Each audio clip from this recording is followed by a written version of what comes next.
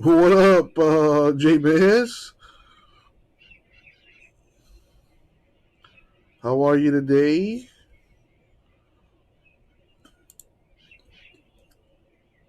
Not sure if you know, but I got Bowman Draft in the store.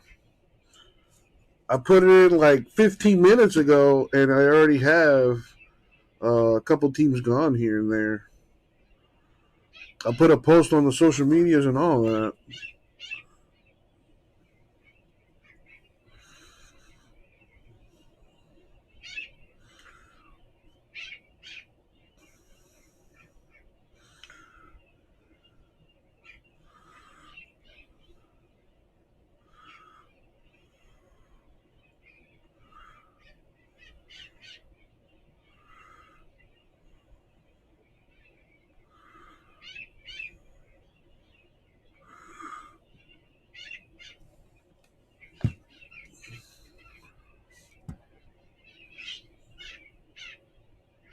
How's your day going, J-Miss?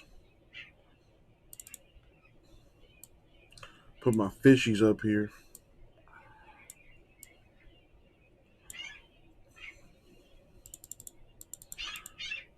And then they stop swimming. Gotta make sure they swim forever. There we go.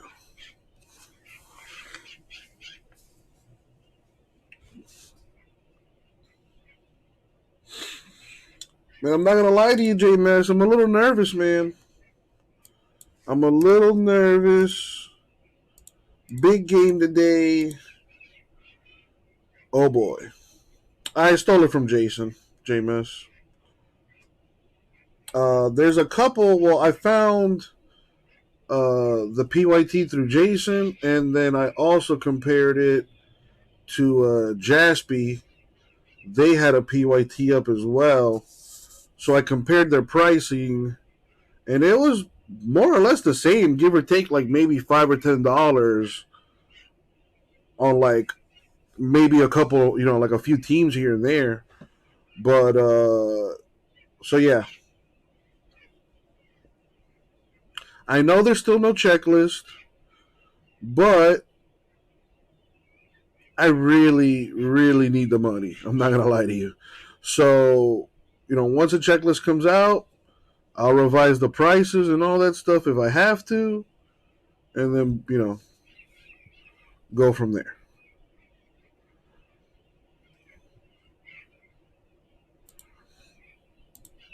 I'm still working on Bowman's best pricing.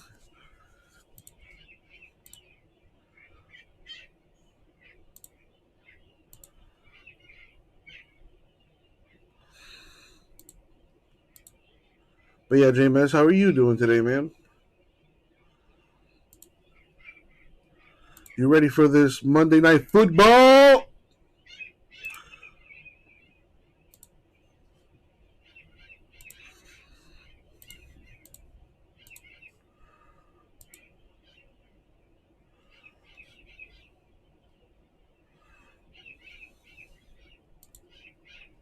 Why is it doing this?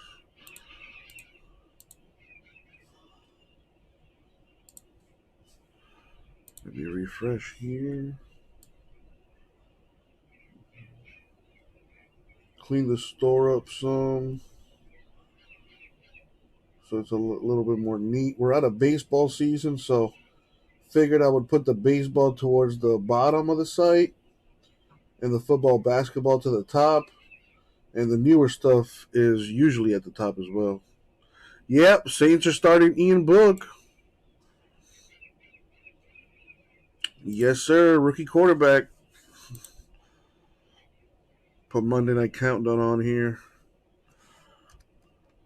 Change the narrative about the Cincinnati Bengals. Not gonna lie to you, man. I'm nervous. Before it was like, well, we need a lot of help.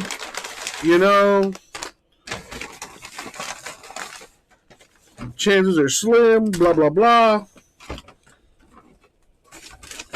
But yesterday could not have gone any better for the Dolphins. If we win all of our games for the rest of the season, we are in at the last spot. or the last wild card spot, the 7th spot. We're probably going to lose in that first wild card game, but you know what? Getting into the playoffs in and of itself would be a win for us. As sad as that sounds, that would be a huge win for us.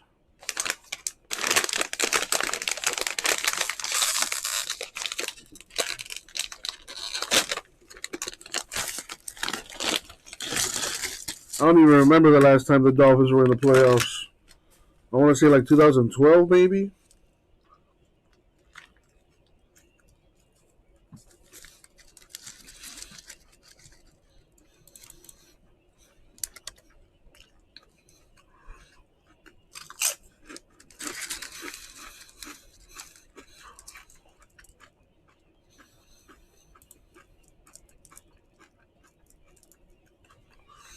Getting a quick bite to eat here, a little turkey sandwich.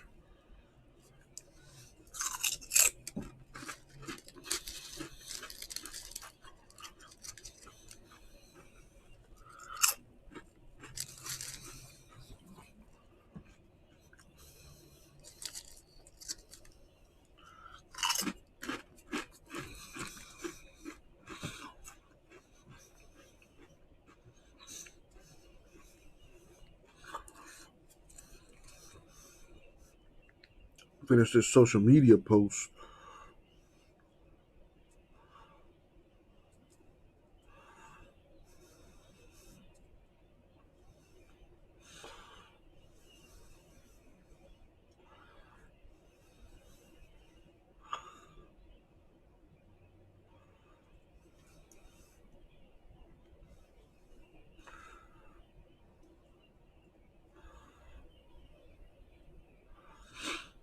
Gotta get the hashtags going and all that crap.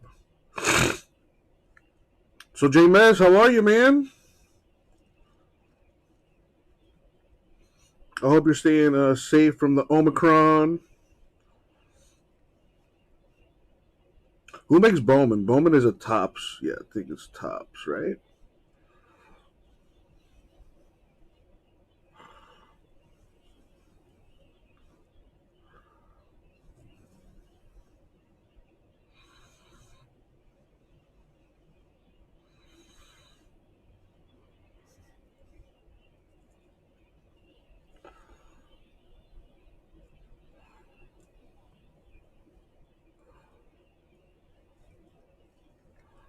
All right, gotta make sure I use the correct hashtags.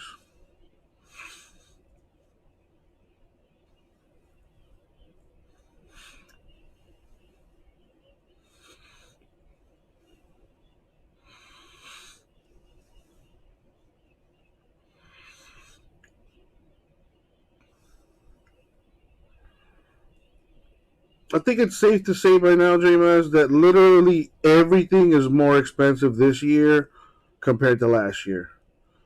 Yeah, all the way from gasoline to milk, just everything is more expensive this year than last year. No, it's almost the end of the year. You think you would have caught on by now. What's up, Vintage?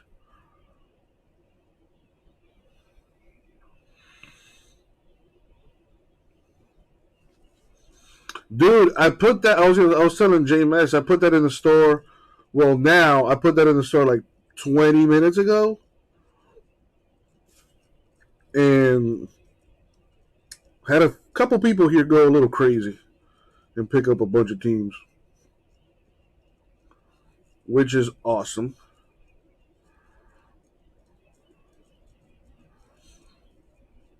I want to say if we can have like if we have some of those breaks filled before, like I don't know, I'm still thinking about it, like if the breaks are full before Friday, like I'll come in and I'll do them.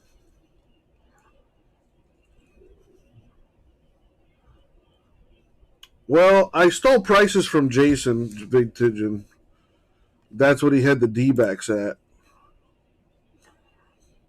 When it comes to Bowman draft, I'm at the mercy of the universe. If it was like regular baseball stuff, with rookies and whatnot, I could figure that out a lot easier. But when it comes to these prospects, might as well be, reading Chinese.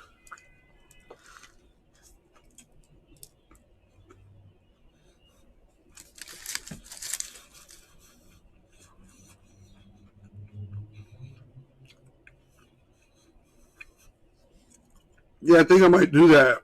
Well, I don't know if I'll take Thursday off, but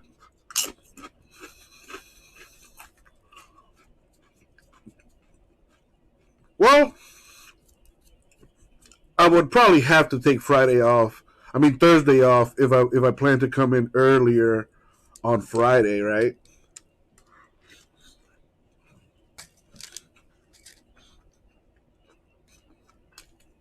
That way I'm well rested and not falling asleep.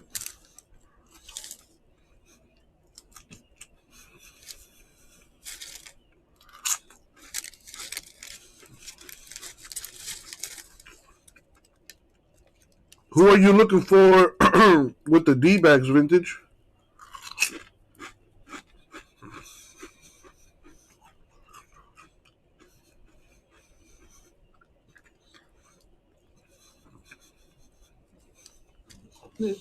In the playoffs, in what we expect Matthew Stafford to be, I don't want Sean McVay to rein back, hold back to try to protect Matthew Stafford. There's no chance the Rams can do it.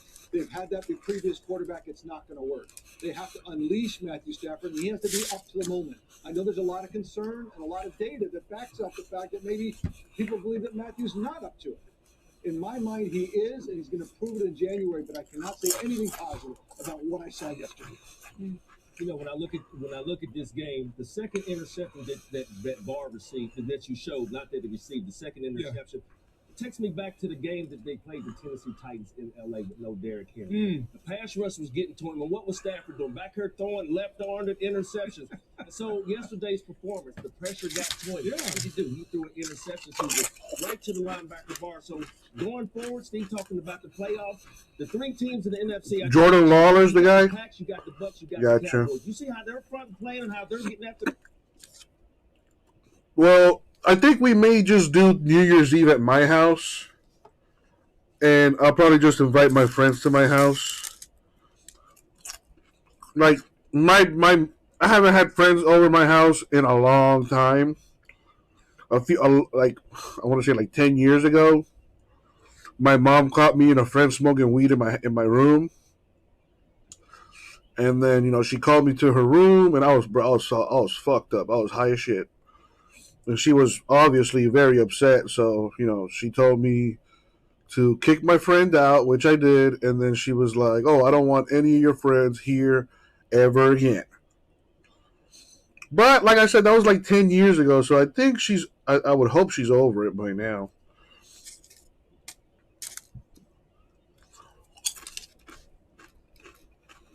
Push back on that. The rap on Matthew Stafford coming into this season, he's never won a playoff game. Like Matthew Stafford has never won a playoff game, and all of a sudden now we want to make him the focal point of this Rams offense. To me, he's not the focal point. The Rams at their best. We've known the Rams got to a Super Bowl with Jared Goff running the football. And if he makes one throw in the Super Bowl to Cooks down the seam on the post, they're Super Bowl champions. So all of a sudden now, to me, it's funny that Sean McVay has had so much success running the football by an offensive line that's built to run the football, and all of a sudden now. So how's everyone doing today, Vintage? How are you, man? No team leads the NFL in empty formation like the Rams. They have more empty formations than anybody in football. And well, I just wonder when you go against some of the better teams. I'm gonna post this on Twitter. You have an opportunity whether you want to run the football or throw the football. Prime example, if we go back to the Super Bowl when Seattle faced New England, Russell Wilson, they wanted to throw the football. What happened? Exactly. It got picked. Run the football in with Marshawn Lynch. I think we all thought they were going to be Super Bowl champions.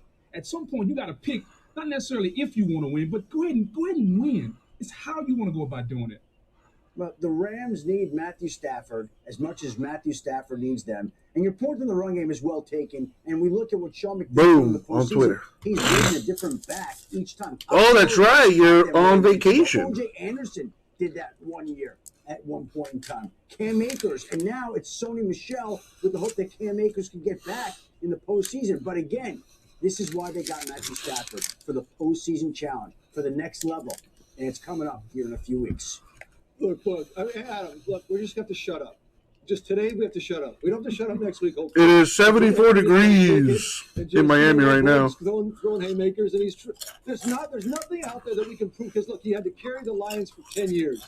I think that that's one of the yeoman's work of all time. I believe in Matthew Stafford. Vintage, have you formation and handle it. gone out and do a little hobby in there? In the end, I do believe he's up to it. And I today.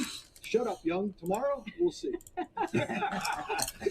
We'll talk more about the complete power structure in the NFC in just a bit. Right now, the Rams have moved into the 3 seed, and if they win out, they win the West. Eye on the Superdome tonight. Dolphins tight end Mike Gesicki, one of two has better weapons, but he is due for a touchdown. Please. Hasn't had one since week 7, Randy. Up next, we're talking Joe Burrow's big day. For the fantasy perspective, here's Matthew Berry with this week's Good Calls, brought to you by Subway. Thanks, Susie. Joe Burrow said last week his team has stayed healthy and focused this year because, in part, there isn't much to do in Cincinnati. Well, I can think of one thing there is to do in Cincy. Win fantasy championships. Entering Monday night, T. Higgins and Joe Burrow, the two highest scoring players in fantasy this week. Joe Mixon, 6th overall, while boasting more space and top 20 among wide receivers. But as great as the Bengals have been, don't forget their passing game has been boomer bust this year in fantasy. Before this week, Burrow had scored more than 17 fantasy points just once since. Damn, Vintage, pretty active. I haven't gone since like September. I think about it every day, though. I'm not gonna lie to you. Why? But whether you start Joe Burrow and Tyler Boyd depends on what else you have. I'll probably go soon, to be honest. What your other options are, and checking out the fantasy show this week. Me to get drained. Stay tuned to ESPN as Monday Night Countdown rolls on. All right, I'll be right back. Let me go wash my hands.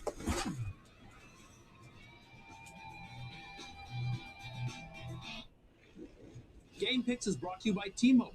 With nationwide 5G coverage, T-Mobile keeps you in the game, coast to coast, with Monday Night Pick'em on the ESPN Fantasy app. T-Mobile, the leader in 5G. Welcome to Sonic. May I take your order? Can I get 2 patty melts? Melt in the cheese. Order up. Sonic patty melt.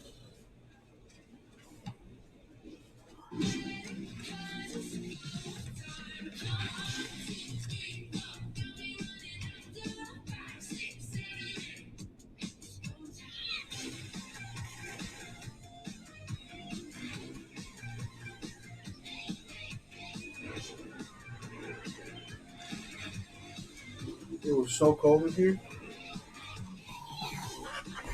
RSKR. If you just send me an email, I hope it's a good email.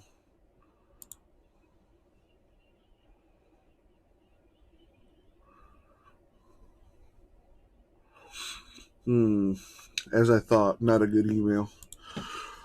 All right, let's see what's going on here.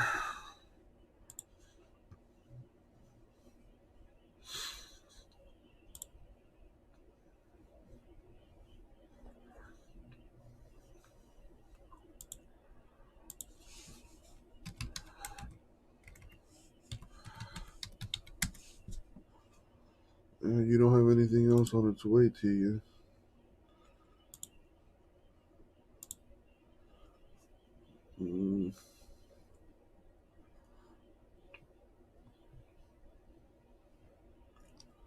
That was, you're saying Chrome Black 3. I have no idea when that went out. Okay, so that's from this. Shipped on the 10th. So this shipped a while ago. And it was delivered December 13th. And how come you're just getting back to me now? Or like, were you away from your mailbox or something? It says here it was delivered December 13th at your mailbox. Could it be possible that maybe there was some tampering or something? I don't know. Were you on vacation or something? Yeah, I don't know. There's a lot of possibilities. I can't really tell you what's going on right now. But yeah, I'll respond to you in this email, and we'll go from there. All right, moving on. Richard, how are you doing? This BS aside, how are you doing, my dude?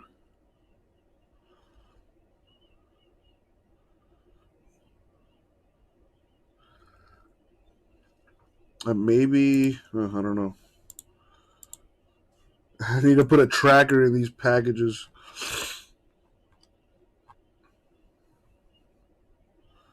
Well, let me review the break. You know, maybe there might be some confusion there. I don't know. Point being, Richard, you know I'll take care of you. We'll figure this out, man. Thank you for the email. I'm sorry that you got to deal with that BS. I'm doing all right. Yeah, I would be better if you had all your stuff.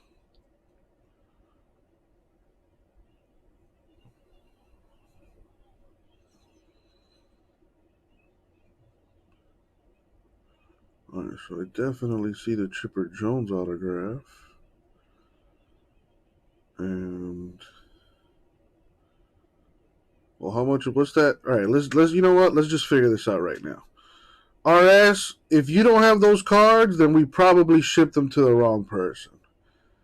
And if that person hasn't come forward by now, they probably won't if I reach out to everyone in that break. So let's just figure this out right now between the two of us.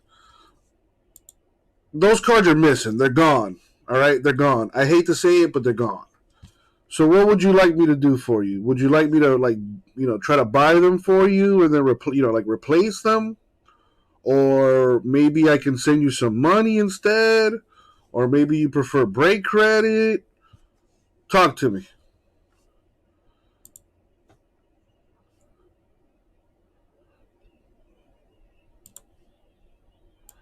I'm watching the video, and the Chipper Jones doesn't look...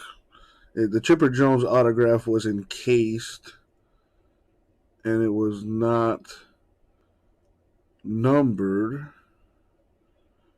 I'm not seeing the Freddie Freeman. I'm sure I'll see it at some point here in this recap.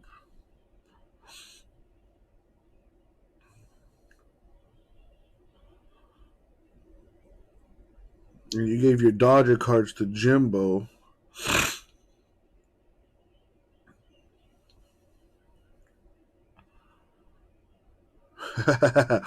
yeah.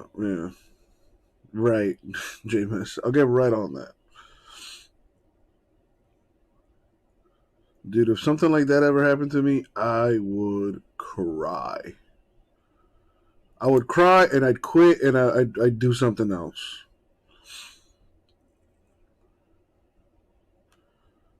All right, I can't find the Freddie Freeman. Let me go back.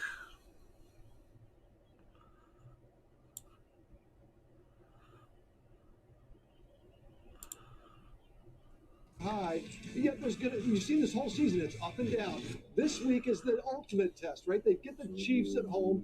Let's see. Well, I don't think it's expensive stuff. I mean, luckily he's not missing anything like huge. What's a Chipper Jones autograph out of Chrome Black worth?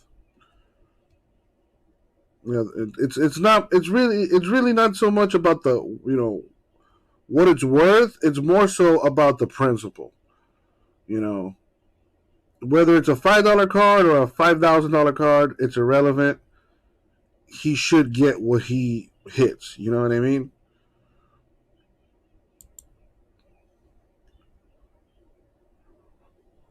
I wonder who sorted this break.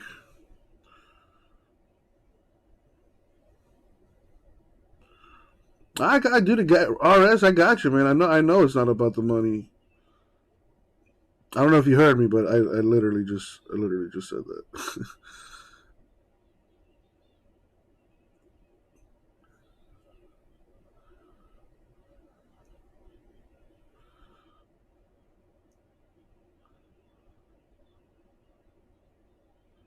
I'm watching the video right now, watching the recap of it. I saw the Chipper Jones. I'm trying to see the Freddie Freeman, see what that's numbered to.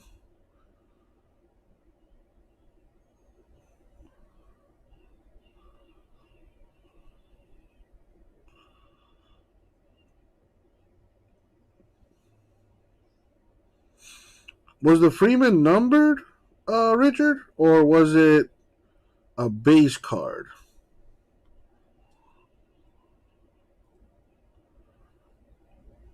Or was it autographed? Okay, I see the Chipper Jones. All right. Watching the recap here.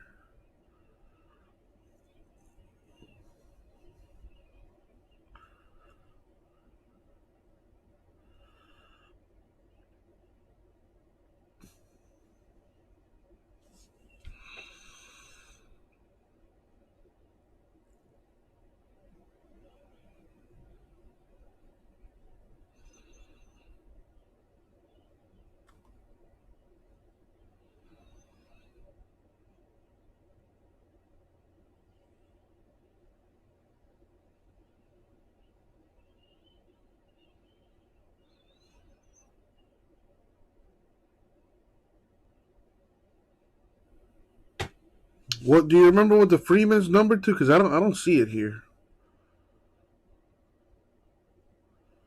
Or maybe it's coming up.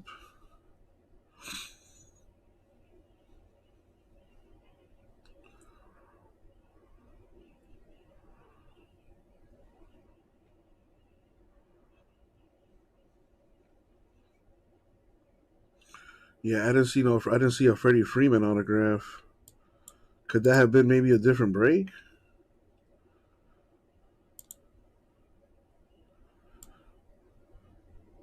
Or maybe I need to watch the entire break.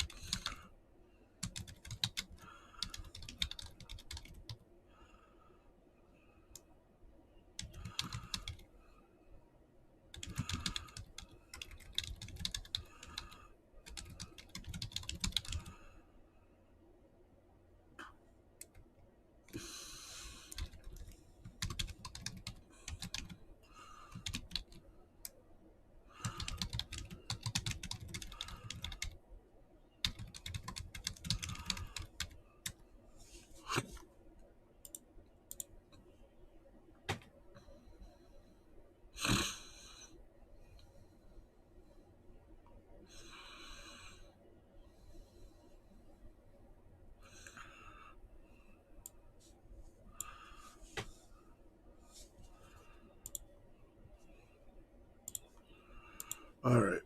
Well, Richard, we'll figure that out, man. Thank you for the email.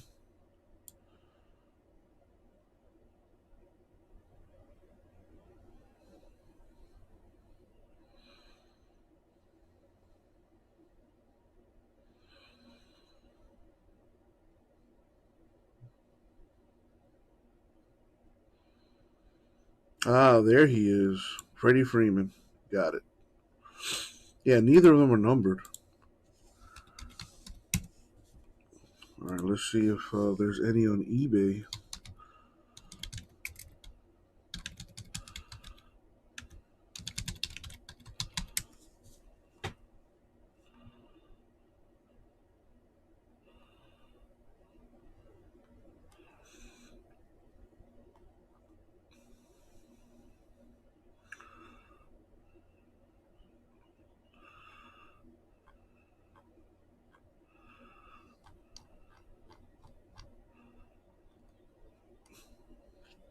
The Freeman is definitely not $5. I'm actually I just looked on eBay now, and there's one at $43 with a day left.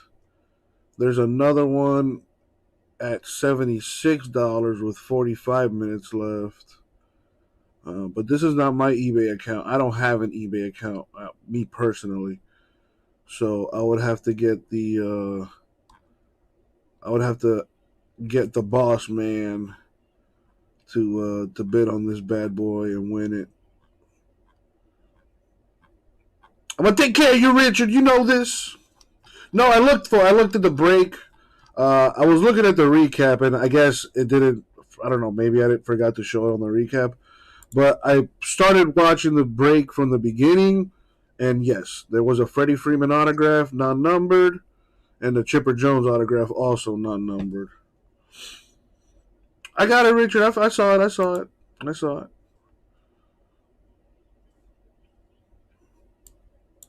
So the Freeman, maybe an $80 card.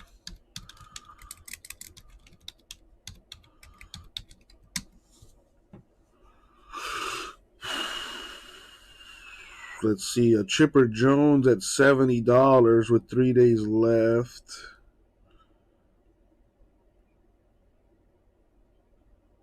No, someone's asking $600 for the Superfractor.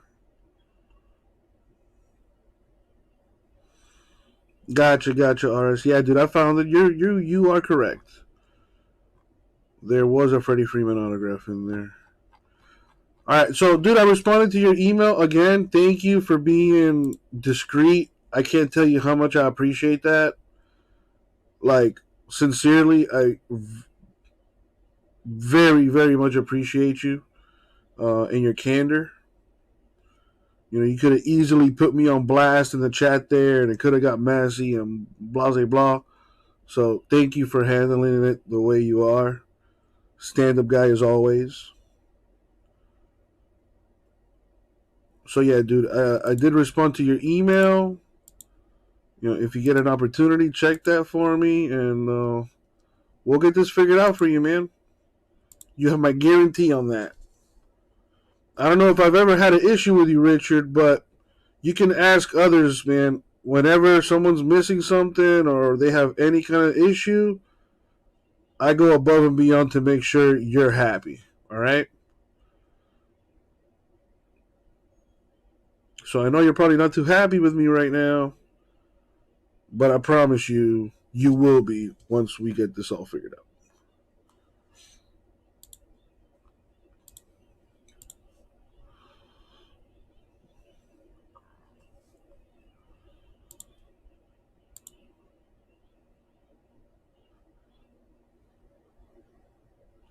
Oh boy, Dolphins Saints 8:15.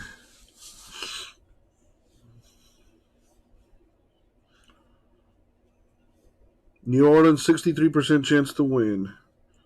So the Dolphins are the underdog.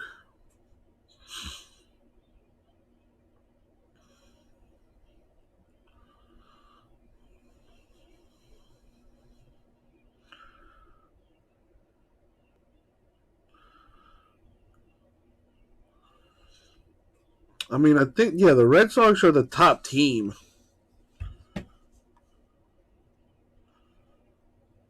Dude, Richard, that's what I do, man. I honesty is probably like the virtue that I value the highest.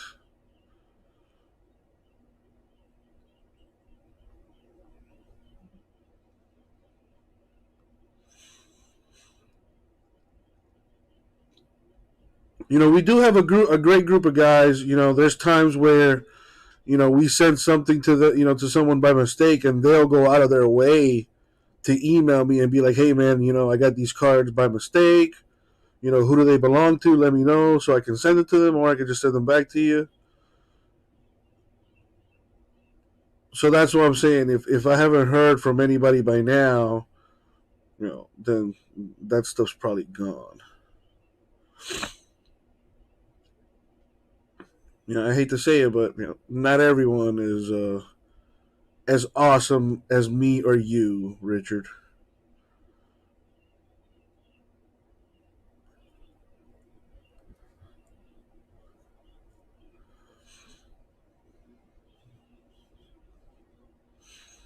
Yeah, I'm a firm believer in karma. So whoever you are that got my boys' cards by mistake and didn't send them back, you gonna get yours. You will get yours. It may not be today, it may not be tomorrow, but you will get yours. I'll put a curse on you.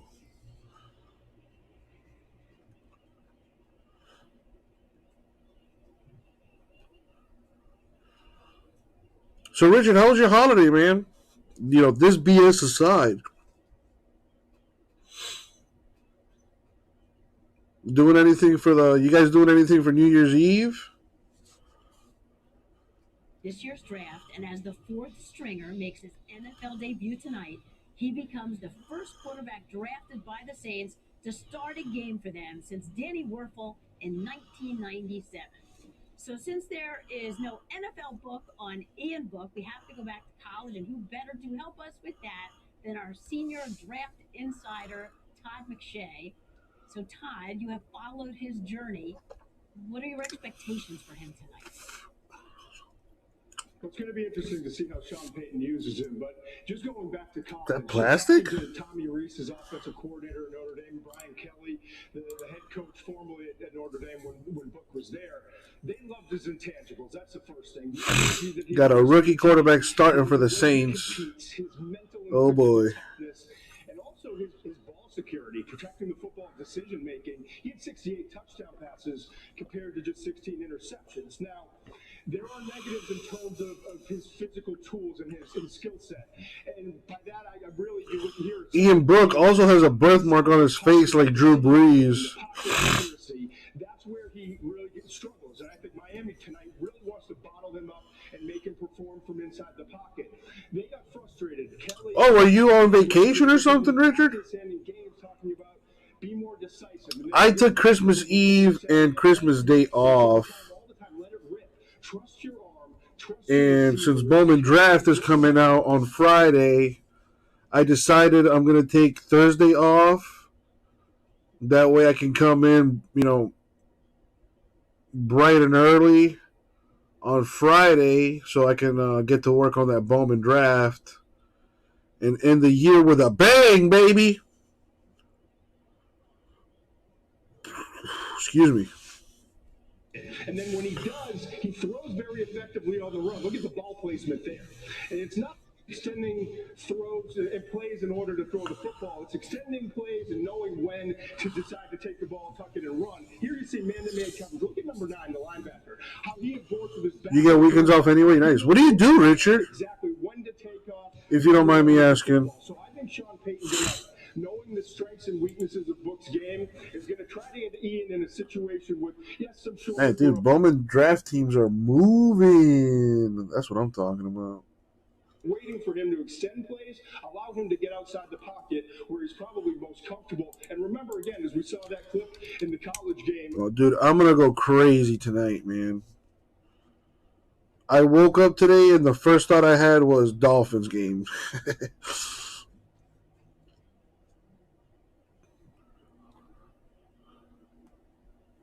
Physical standpoint, the intangibles and the processing that we hear so much about come draft time, his ability to process information. Work with military. I think you told me that before, and I just don't remember because I'm a jerk.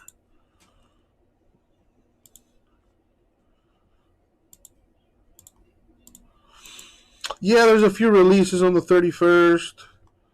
You got Bowman Draft, Jumbo, Super Jumbo Light. You got Bowman's Best. Immaculate UFC, Immaculate Basketball, Transcendent Baseball, Undisputed Wrestling. But, J-Mess, I think you and I both know that it's going to be all Bowman in here come Friday.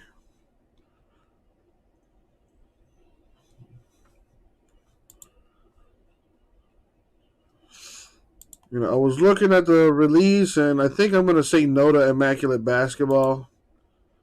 That's pretty stupid expensive. And if I couldn't break Flawless Baseball, I'm probably not going to have a good shot at that Immaculate Basketball. So I'm probably going to say no to that. Immaculate UFC, I'll give that a shot. The WWE stuff, the wrestling stuff, I'll give that a shot too.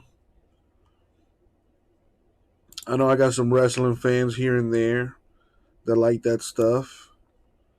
So I'll give that a shot. And guarantee you we're not going to get that Transcendent Baseball. A $27,000 case? Yeah, that's not happening.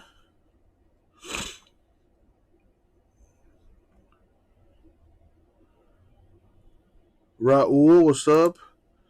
No, we're just talking about, people missing cards and stuff, and how some people are very nice and send cards back that don't belong to them. So Richard was just saying how he had a card for J-Mess that was sent to him by mistake, and he was kind enough to send it back and give it to the rightful owner.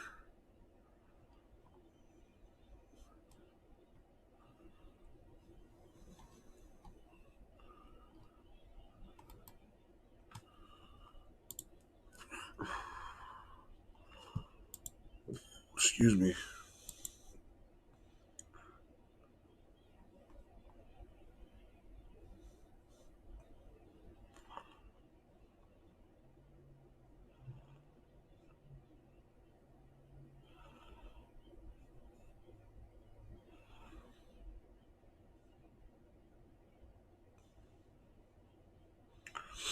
Oh, it was Raul that you got. Okay, there we go.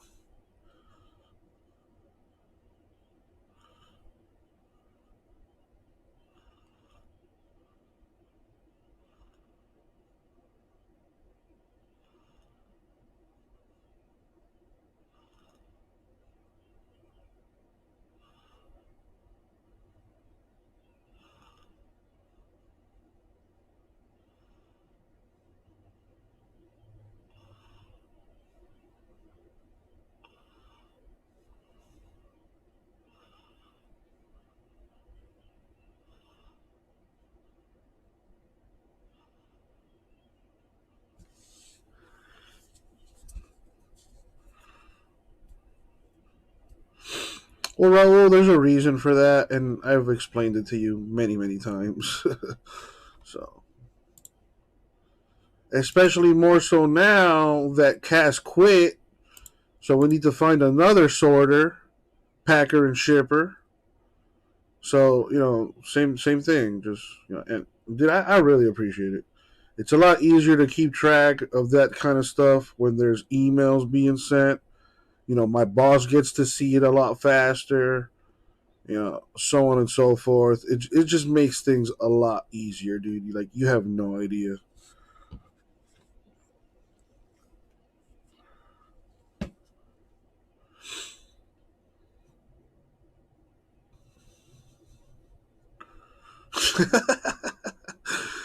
J-Maz, I thought you wanted that Ginter base.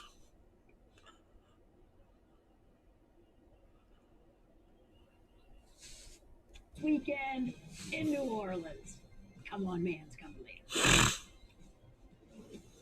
And the fumbles recovered for a touchdown. And what? They seem to be, yes, it appears they are playing rock and roll. Come on, man. Stay tuned for Come On, Man. Brought to you by Geico.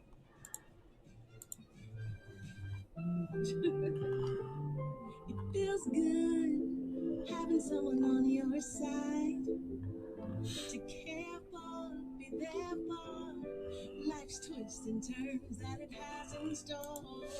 Shut up. Ain't nobody trying to hear that.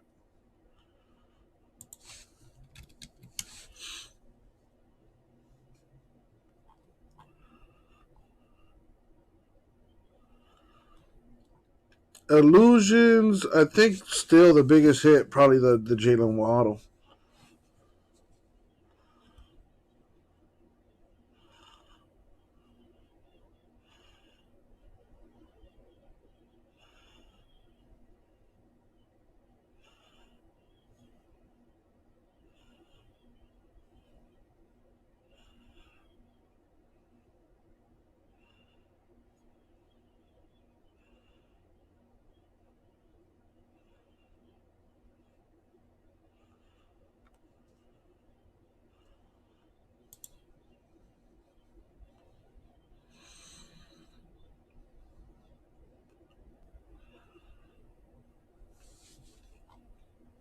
Ah, that's a good theory. Panini trying to milk that cow before Fanatic takes over. That would explain why their prices are a little exorbitant.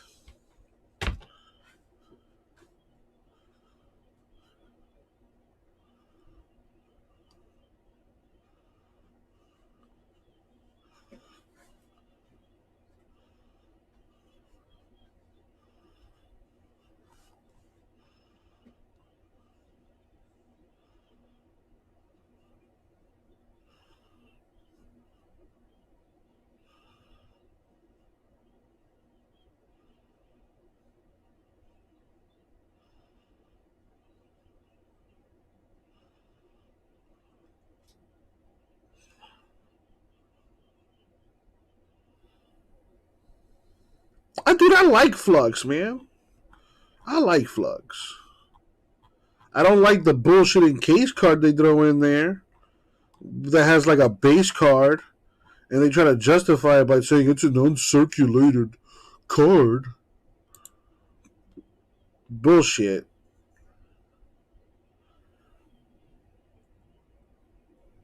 If they did away with that, like they did in Illusions, I think it'd be better for it. I like Flux though. I like the look of the cards.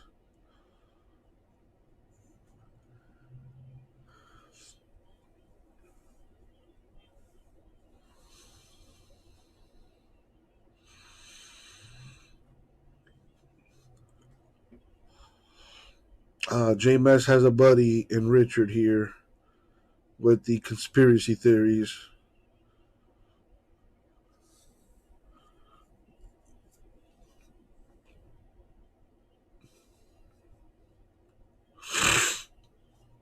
By the way, if you haven't already seen, I did add Bowman draft breaks to the store, and teams are moving.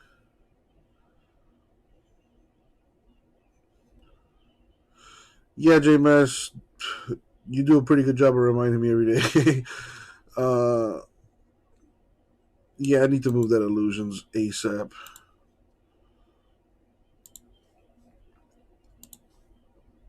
Actually, one thing I didn't do today, I did not check prices. Let's see if there's been any changes here. Dynasty Baseball went up in price, but don't tell nobody. I'll keep my prices the way they are just so we can get rid of it. Flux. What's Flux at? Flux is at $2.90 a box.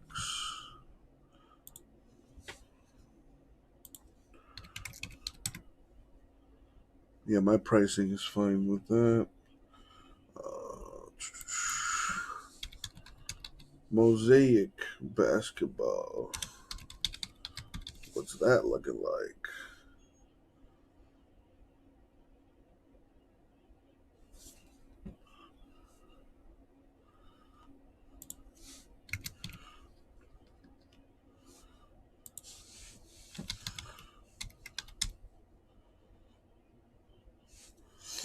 Mosaic Basketball is at $600 a box.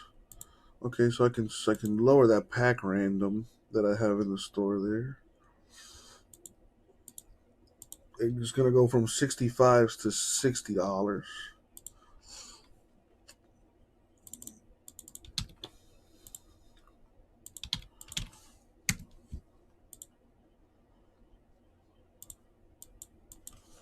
Boom, 60. Bam.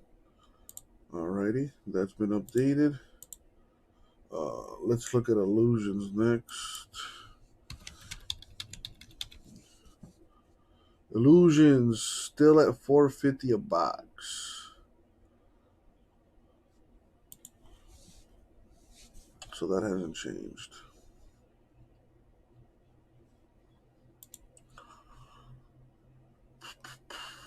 The Hollow Heroes. That's kind of a cool looking card.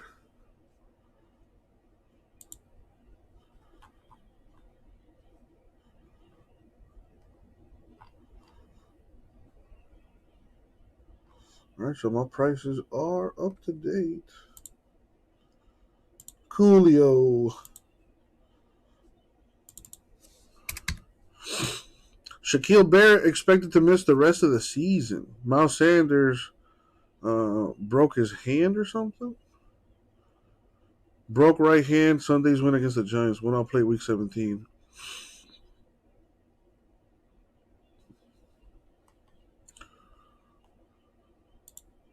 I heard someone tore an Achilles or something like that. Clyde Edwards-Helaire week to week with a bruised shoulder. I stole Jason's pricing, Raul. So the Red Sox were $4.39 in jumbo. Richard, I don't know, honestly. I think everyone's speculating on that. I think. I'm not sure if they're going to print or if they're going to, just let Topps and Panini keep doing their thing.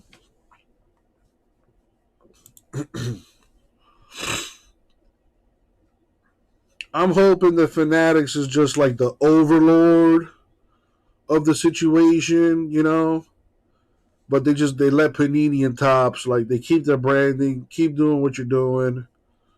We're just going to take a cut of that. Or, however that works.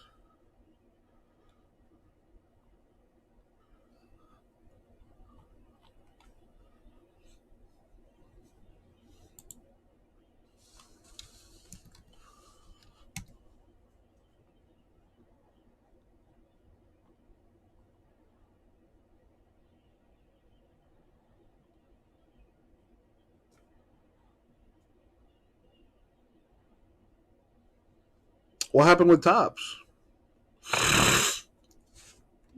Touchdown. One on Trevor Lawrence.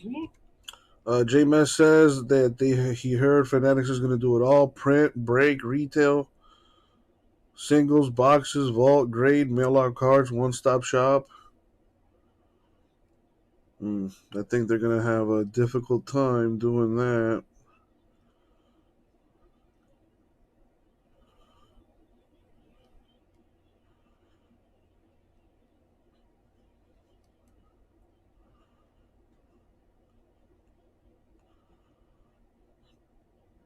Later, Nick Foles for Matt Nagy. What does he do? He just wins. After a touchdown to Jimmy Graham, Demir Flying Bird makes the amazing pass on a two-point conversion. Bears win at Seattle 25-24. Talk about a seasonal player. As the Chiefs clinch their 6th AFC West, Byron Pringle from Patrick Mahomes had 2 touchdowns as the Chiefs have won 8 in a row, beating the Steelers. Brandon Powell. The fearsome one-some for the Rams. They beat the Vikings 61-yard punt return. But after an unsportsmanlike penalty, this is really interesting. Matt Gay, the drop kick, pooch kick, ended up being a big play for the Rams special teams. 4th down the theme in this game. New England made a bunch. Josh Allen and the Bills made 3. This one a touchdown early to Isaiah McKenzie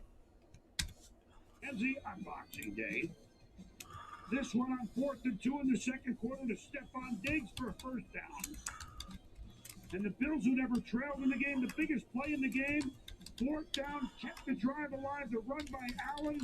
And the Bills in the driver's seat now, same record as the Patriots, but they beat them 33-21. Interesting, Bill Belichick, as head coach, has coached almost 500 games, most, of course, with the Patriots and some more with the Cleveland Browns.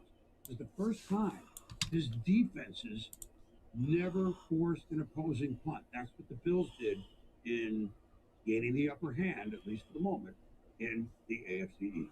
Suze? Okay, Boom. So the Bills take over the top spot in the AFC East. They still couldn't stop the Patriots from running. But, Steve, it was a pick your poison. They wanted to make Mac Jones beat them.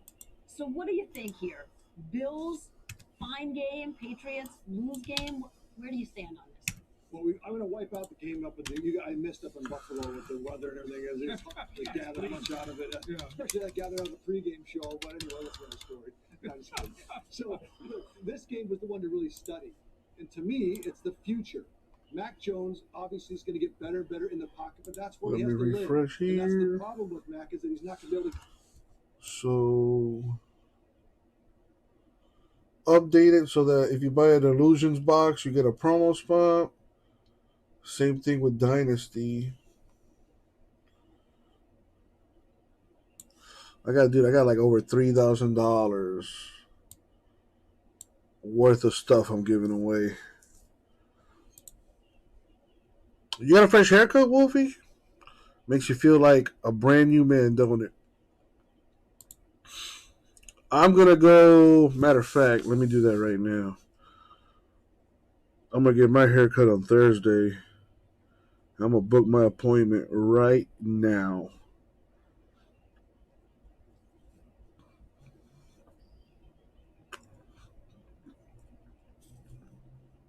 I'm very picky about who I let cut my hair.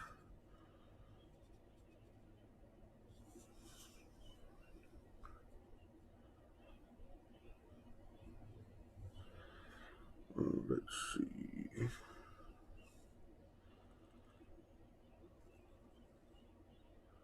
We're going to book this bad boy for Thursday because I'm going to take Thursday off. What time should I do this at? Let's do it at, let's do 1 o'clock on Thursday. Book it. Done deal. Add a reminder. Let's go.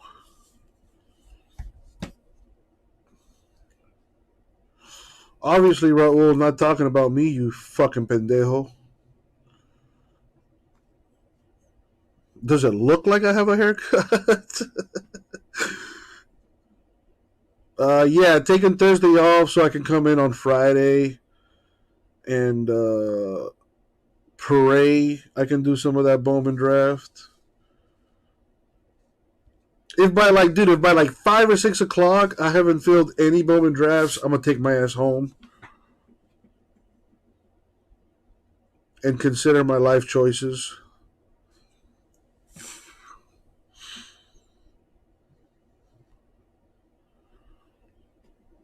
Well, Raul, I mean, I am letting my hair grow, so, you know, there's that. Listen, it's okay. I know you're bald. I know you're jealous. And it's dude, it's all right. It's okay.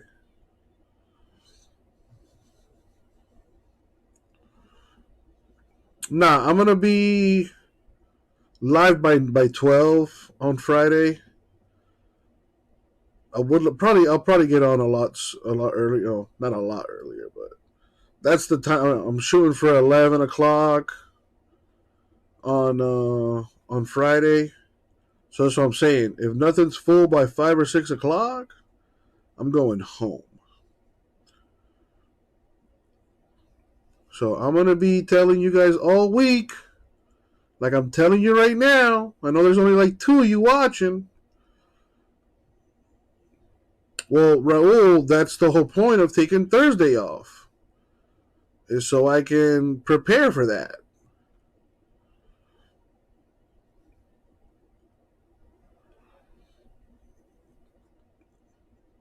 Dude, I don't blame you for being, what's the word I'm looking for? Pessimistic, maybe? I mean, you're not wrong. I usually wake up around 3 o'clock, so. Yeah, I mean, you're not wrong. You're not wrong at all.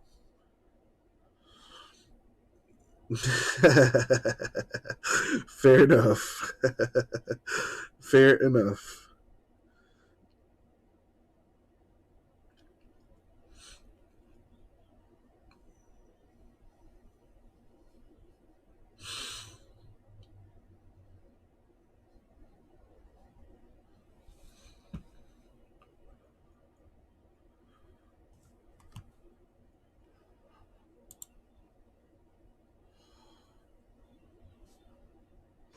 Yeah, I see you took the Padres, man. Thank you. Dude, vintage, the first thing I need to get better is my attitude, man.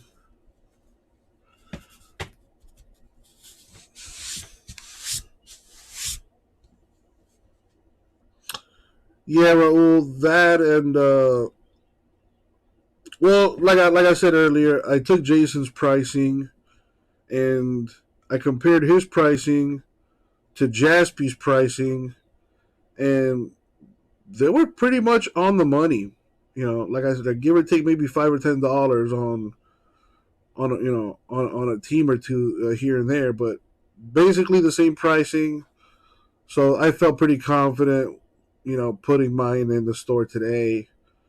Truth be told, I need the money. I'm not even gonna bullshit you. I need the money. We do have to pay for this product up front, and I really need the money. So I couldn't wait to put that in the store any longer. Checklist probably won't come out until the day it releases, or like the day before. So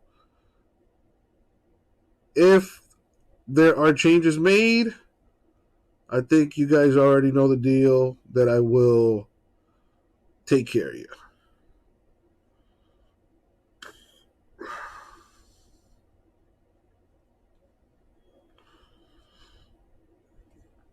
Did vintage? I did. I'm a night owl, man. I'm more active at night than I am during the day, but it's been like this for a while now. Even before I started doing this breaking crap, I was, as many of you know, I was working for UPS, so used to being up at that time,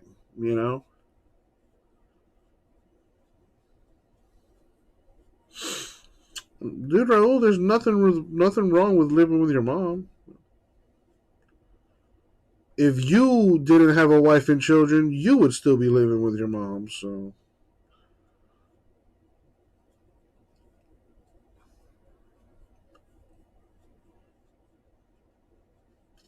I'm actually trying to I would like to get a house, Wolfie.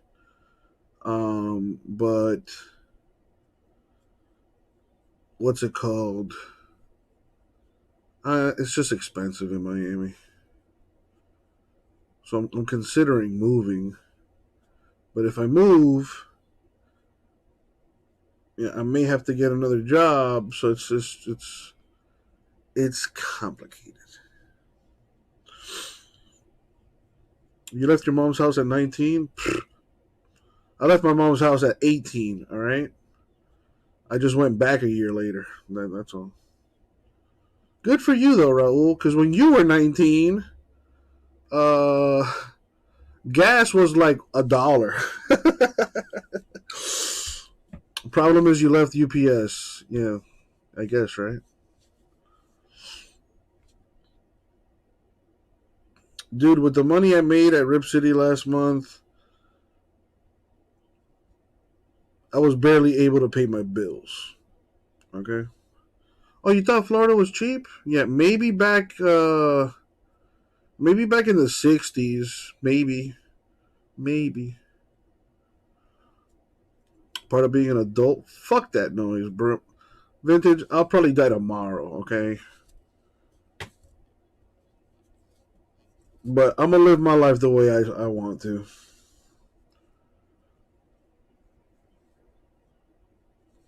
You're like 7 years older than me? Bullshit. You're old as fuck, bro.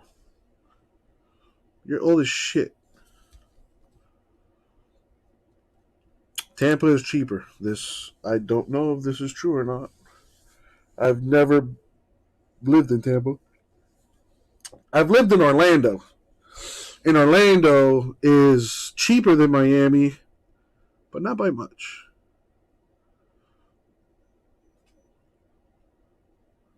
So I reckon Tampa's probably more of the same as Orlando.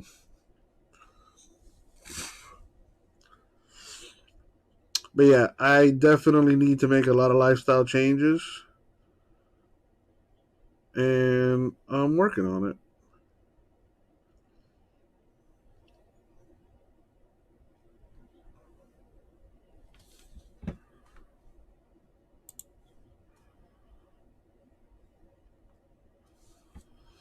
Cheap living in North Carolina, South Carolina.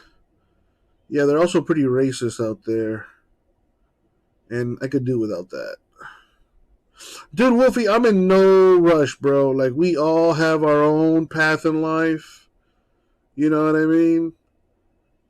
I'm just trying to find mine.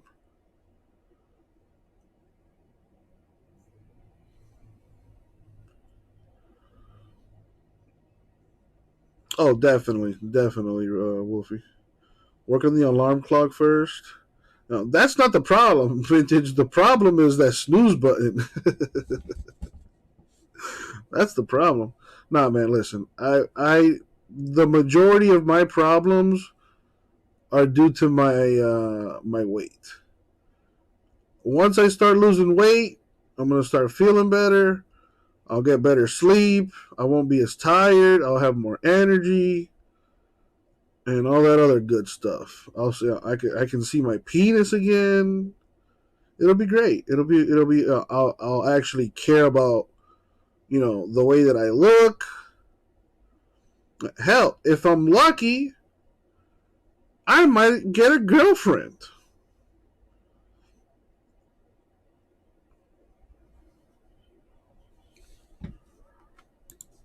But yeah, you can sell boiled peanuts on the roadside in South Carolina. Yeah, I'll pass on that. Yeah, did you know that the average homeless person can make $30,000 a year? Straight cash?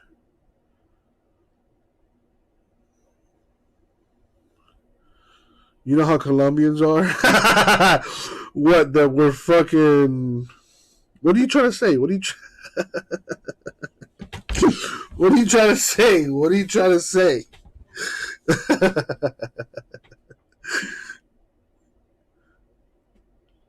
Peanut guys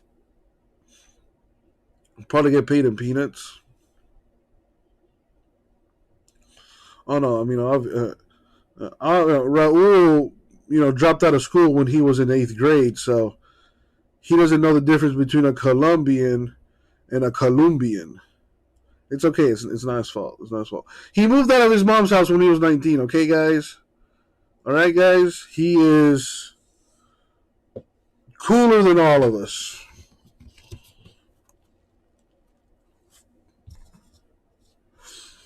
Brian in the house.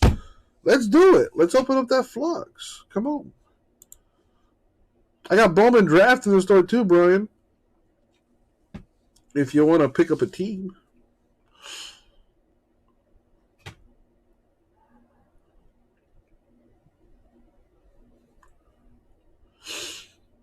But yeah, I could totally get an apartment right now if I really wanted to. I just don't like being by myself. And you ready for a sob story? You ready for a sob story? Break out the violin. Here we go.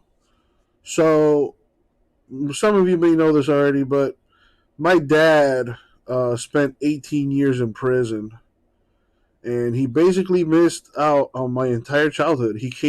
When he got out of jail, I was already 20 years old. So, yeah, he missed all of my childhood. And life is crazy, man. Recently, as of this year, he had been living with his aunt, but something, shit happened and he had to leave. And my mom offered him a room at our house. So for like the past 9 months or so, my dad's been living with us at home. And, my entire childhood I always wondered what that would be like. And now that I'm fucking 32 years old, I actually get to see what it's like. And it's surreal. Like I can't even begin to explain to you like how crazy it is. So yeah, I don't like being alone. So me having my own place probably wouldn't be good for my mental health, to be honest with you. Sure, it'd be cool. I got my friends can come over whenever they like. I can do whatever I want. Blah blah blah. But I like where I'm at right now. I like where I'm at right now.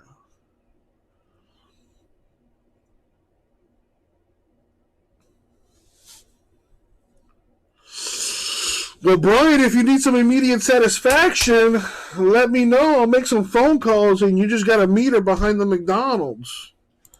Pay her in chicken nuggets or something.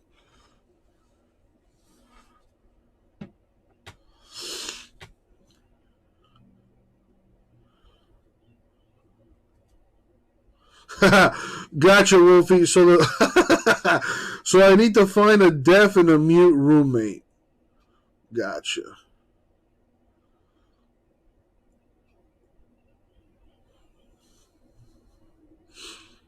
Damn, Richard, I sent that like an hour ago, almost.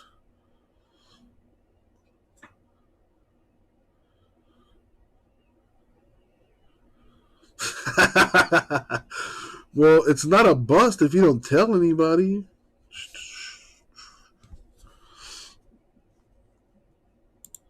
I will take it into account, Wolfie. I'll take it into account.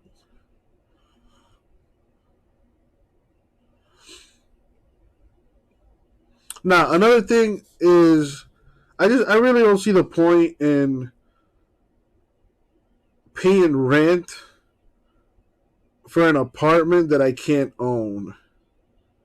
Like, I'd much rather stay home.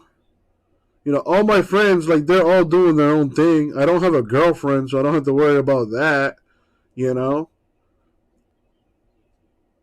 don't really have time for a girlfriend either. It's not like I go out, with this pandemic BS. So I need to hunker down, focus on me, focus on growing this business, and, getting better mentally, physically, spiritually, all that crap. And the rest will take care of itself.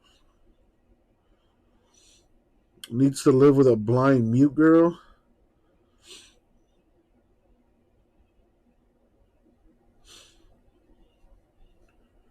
Oh, I've definitely wasted money on worse things. This is a fact, but I don't want to live by myself. That is the main thing.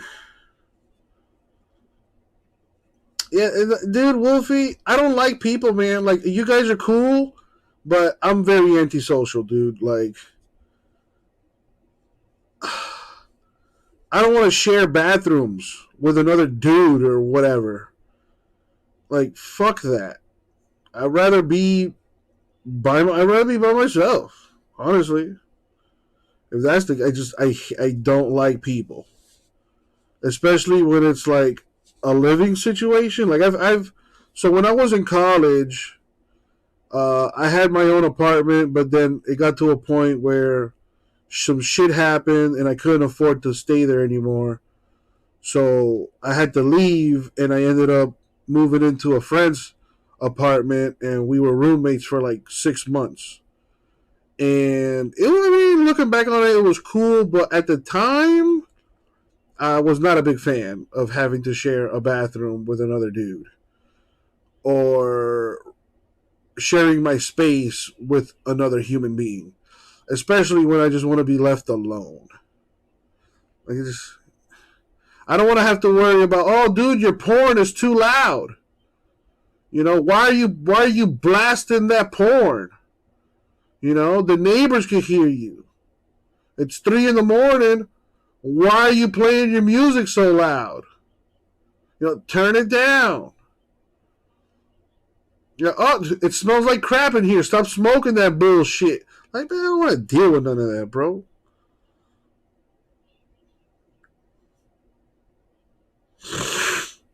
So I would much rather just live with my mom for now, stack my paper, and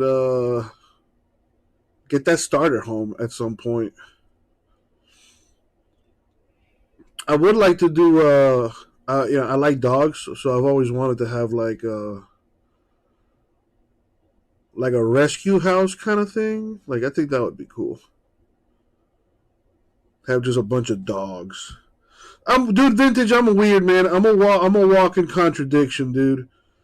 So I don't want to be alone, but I want to be alone. You know what I'm saying? Does that make any sense? No, it probably doesn't. You know, it's kind of like that girl. It's kind of like you're with your wife, right? Like, you love your wife, like, you want her there, but if she just shut the fuck up and like didn't say anything and was just like there, that would be the best situation.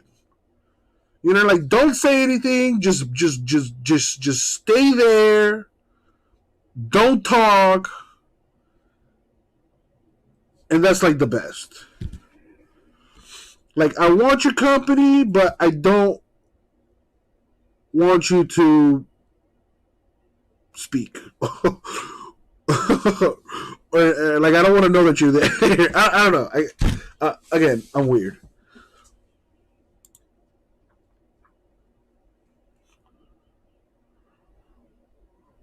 Your ex-roommate was gay and he used to play porn out loud sometimes without even knowing.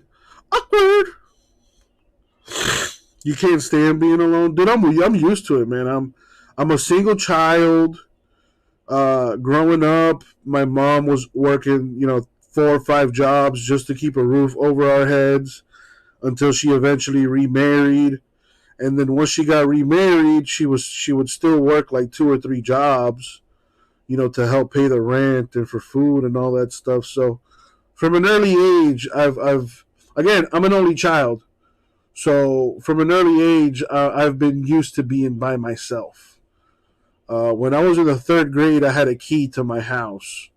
So I used to ride my bike to elementary school.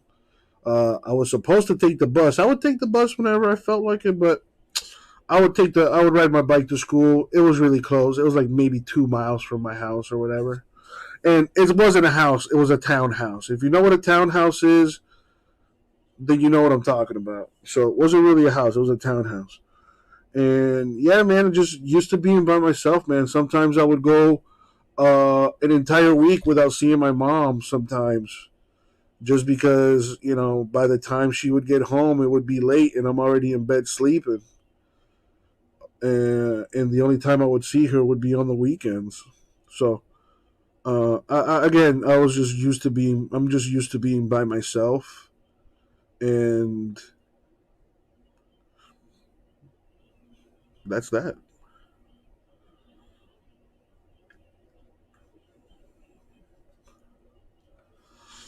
A living slave. Yeah, but instead of that being a slave, I want them to like that's your choice.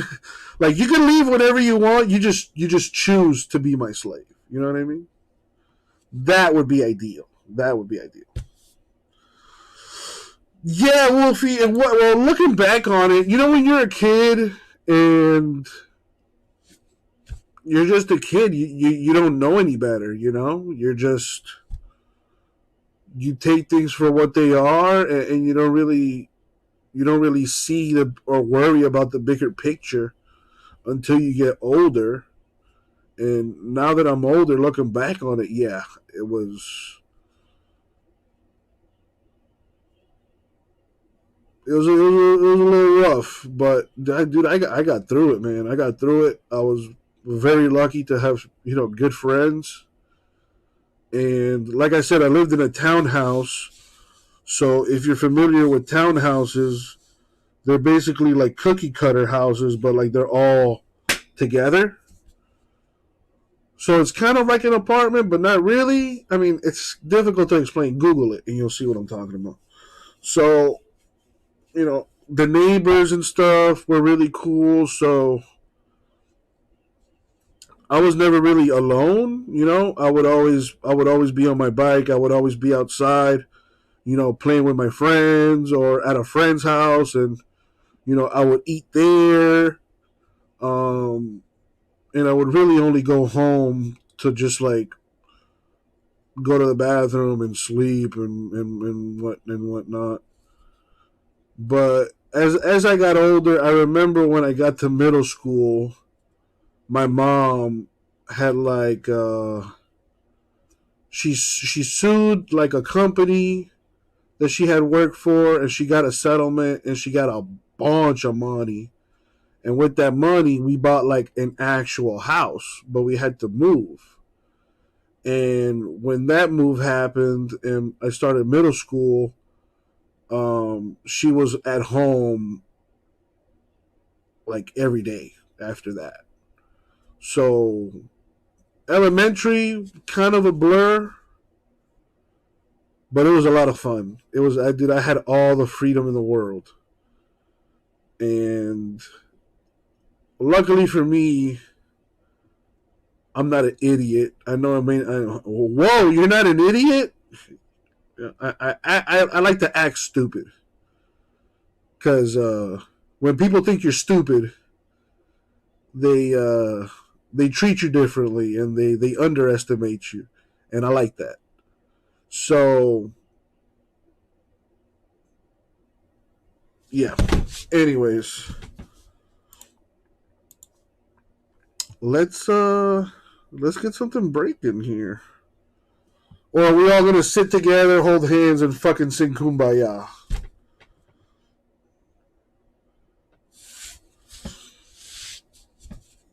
Well, that's one thing in Miami that's not really a thing to deal with. We don't really have.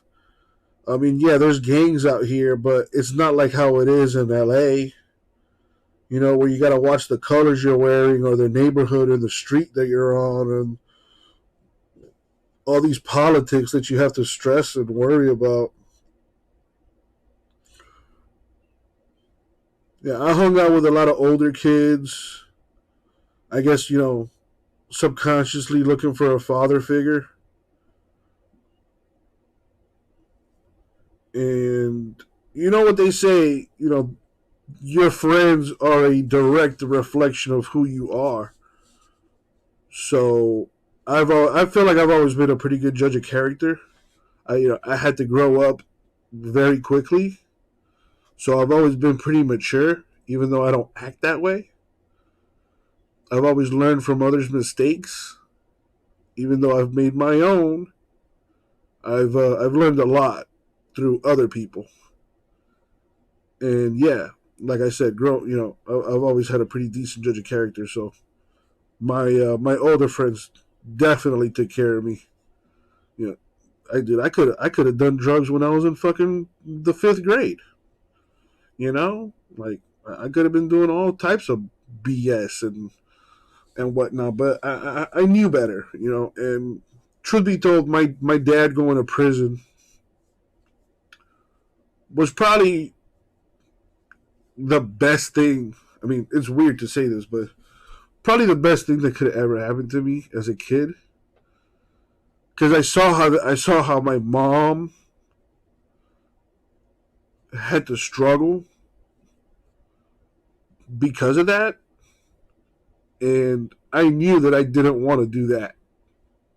So in the back of my mind, that was always there. Like, whenever I would do something, I would always think, could I go to jail for this? Like, could I go to jail for this? Like, you know what I mean? And if the answer was yes, then I would obviously just not do it. It's a good episode, Vintage. It's a good episode. It's my favorite episode. The story of Uncle Jesse. Untold, uncensored, and all that good shit.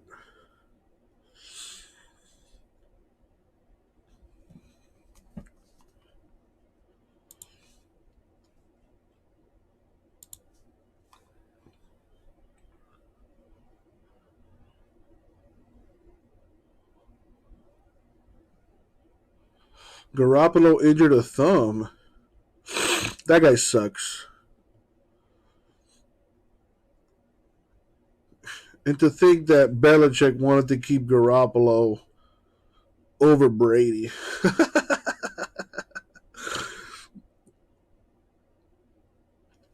Good possibility that Cam Akers makes his season debut on Sunday. Coming back from that Achilles injury. Damn, that'd be pretty baller if he did that. Then everybody with those Cam Akers cards would be real happy if he has a good game.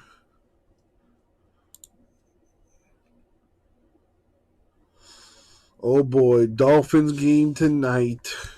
This season it's been for the game's best and brightest stars, breaking down the art of the catch with our Hall of Fame wide receiver. They can't jump with me. Golly. Hey, Mr. Adams, you keep being smooth, baby. I see you with the crossover. Yeah, I'm gonna do that. Yeah, you really open up your hip, and it's just like having the ball cross. Yes, sir. You got moss. Remember, your size is always about the heart. But Mr. Mitchell, you got moss. You got moss.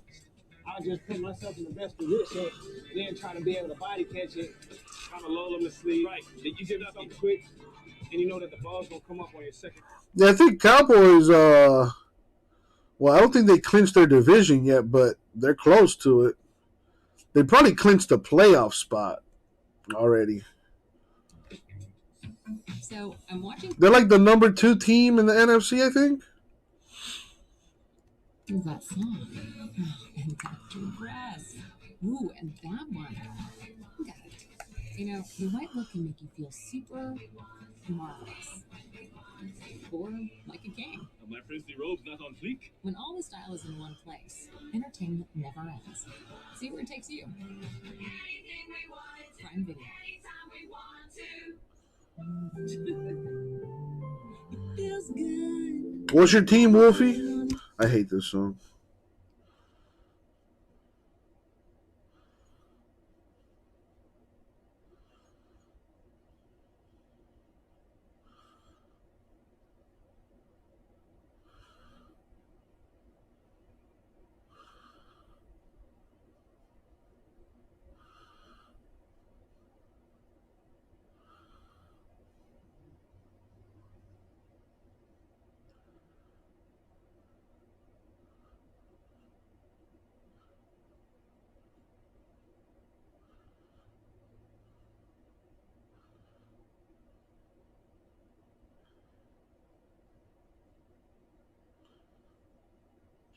Cowboys have clinched the division. Ah, there you go.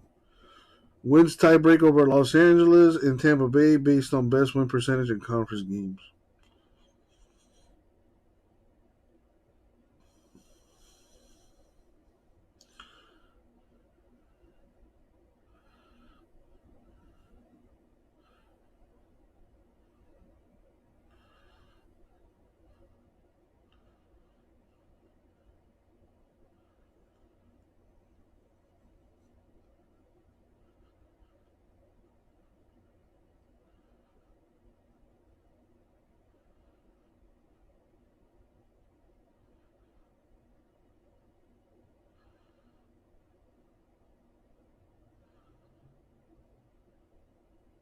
Oh, damn. Somebody hit Lou Gehrig 101 from Flawless Baseball. It's got a ruby, a sapphire, and a diamond on it. What? That's pretty sick.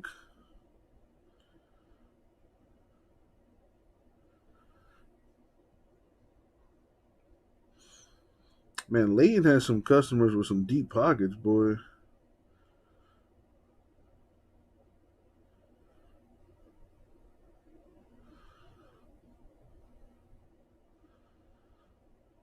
An auction house known as Heartland Sports Cards and Memorabilia auctioned off 33 co-signed vintage MLB cards to the tune of $250,000 and never paid the owner, a Gerald Sullivan of Kentucky, more than $10,000 of the scheduled payments. What would you do if this happened to you?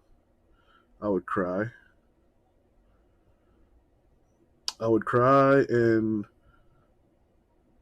pray that my inner demon doesn't come out and do something really stupid.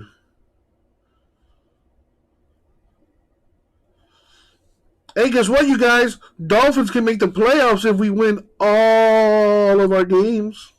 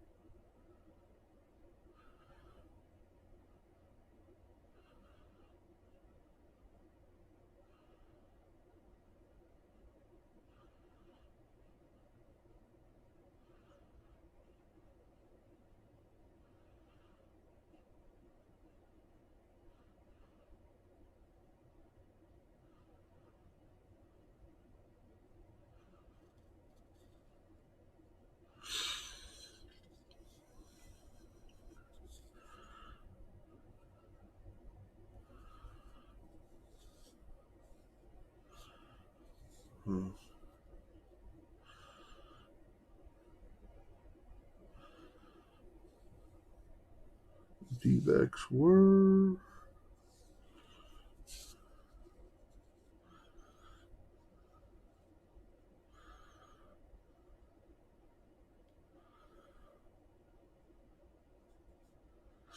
I hate all these bots on Instagram. I'm thinking I'm getting comments, I'm getting likes. It's all bullshit. Bots. Who's winning the Super Bowl? What's the Super Bowl matchup this year? I think it's a toss up, man. I would like to see the Cowboys in the Super Bowl. It's time America's team finally played like it. I want to see Dak Prescott win one. Especially after his injury last year, that'd be a really nice story. You know, let Jerry Boy win one more before he goes to the great beyond. And on the AFC side, I don't know, looks like the Chiefs got their shit together. So, I don't know. AFC might be up for grabs, honestly. Yeah, Robert, I know you want the Bucks in there, but I don't know, man. There's a lot of good teams on that NFC. Cowboys look like the real deal. You know, the Cardinals have been playing like crap lately, but when the season started, they were looking dominant, so who knows? They got the next 3 weeks to try to get that figured out. I think D-Hop is out for the year, though, so that never mind.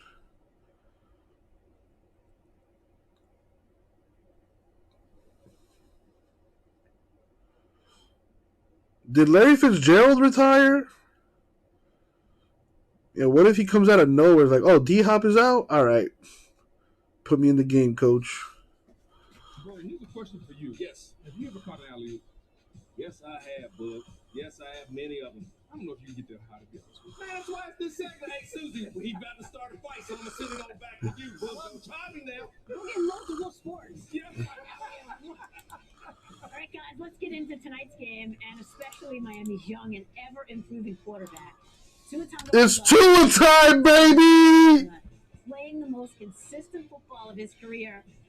Getting there hasn't been easy. Tua has endured injuries and trade rumors, but now he's got his Dolphins on a roll. After losing 7 straight in the middle of the season, it's been a November and December to remember for the Dolphins. With 6 consecutive wins, a top 5 defense, and an accurate quarterback, Miami is looking to put a bow on the season with a playoff berth. Jeff Darlington caught up with Tua ahead of tonight's game. All right, everybody, let's listen to the Tua man.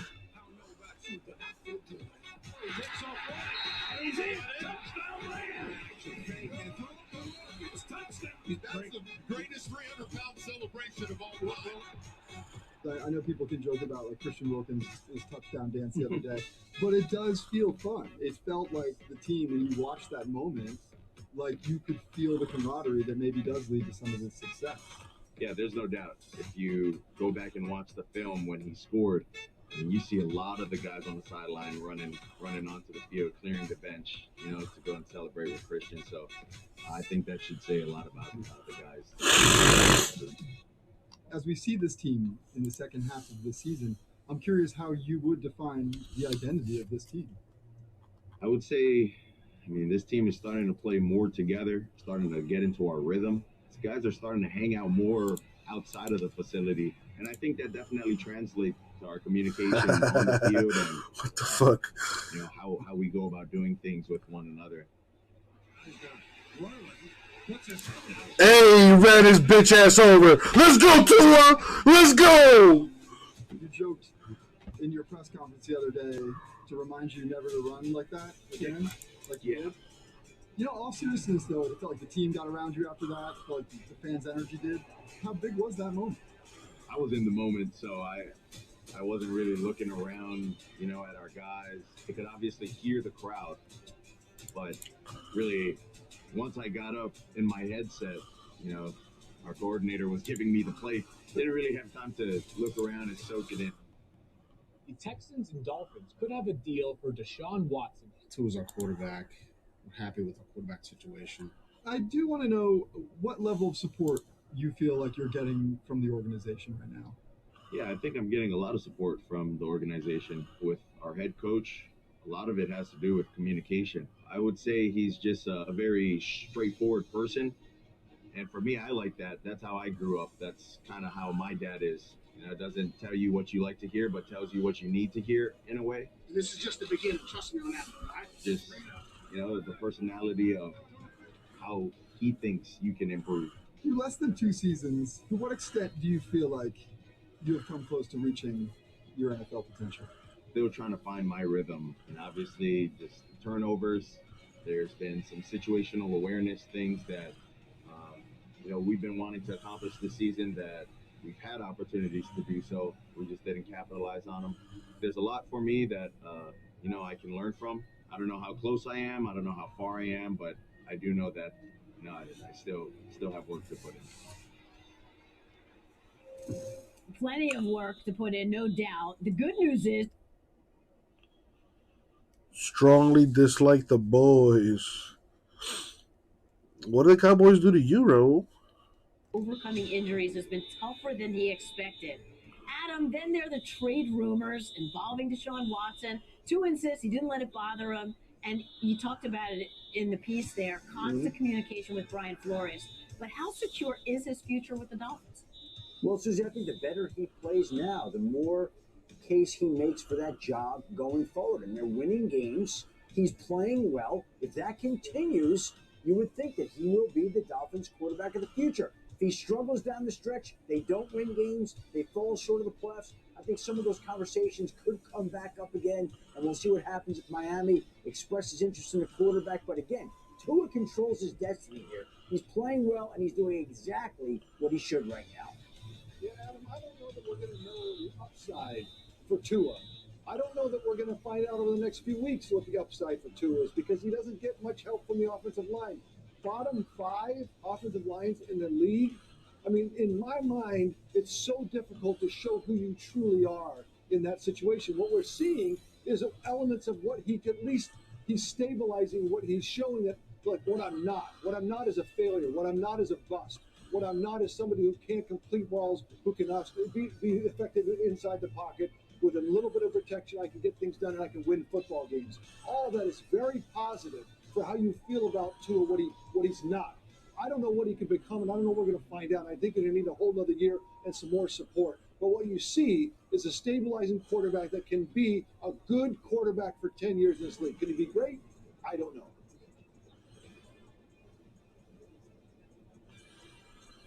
We'll talk more Dolphins in just a minute, but you know what we just haven't had enough of tonight? Dancing. Anybody dancing, but especially Adam doing the gritty.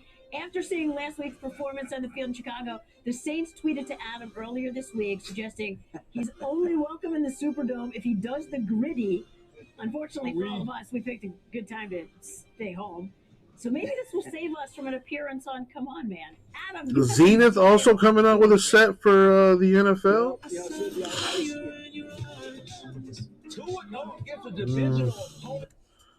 I don't know if I like Zenith, to be honest.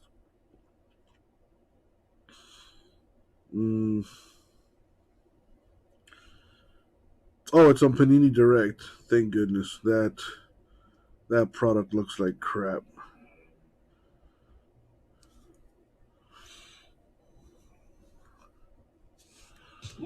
You know what?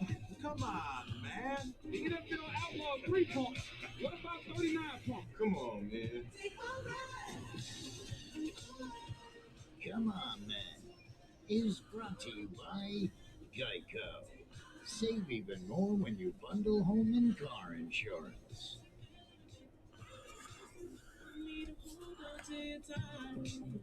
There's so much new in the new chicken and bacon ranch, but the clock is ticking, so we gotta hurry. There's new rotisserie style chicken, new peppercorn ranch, new hickory smoked bacon, new.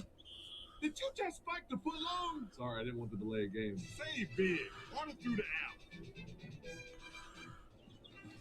Napoleon was born and raised to conquer, but he was just kind of over it, you know. Watching Prime Video, he realised he should follow his dreams. So he ordered a microphone with Prime next day delivery. Now the only thing he cared about conquering was his audience. There should be a low-scoring defensive game tonight.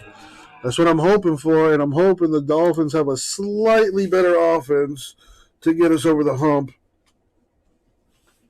Saints have a really good defense. I mean, they shut out the Bucs like a week or two ago. And the Bucs have like the number 1 offense in the NFC, I think. Oh my God.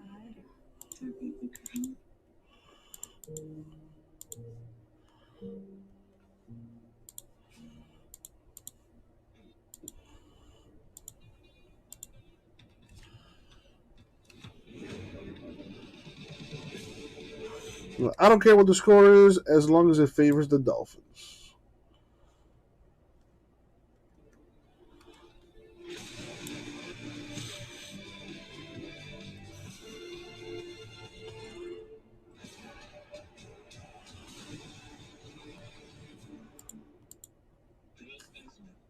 Early audiences give Sing 2 an A+ and a 97% on Rotten Tomatoes.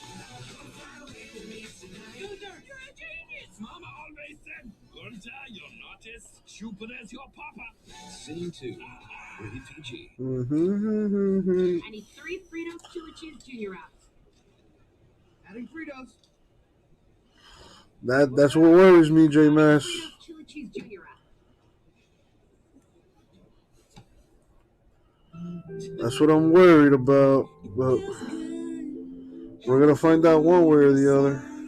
I really hate that song.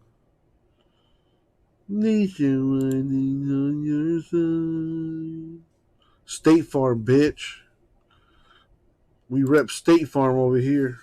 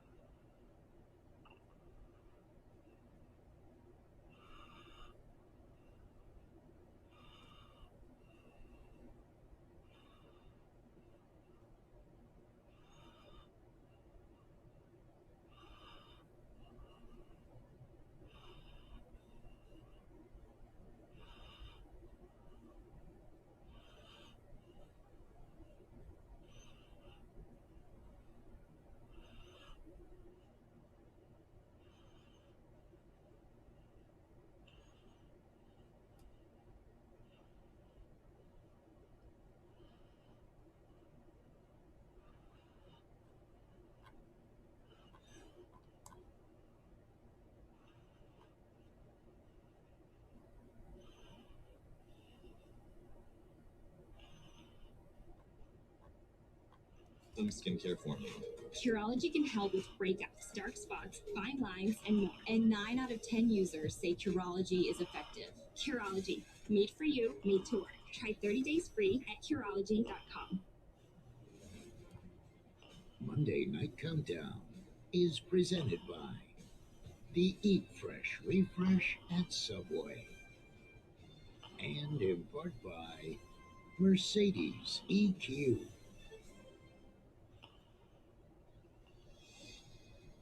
Well, my friend, the time has come to raise the roof and have some fun. Throw away the work to be done. Let the music play. Oh, man.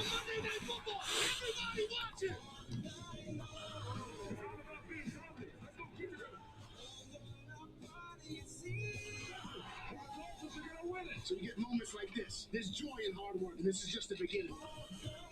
Wow.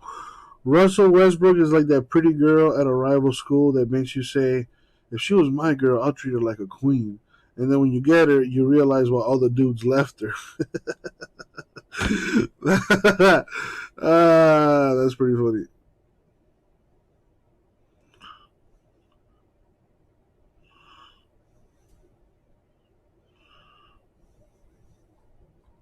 Caesars Superdome in New Orleans. The Saints roller coaster season on a high right now off a season-changing shutout of the Bucs. Miami coming in hot, riding a 6-game win streak, a remarkable turnaround after a rocky start. Let's go Dolphins! Tonight with a win, the Dolphins will move into the 7th seed in the AFC playoff picture with 2 weeks to go. And if the Saints take the W, they'll still be on the outside looking in, but will increase their chance to make the playoffs to nearly 70%. But they will have to do it with a raw rookie quarterback, Ian Book, maybe Notre Dame's all-time winningest QB, but he will take his first ever NFL snaps tonight on this stage in a critical must-win. Steve, 4th on the depth chart, close to your heart. He told me he met you when he was in high school. The two of you hopped in your minivan and went to the park to toss the ball around. Do you think he has a chance to make a good impression tonight? Yes. I mean, they drafted him to play, and Sean Payton is the place to be if you're a young quarterback. If my son wanted to play in the NFL, like, Sean, would you take him? That would be the best spot for him. So he's in a great place. Ian Book is a guy that can play the game. He has become a perfectionist. It's one of his problems. It's the thing that makes him great. You can see the throws that he makes. And when he's on time and on budget, he is somebody that can get through the system, get through the defense, and make the throws. Then it's time it's when things break down, and that's when he starts to look at this guy taking one in the gut. These are kind of pro throws right there. All of them are ones that you can say, if I can see all of that in the pros, Ian Book can be a good player. Here's another big throw that he makes. Does he have the arm strength to go from the far side of the field in college and throw the deep out? Yes, he does. So there's no physical limitations for Ian Book. The question is, does he think too much? Does he question himself? Does he try to be perfect too much? You heard earlier with the comments from his coach and his offensive coordinator. And so I think that Sean Payton's the guy that can break that down. He can kind of diffuse all of that worry and concern and kind of let him flower. And so tonight, I think, look, at the depleted New Orleans Saints team, he is going to take over for a team that's 16 to 20 guys that are missing from the roster right now. He has a big job ahead of him. He's capable of doing very fundamental things that can make everybody say, you know what, let's watch for Ian Book. Let's see what more he can do. Payton's excited for that challenge to gather info on the kid in action, but Adam, most concerning to Payton, the surrounding cast. New Orleans not only hit hard by COVID, they were already... If the Dolphins win tonight, they'll become the first team in NFL history to have at least a 7-game losing streak and a 7-game winning streak in the same season. A win would also propel them to the 7th spot in the AFC standings, which would be the 3rd wildcard spot.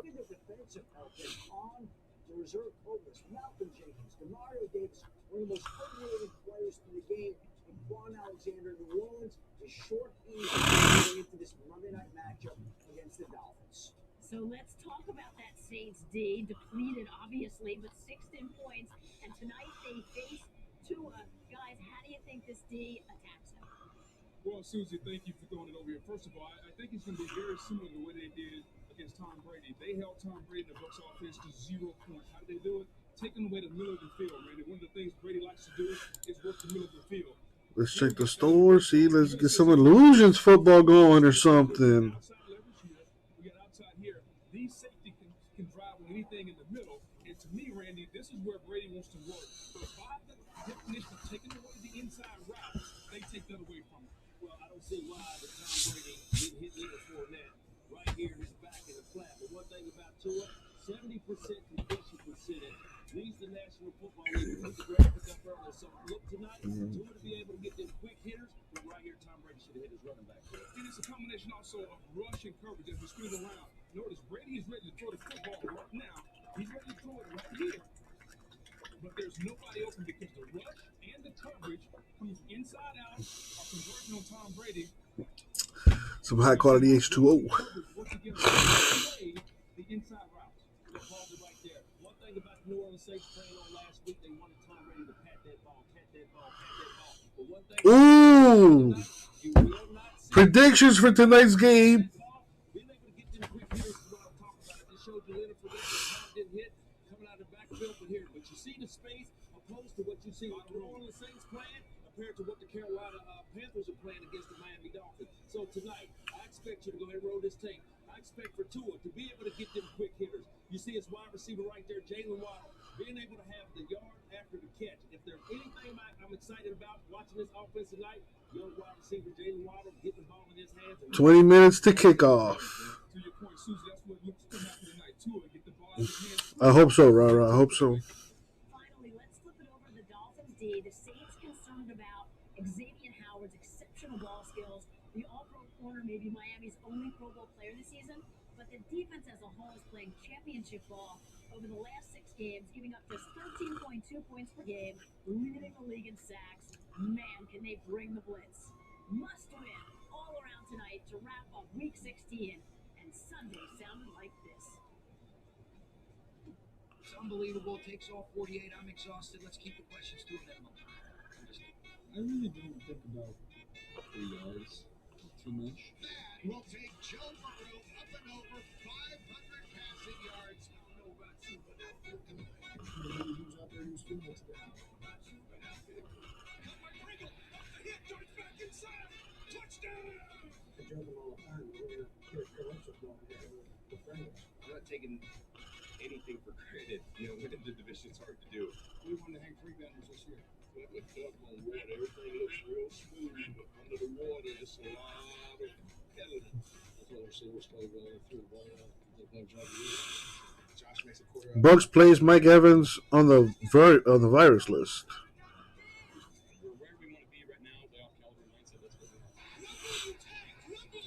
have. That doesn't double up the points by any means. Offense be cheating, bro. Well, that's fun, but so much to keep track of off Week 16. Adam, what are the headlines? Well, Susie, Jimmy Garoppolo has a torn UCL and fractured his thumb. Status for Sunday uncertain. Lamar Jackson, we'll see if he can practice this week. He'll have a chance to play. Clyde Edwards-Helaire week to week, though it doesn't sound great. He'll be able to play on Sunday against Cincinnati, and Shaq Barrett expected to miss the rest of the regular season with a sprained MCL. More updates coming your way at halftime. Right now, it's time for Come On Man. Steve, you're up first. I know, I hate to put come on man with quarterbacks, but quarterbacks, I'm sorry, but Chad Henne comes in for mop-up time, 14-year veteran, first snap, he gets fumbles. Come on, it's not Harry High School. Come on, Chad, next snap. Tom Mills, come on!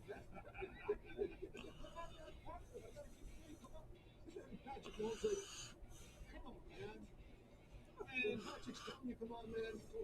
Famous Idaho Potato Bowl. Wyman lining up for this play. And I want you to look at the left tackle, Carlos Harrison. He's throwing up. Man, Harrison, what did you eat? Man, I know you went to Idaho Potato Bowl. That was the pregame meal. Some type of potatoes, big Hey, Carlos Harrison, come on, man. Now let's go to Carolina and Tampa. Late in the game, Carolina needs a big play. They get it to Robbie Anderson. He goes out of bounds and spins the football. So what's the name of Tom Jackson playing? What's the score? Is it 13-10? Is it 32-6? Is it 21-17? As Tom Jackson used to say, the winning score is 32-6. And yet when Robbie Anderson goes down out of bounds, he spins the ball and points up 32-6. Come on, man. Let's go to the Vikings halftime show at Corgi Dog Race. Take a look at the race. It is so close down to a photo finish. Now, I'll tell you off the top, Bull's not a dog guy, but that's not going to stop me from doing this. Come on, man. A closer look. The yellow dog seems to win, but can he cut all the way to the line? He takes it, and the green dog comes and takes advantage of the push mistake and wins the race. Come on, yellow dog. I got to put you on here. Come on, man. They're even fixing the dog racing? Come on, man. Final stop here as we count down to kickoff. Picks. Steve, you go first. Oh, here go the How do picks. the Saints win this football game with no one? I mean, they have no one playing. I mean, half the team's gone. I think the Dolphins are on a roll. I think there's a low-scoring event. I think the Saints defense will show up 15-13 is how I'm thinking.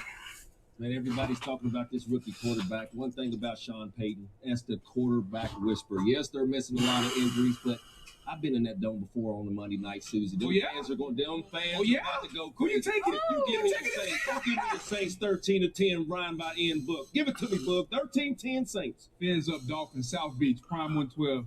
Holla at me. Let's go. For, but he doesn't have any tackles, and he's facing one of the most aggressive defenses in football. Free food, Book. Free food. Enjoy Monday night. Prime 112, baby. I've never been there. I think that's the steakhouse that D Wade owns. It's on South Beach. Super fancy.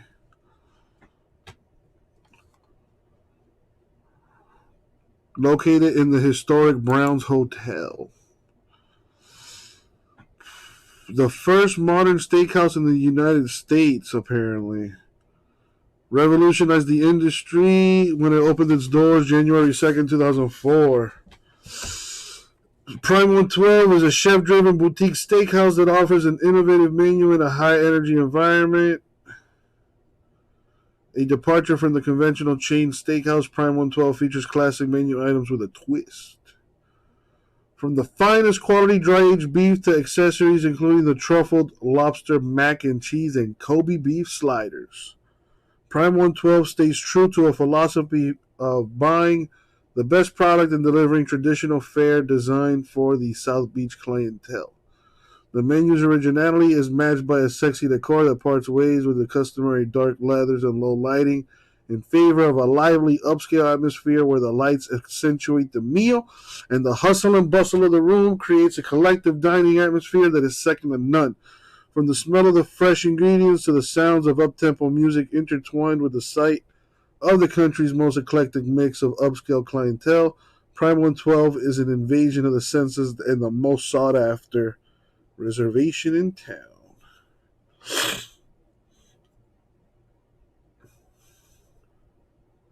Damn, they're right on Ocean Drive.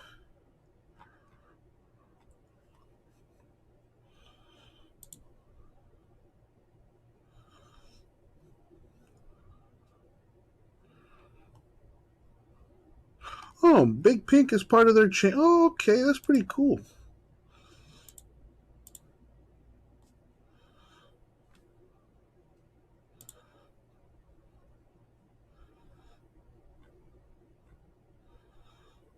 I wonder how much a steak costs. I can't even look at the prices, dude.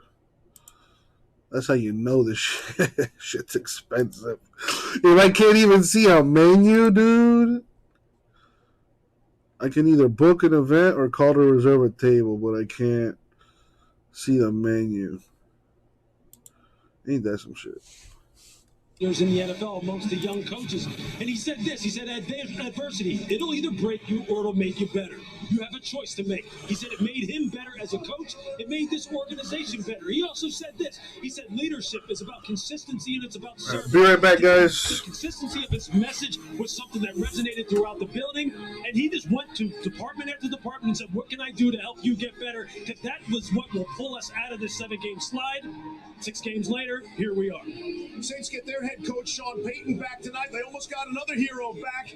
Multiple local reports have the Saints reaching out this week to Drew Brees. He politely declined their invitation to rejoin the team.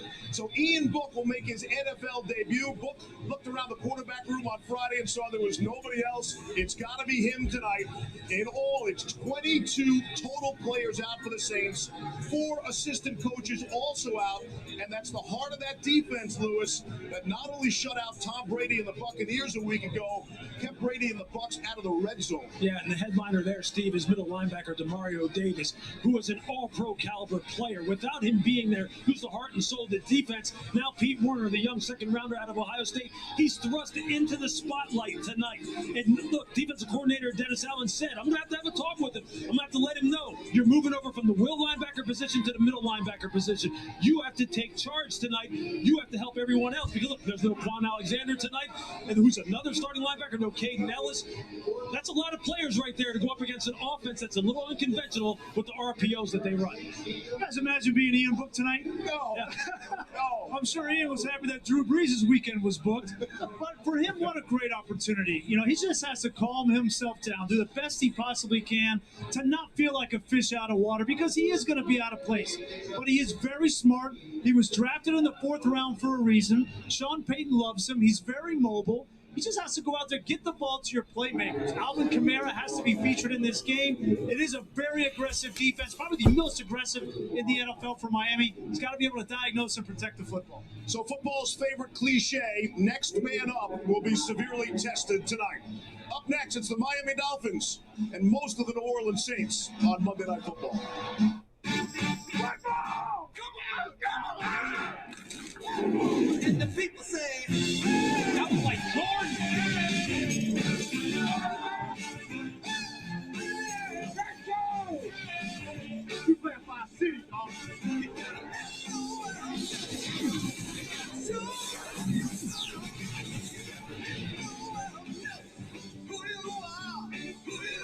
Progressive presents At Home with Baker Mayfield.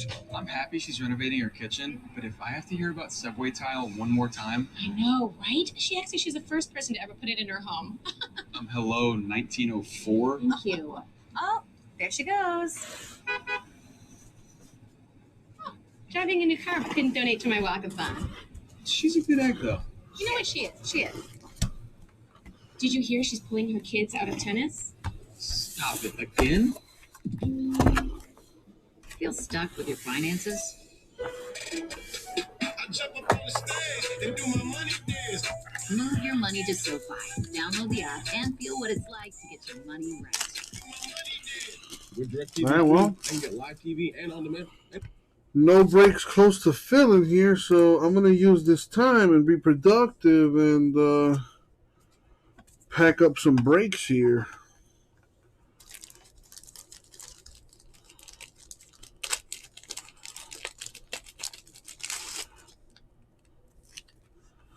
So since I'm going to take Thursday off, I think I'll do some shipping on them too. So whatever I break today and tomorrow... Wait, what's today? Today's Monday. So if whatever I break today, Tuesday, and Wednesday will go out Thursday. Oh, anyway. And most of the info is totally private. Or you can use Slack and edit your message after it's sent. Whew. Slack, where the future works. Introducing the all-new Gillette exfoliating bar. It combines shaving and gentle exfoliation into one efficient stroke for a shave as quick and easy as washing your face. Hi, I'm Rania. A little thing I love about the Chick-fil-A chicken tortilla soup is when I take a bite, I just taste flavor, flavor, flavor. The veggies and beans and tortilla strips, they're combined to perfection. The holidays are in full swing, and you can feel the magic in the air. Especially at T-Mobile. Let's go to Diane. Can you tell us what's happening? Yeah, I got the awesome new iPhone 13 Pro and AirPods, and T-Mobile's paying for them both. Oh, and I get a free year of Apple TV Plus.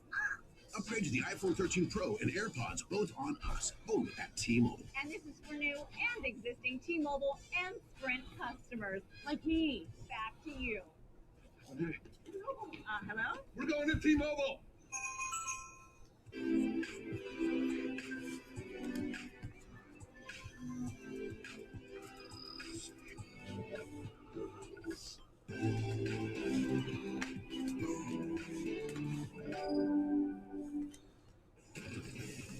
Welcome back to New Orleans, where the Saints have to find a way through the COVID wave that has affected every positional group on the roster, including and especially the quarterbacks. Laura Rutledge on the sideline tonight. Steve, Ian Book has been visualizing his first start in the Damn, Laura Rutledge, you're kind of hot. Thrust into action just a few days' notice because every other quarterback is out with COVID. Certainly isn't exactly how he imagined it. Trevor Siemian tested positive on Wednesday, so Book started to prepare to back up Taysom Hill. Thursday morning, he and Hill arrived in the parking lot at the same time, and Taysom smartly stayed in his car, saying he wasn't feeling so hot. Book started doing the math, realized, hey, I'm the only QB left. So his preparation kicked into overdrive. Book says he doesn't want any part of the excuses people might expect him to make tonight, and is embracing this challenge. He knows he'll have butterflies, but hopes to chase those away during his first few plays and calm his nerves. He'll use a wristband with plays on it as an extra cheat sheet. Now, Book's family was already flying to New Orleans for a Christmas visit, and they got the news Thursday in the air that Ian was getting the start. His brother Nolan just finished up boot camp in Fort Benning, Georgia, so the timing couldn't be better for Nolan to be here. He's 18 months older and is Ian's biggest fan. His phone background is Ian in his Saints uniform from training camp. So, Steve, if Book can pull off a win in this critical game tonight, Nolan just might need to update the phone background with a post-game celebration pic. Fun to watch tonight. Laura is in this evening for Lisa Salters due to COVID protocols. You've been watching the Progressive Monday Night Kickoff. The opening kick, Nola is coming up next.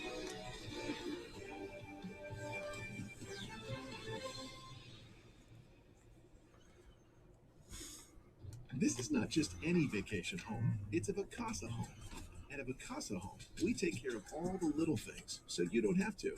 Every home is cared for by our professional local teams, and if anything ever comes up, we're there to help. When you book your next vacation home, make it a Vacasa home. Or if you want to earn more from your vacation home, visit Vacasa.com for your free vacation rental income estimate. It's not a vacation home, it's a Vacasa home. Not all 5G networks are created equal.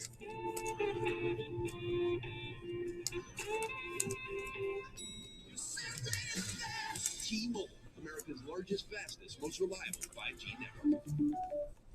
Ordinary 5G network. Ordinary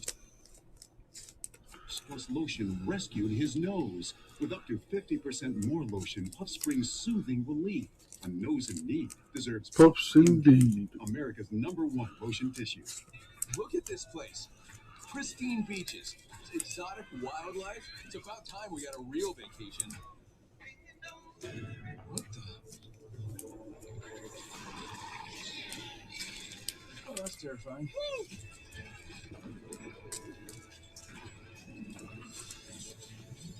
None of this was in the brochure. Humans, so fragile. Rated T for teen. Anyone still there? Pretty quiet in the chat.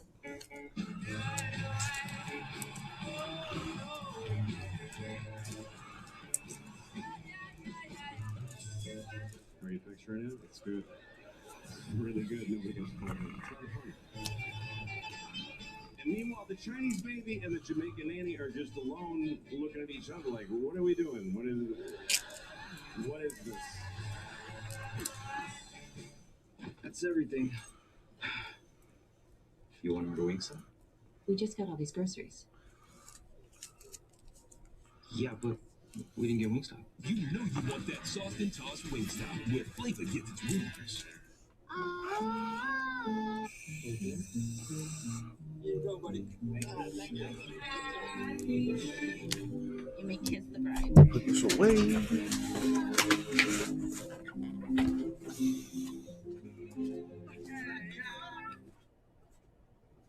Baby girl.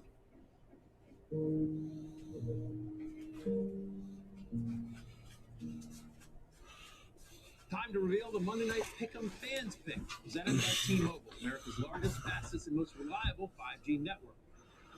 And the Fans Pick, New Orleans. Stay tuned to see if they got it right. I sure do hope not. Oh boy. ESPN welcomes you to the following presentation of the National Football League.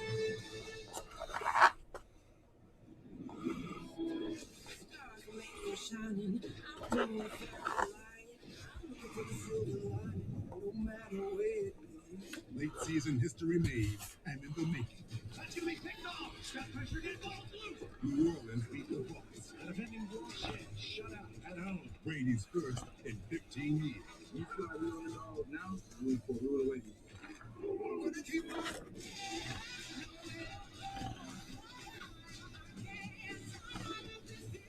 But can they stop Red Hot Miami?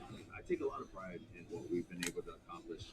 The Dolphins started out 1-7, but kept their heads up and won the last 6. That's right, baby. Turnaround by Tua and his team. Let's go.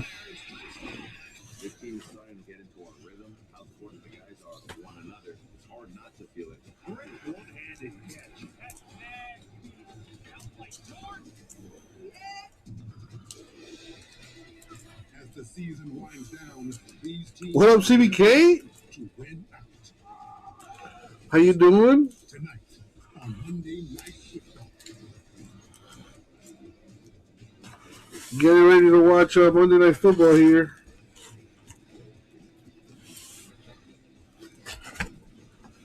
And yes, I am nervous. 22 and week 17. Wrap up week 16 here in New Orleans. There, man. How are you doing, man? New Orleans has won the toss, and they will defer. We'll see this Miami offense. Tua Tagovailoa first. Tommy Lee. Thank you, CBK. Thank you. Yeah, dude, we got that underway, man. For Miami. See if he gets the opportunity, and he will run it out of the end zone. And he'll make it just beyond the 20-yard line. Yes, sir, CBK. It's Tua time. And Tua Tagovailoa comes in 69.9% completion percentage.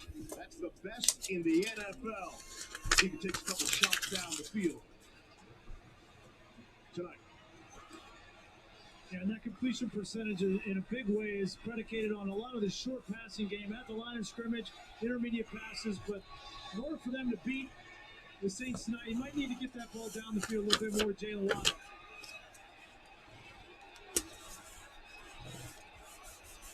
Duke Johnson stops in the backfield. Full complement of running backs from Miami. Tagovailoa comes out throwing, and it's Mike Gesicki.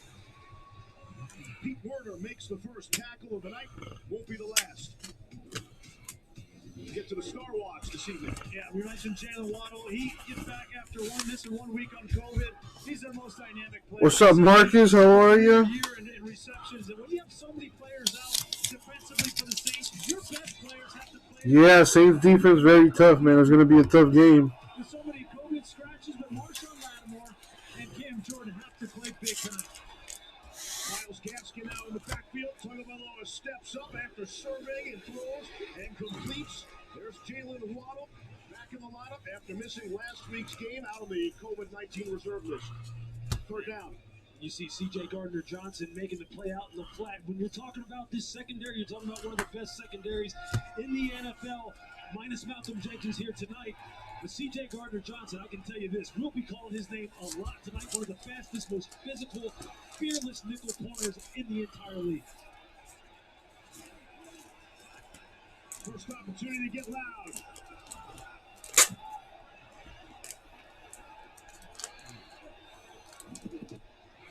3rd and 2.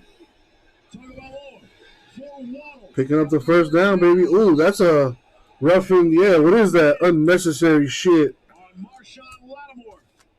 Marshawn Lattimore plays with a bit of an edge, and I kind of like that. But that's costing your team yards there, homie. What is that, like an extra 10 yards? After the play, personal foul, unnecessary roughness, defense, number 23, late hit out of bounds. That 15-yard penalty. Ooh, that's a 15-yard penalty.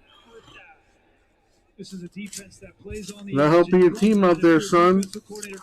You're better than that, Lattimore. The whole Tampa Bay Buccaneers scoreless last week. We saw the attitude that they played with Lattimore, Gardner Johnson in Tom Brady's face. But early in this game, you got to be smart.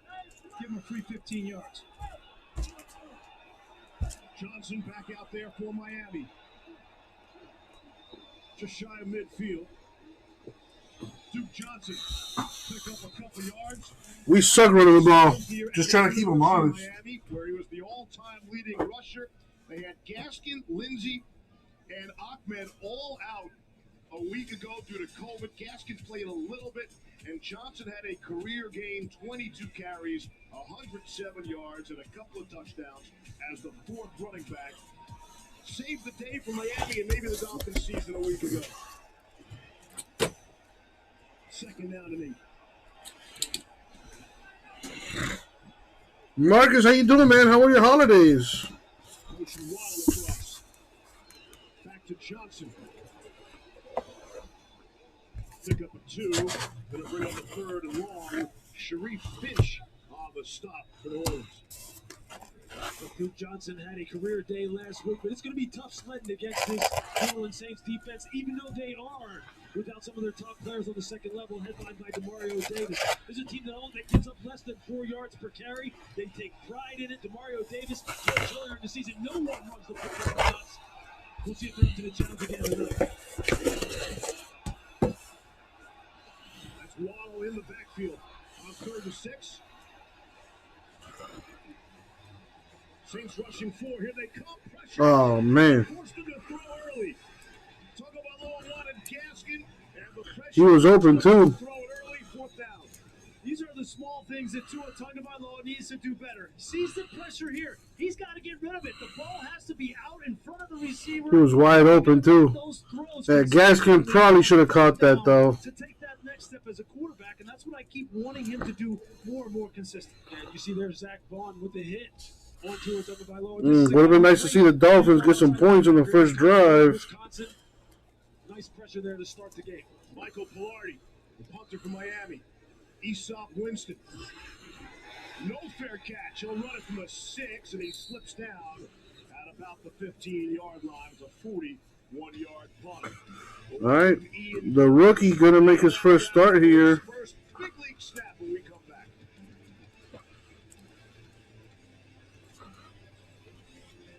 Look at this place. Pristine beaches, exotic wildlife. It's about time we got a real vacation. What the? Oh, that's terrifying.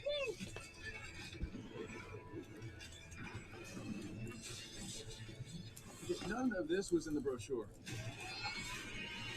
Humans, so fragile. Rated T for teen. History is filled with almosts. Those who almost adventured, who almost achieved. Then there are others. The ones who embrace the moment and commit. They calm their minds and steel their nerves with 4 simple words, whispered since the time of the Romans. Fortune favors the brave.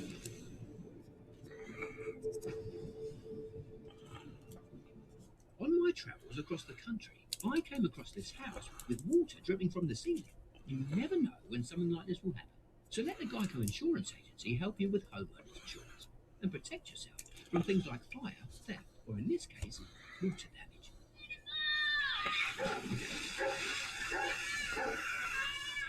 Now, if I had to guess, I'd say somewhere upstairs there's a broken pipe. Geico. Save even more when you bundle home and car insurance at geico.com. you want to look fresh, you gotta eat fresh. That's why Subway bought time in my shampoo app to talk about the new Baja chicken and bacon. Baja, balance, and Baja.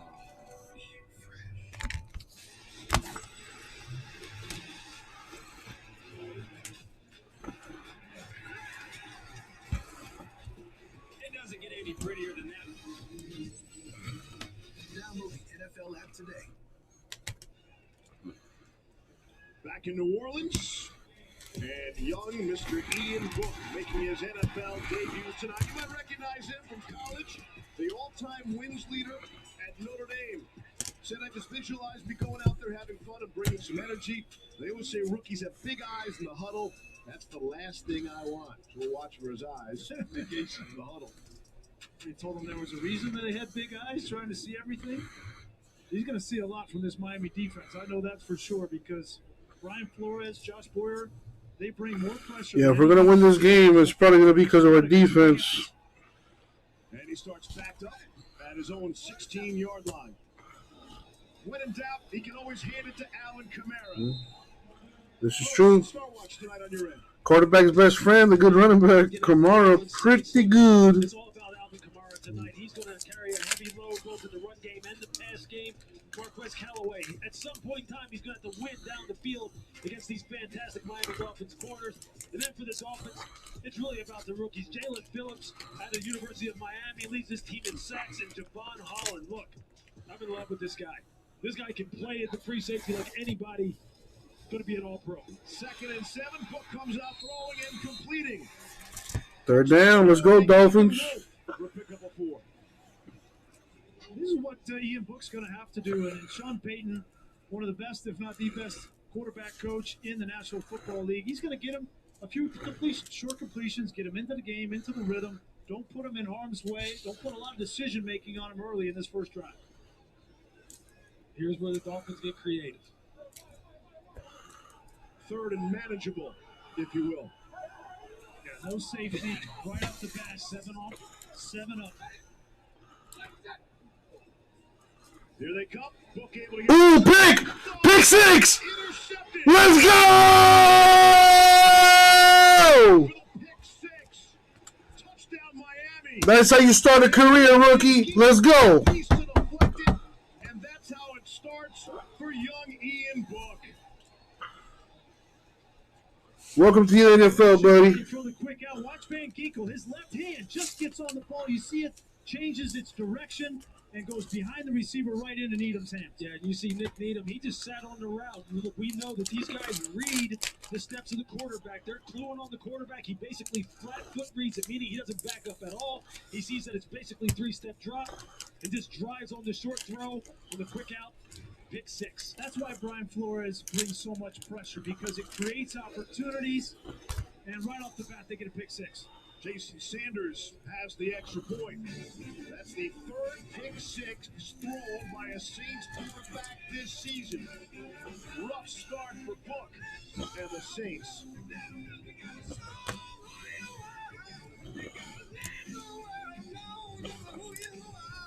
There are lots of ways to love that chicken from Popeyes.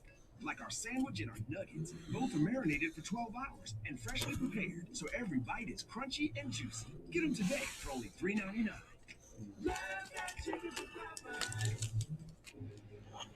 One of these teams will make believers unsolved.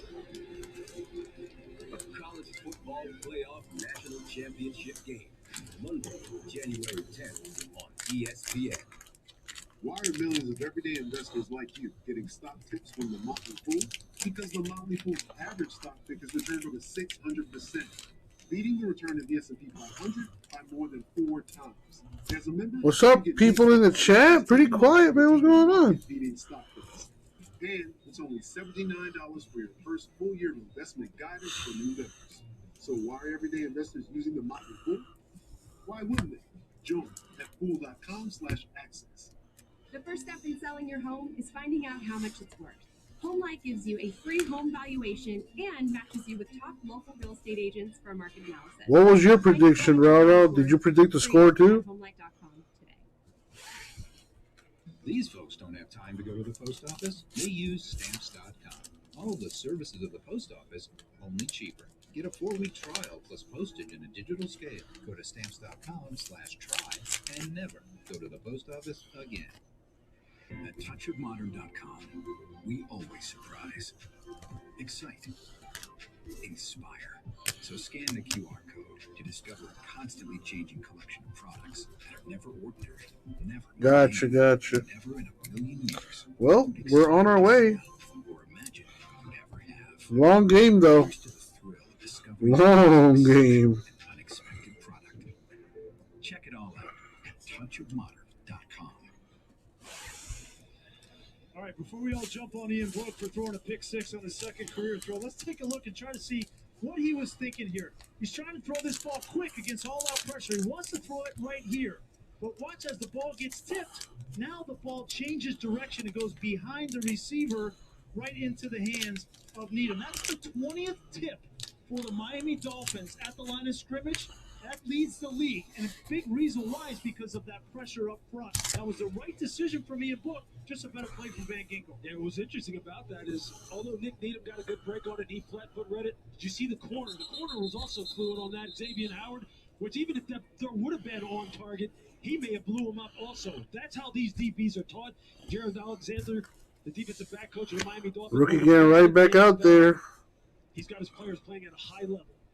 So Ian Book is only the 6th player ever to make his NFL debut as the starting quarterback on Monday Night Football. Last guy to do it was Sam Darnold, 2018. Grease, you called that game. And Darnold threw a pick six on his very first. Yeah, very first pass, pick six. That was hilarious. Detroit. We still hope for the Saints and their fans here tonight. Well, hopefully not, buddy. So you're saying there's a chance and bring the Jets into it. And I wasn't getting on Book either. I understand what he's up against here tonight, the young man. It's how you respond to adversity. And let's find out. 2 tight ends.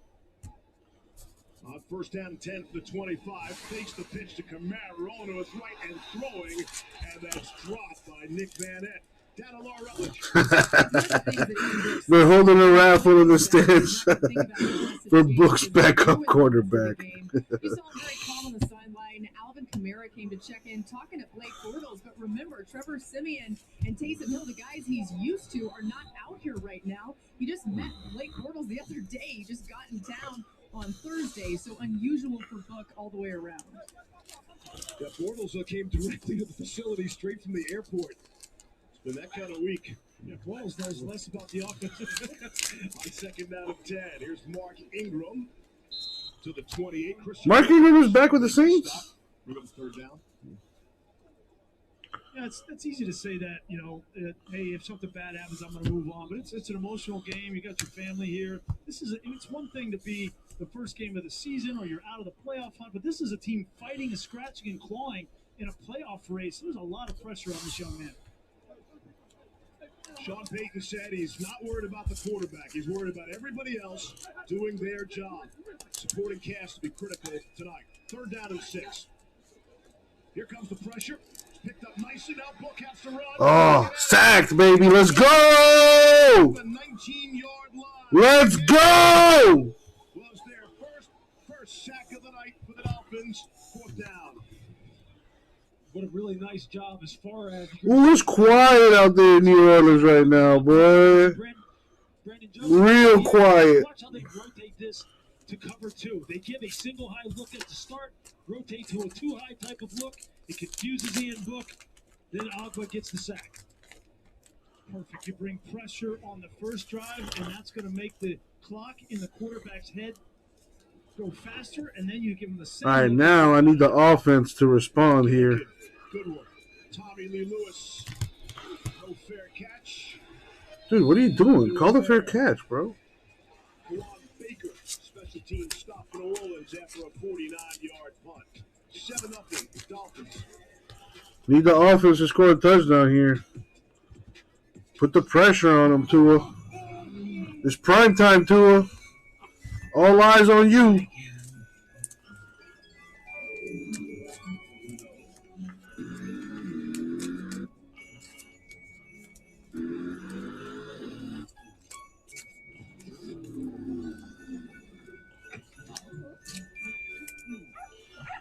For the gifts you won't forget.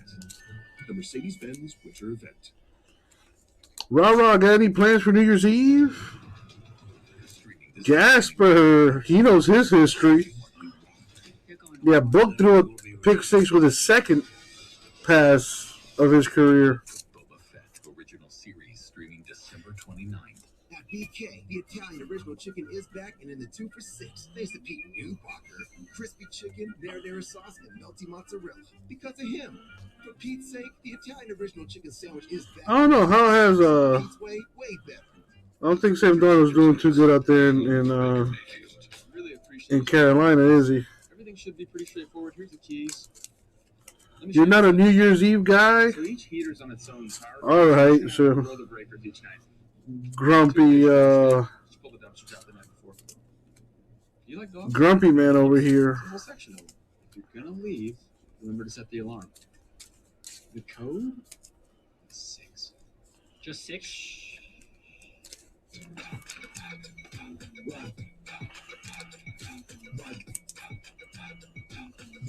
Go to NFLShop.com for a special offer. ESPN's Monday Night Football brought to you by Burger King. The Italian. What's up, Chase? Is now on 2 for $6. Progressive Insurance. Save when you bundle auto, home, or motorcycle insurance. Visit. How are you, Chase? Merry Christmas, man. I don't think I saw you before I left for Christmas. See which team can build the best house. Get 20 minutes. Blake Ferguson and Brandon Jones came in first. The runners-up, Christian Wilkins and Zach Sealer. Oh, Wilkins put his number on the side. That's, you know, did you get extra credit for that? Maybe if you would have put a... Got a new iPhone for Christmas? There you go. Wilkins and Sealer become BFFs. They said they have bonded over, first-year struggles when they were coming to the Dolphins. And since then, they come from different backgrounds. They've found a common ground and they hang Spend time with the family on New Year's Day. Yeah, I spend time with the friends on New Year's Eve. Yeah, I just spent Thanksgiving and Christmas and all that with you. I'll see you next year.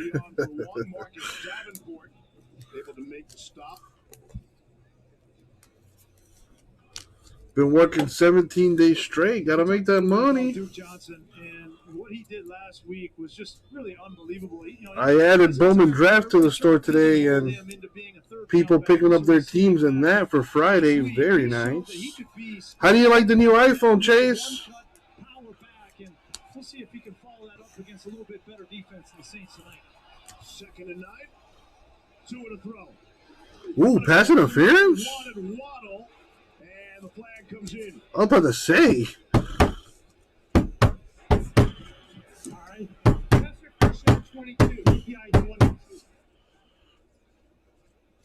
Want to take a guess at that one, guys? I'm going to go. Pass interference. Defense, number 22. The ball will be placed at the spot of the foul. Automatic first down. It is a pretty big phone, yes. Uncatchable football, therefore, shouldn't be pass interference. You see Gardner Johnson just squatting on the route. You see him hooking with his upfield arm. I'm looking forward to this matchup, though, Lewis. Jalen Waddle and Gardner Johnson. But this guy can play, C.J. Gardner Johnson. He is. Look, every game that you watch at the New Orleans Saints, he shows up in the run game, in the pass game, man zone. He can do it all. And they're going to move Jalen Waddle around a lot tonight. Every one of these DBs is going to get a little bit at number 17. First down and 10 only ends up being a 5-yard penalty. Last week, Saints cornerback C.J. Gardner-Johnson, he's involved in everything. Got the pick on Tom Brady late in the fourth, and following the 9-0 win over the Bucs, Gardner-Johnson took to Twitter to taunt his pal. Said, "Hey, Microsoft Surface, can y'all send me a new Surface? I need to give it to a friend who broke his." Yes, that was great. Perfect tweet. The look on his face that he gave Tom. And he added, "Thank you and Merry Christmas. Merry Ruffles to all." He's in the holiday spirit. Yeah, apparently the new that iPhone is supposed to take like really good pictures. Here's Waddle, walked out for a loss, and it's Gardner-Johnson on the spot loss of 2. It's not just his great play at nickel, but you feel his intensity, his leadership. He's always chirping. He's Missed the block. in the game, and I think it's really telling that Dennis Allen Doesn't feel like he's got to put Marshawn Lattimore on Jalen Waddle. He is just fine with Gardner Johnson in the slot all night. Until Miami starts pushing this ball down the field a little. Watch these New Orleans Saints DBs. They're all sitting on the short game. Very aggressive at the line of scrimmage. Tua's going to have to pop one over the top in order to get them to back off. Got the Theragun. Isn't that for like massages or something? Jalen Waddle already his fourth catch of the night. That's good for 18. Well, this time they had Bradley Roby. Here's Waddle in the slot, and Bradley Roby matched up, and he gets. This is a great design by Gotze because he gets Waddle off of C.J. Gardner Johnson, and Tua sees it immediately and gets a first down. I like the approach they're taking with Jalen Waddle. You've seen him line up in numerous different positions in the backfield, number 3 in the trips, closest to the offensive tackle. They're going to have to be creative with him because he's easily their most dynamic playmaker. Got any plans for New Year's Eve, Chase? On first down and 10. Off the play fake. Tua, the lefty. There we go, baby. Moving that ball. Let's go, let's go, let's go. We need 6.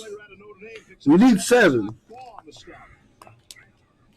I don't think you can underestimate how big of a drive this is for the Miami Dolphins. Already up 7-0. 14. Rattle the rookie quarterback Ian Book, and if you're able to put a few first downs together, get down here, put another touchdown on the board, go up 14-0 against Ian Book, that would be huge. Saints defense has not allowed a touchdown in the last 9 quarters. At the New Orleans 35 is Miami on 2nd and 3. Philip Lindsay in the backfield. His first carry. Straight ahead run for 2. Shy Tuttle. No stop. Interesting that New Orleans front. Davenport Might go to LA. You got a girlfriend? Look at you.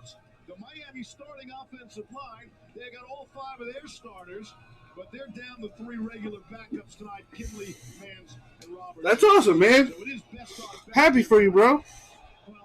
What's his name? I'm joking. I'm joking.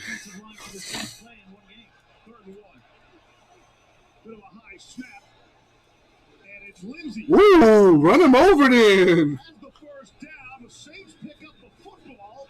We'll see if he was down or not, but the Saints rumble ahead with it out beyond midfield. Sharif Finch, one of the call-ups, has been very active early on. The ruling on the field is a fumble recovered by the defense.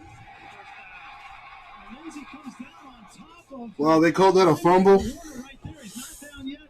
Now his shoulder is down, and the ball comes out after. I think he was down by. Dude, he's down by contact. Get the fuck out of here. That was close, though. See the ball starts to move. Can't see it there. And the knees are not down. No elbows. It's that left shoulder. Shoulders down. Still has the ball. That's down by contact. Good evening, Steve. Down by contact. That'll come back. Automatically reviewed since they went with a fumble. And, John, that's the case where they let it go just in case they missed it, right? After review, it was determined that the runner was down by contact. There we go, baby. Let's go. And they should have known that originally. Philip Lindsay has never fumbled in 676 touches coming into tonight. Blah, blah, blah, blah, blah. Shut up. Brian brings up a good point. Mechanically, when they are this tight, let the play out. In case it is a fumble, we don't want to take away 6 points there.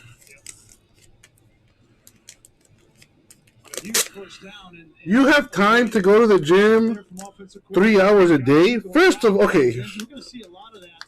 Dude, what are you doing for 3 hours? That's not no. Are you going for 3 hours straight? That's not healthy.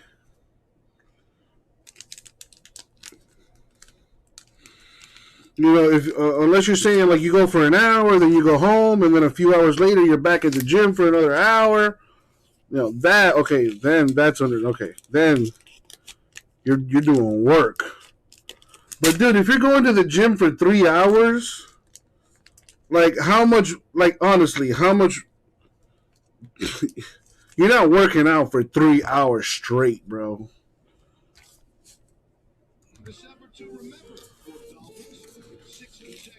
Or maybe you are. I don't know.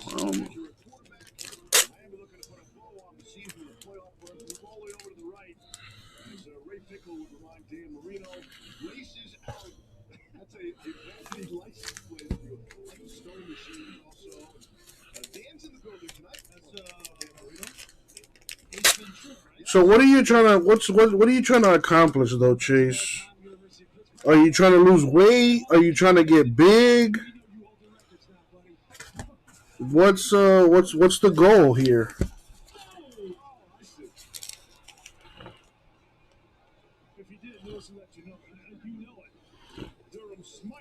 Let's go, baby. First down.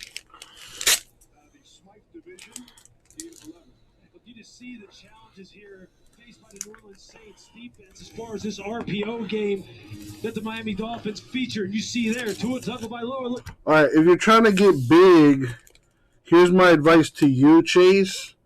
If you're trying to get big, you want to lift big.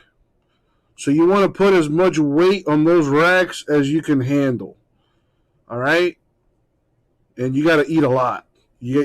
That's the most important thing. You got to eat a lot. But you can't just eat bullshit, obviously. Chicken and rice. Chicken and rice. Make sure you eat like 5 times a day. And work out with heavy weights. That's the best advice I could give you. Yeah, powerlifting, that's like the best thing you can do, because when you're powerlifting, you're trying to move as much weight as you can. Makes a man miss, tries to make another. This is what I hate about Gesicki. He's always trying to jump over somebody, bro.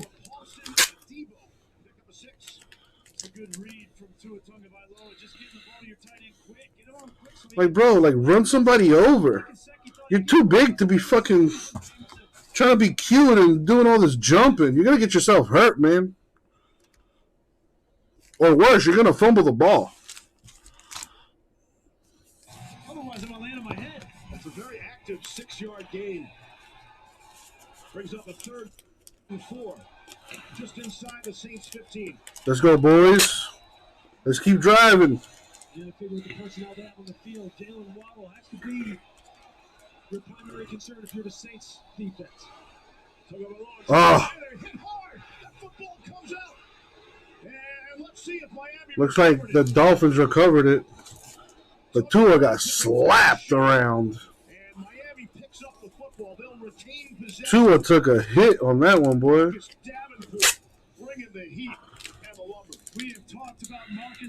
That's Tua's fault, though. Why would you step up in that? That spin back inside is what got his ass. And Tua's had trouble with ball security in the pocket. That time it got him again. You see his buddy David Onyemata really set it up. Ooh, yeah, he was trying to throw the ball. That's why he fumbled that. Recognizing where Tua was in the pocket, spinning out of it, as you said. All right, we need some points on the board. Here's Sanders from 48. Got him. Yeah, at least we got some points. I would have rather a touchdown, but yeah, I'll be on tomorrow, Chase. I will be on tomorrow. What about you? They give us love. They give us joy. They give us lessons in sharing. So give them some love back. And what says love better than something you can chew on? Use your MasterCard to make secure purchases from anywhere. So your gift will end up in the right hands or mouth. Because being there for each other is priceless. When we started our business, we were paying like an arm and a leg for the postage. I remember setting up ShipStation. I think it was just like 1 or 2 clicks. Everything was up and running. I was printing out labels and saving money. ShipStation saves us so much. Oh, excuse me. You can order, print everything you need, slap the label on the box, and it's ready to go. Our cost of shipping, like, we're cut in half, just like that.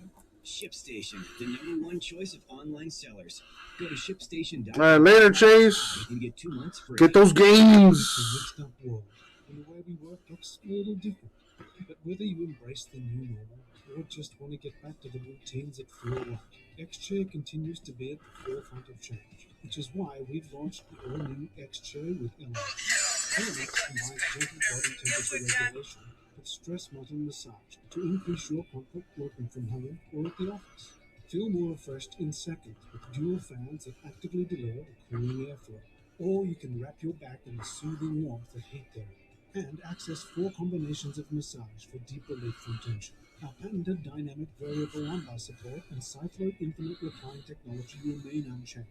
Order an X-Chair with Elemex today. Use code TV and get $100 off. Plus a free Later, man. Take care. Change happens, and we've made it a good thing with all new Elemex from X-Chair. This holiday season, feel better than ever before. Order X-Chair with Elemex today. Use code TV and get $100 off and a free footrest. The Mardi Gras Indians are a lesser-known New Orleans cultural tradition that honors the friendship forged between African and Native Americans. The prep and stitching of those costumes you see, that takes almost a year to complete, and they're worn during the Super Sunday Festival in late March. Special thanks to Big Chief Dow Edwards for representing the New Orleans Mardi Gras Indians. I've never been to Mardi Gras. No, I think you would like it. Right up my alley. I'm just going to take all you got to say it that way. I'm going to live and say that you probably like it. No way. You wouldn't? Yeah, no, I've never been to Mardi Gras. We get that on the old schedule. It's kind of a bucket list kind of thing. For some of us. Got it. We talked a lot about what the... Yeah, man, it's pretty awesome, J-Mesh. But like I said, man, Bowman is one thing this room... Or I should say that, you know, a lot of collectors really, really, really like. And we're going to force Ian Book to hold the football, and then we're going to get after the pocket. In 2 drives, Brian Flores, Josh Boyer have given 2 different looks to a young quarterback, and they've confused them. We asked him about that. How did this evolve? These multiple looks, these multiple blitz looks. He said it started all the way back in 2018 when he was a coordinator with the Patriots. Bill said, that's all great. We're going to have some things off of it. Third possession for Buck and the Saints. It's Kamara. Wilkins stopped there. I think that's interesting, the way that Brian Flores, listen, we have seen. Well, J-Mesh, I'm not gonna do that on a Wednesday. I'm not gonna do that, J-Mesh. Run a filler on Wednesday for something that doesn't release until Friday? I mean, I could give it a shot, but I personally don't think it's going to work. Yeah. I'm hoping that I could sell that straight through the store and don't have to run a filler. Fingers crossed. Here they're running, getting up here to the line of scrimmage, but he is all about the consistency, all about staying the course and not blinking. Looking for their first down of the night. Oh, almost got sacked again. Oh, did get sacked. And he won't get away. Dude, you got to throw that ball away, Rook. Zach Sealer chased him, and Baker finished the job. The breakdown in the offensive line. Beninock and Ruiz there just let Sealer free. And Yeah, Sealer should have had that. Great athlete, but in the NFL, linebackers run sub 4.5, and he's not going to get away from Baker. Yeah, he's one of the fastest linebackers on this team, if not the very fastest. And I'll tell you this. Look, Josh Boyer talked about the fact that he's one of those multi-positional players who can play the stack linebacker position inside, can rush from the outside. You saw the speed on display right there on the perimeter.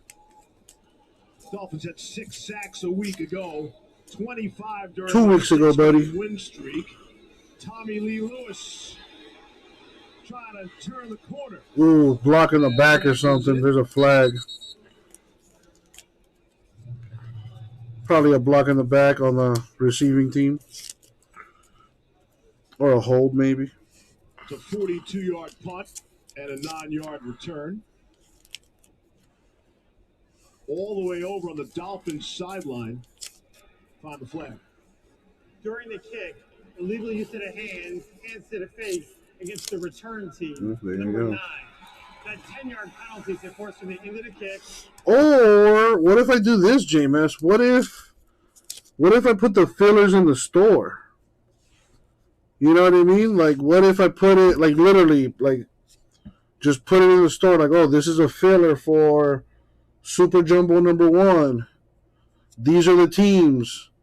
You know, it's 10 spots at $50 a spot just to throw numbers out there. And then you could just buy them through the store. You know, since I'm going to be off Thursday, you know, maybe do it that way.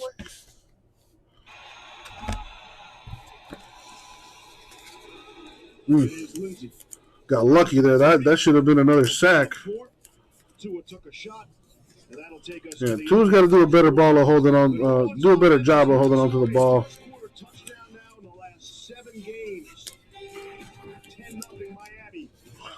Yeah, people do love the Bowman. Yeah, hopefully I can break some of this other stuff in the store before then. Like I got that one box left for Dynasty Baseball. Kitchen became part of our financial plan. I want to make the most of every meal we have together. J-Mesh, you're not into looking for prospects? At Northwestern Mutual, Yeah, I thought you would be really into Bowman. helps you live your dreams today. Find a Northwestern Mutual advisor at nm.com. But I don't think you're that big of a baseball fan, maybe. Plastic mats under your office chair. Which it's probably just a lot of research. Comfortable to roll on. I found a premium alternative, a glass chair mat by Vitraza. I liked it so much, I bought the company. I'm George Pardo, president of Vitraza. Our glass chair mats are made of super strong glass and protected with a nanotech coating, so you'll always get a smooth, easy glide. And they're beautiful. Tired of replacing plastic? I promise this is the last chair mat you'll need. And we give you a lifetime warranty. Comfort, style, durability. A Vitraza glass chair mat will completely transform your workspace, home office or office. We stock 18 popular sizes, and we ship free to anywhere in the lower 48. Get the look you deserve. I invite you to shop online at Vitraza.com. Use promo code TV and save 10% on any glass chair mat at Vitraza.com. Guys, Nuts.com delivered more fresh snacks to the Johnsons. Delicious cashews, trail mix, dried fruits, and sesame sticks. Okay, here's the plan. We leave from the ocean, shimmy down the electric wires, over the build up, parachuting the rose bushes, run past the lawnmower, vault into the kitchen, and remember to avoid that cat. Why don't we just order from Nuts.com? CBK, how you doing, man? Nuts.com, irresistibly fresh, dangerously delicious. Free shipping with your first order. Tonight's aerial coverage is brought to you by Goodyear. And the latest episode of Man in the Arena. Tom Brady's first-hand count of each of his 10 Super Bowl seasons is available tomorrow, 9 p.m. Eastern on ESPN Plus. This week, a breakdown of the Super Bowl 51 season in 2016. To get ESPN Plus, go to ESPN. Getting ready for the New Year's. You doing anything for New Year's? I'll be honest, I'm a little behind in it. I'm up to episode 4. It's unbelievable. Same here, watching the game. 10 episodes, he's got 7 Super Bowls. Doesn't win them all. It's a Super Bowl season, right? Yeah. But they're fabulous. Want to see the offense score some touchdowns here. Tommy Lee Lewis. That goes a completion of the pass. Pick up a 7. This is a nice play by Pete Warner. Hey, you might end up spending more if you do that, though, J-Mesh. And where's the fun in that? Inside out from his Mike linebacker position. That's no fun. They need to see out of him because look, when you don't have Demario Davis who makes those plays in his sleep, you got to be able to fill in. That's a nice start there by young Pete Warner. Lewis played the previous 4 seasons here in New Orleans with the Saints. Got to his first game for the Dolphins a week ago. On the ground, Lindsey out beyond the 40. Pick up a 3. Well, the one thing you know you're going to get from Philip Lindsay is everything. I mean, this guy gives every ounce of energy. First 2 years in Denver, was an all-pro, as an undrafted kid, and everybody has told him his entire life he's not big enough, he's not fast enough, he's not strong enough, and all he does hero in Denver. They loved him continue to produce, and I just love watching him play. He's the only Pro Bowler on this Miami offense, and he did it his rookie year. Wasn't Rushman a rookie this past season? Gaskin out of the backfield. See where they mark him. Zach Bonds had a real nice night. Again, no Alexander, Davis, or Ellis at the linebacker spot. 3 of the 22 Saints players that are on the COVID-19 reserve list. Like he came up just short, and Tua on the sideline. Man, I hate that they take Tua out for these 31 runs with fucking Jacoby Brissett's stupid ass. It is 3rd and 1. You know what they're going to do? Quarterback sneak. Or they're going to do a little pass play. Oh, Jacoby Brissett short. Tua could have done that. I think the Saints were watching the same film you were, Grease. Well, that's what he's been doing. They bring him in, but obviously you got to be one step ahead, and he did not get a good spot there. I hate that the Dolphins do this. Take a look over the top and see if he reached out. What's the point of this? Like, seriously. That's another punt team is out there. Another nice job by Pete Werner getting that turn back inside. It was a lot closer to the spot, I thought. No challenge. Velarde to Aesop Winston on the fair catch. Just a 37-yard punt. Yeah, good job on that fair catch, buddy. Because you was about to get lit up.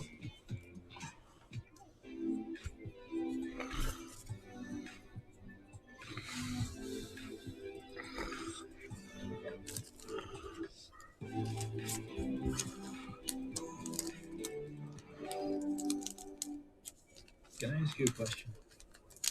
Am I out of focus? You're fine. Yeah. I mean, look at me. I'm all blurry. Well, you're supporting. Well, J-Matt, CBK, I got nothing but love for you. But it looks like we're on opposite ends here today.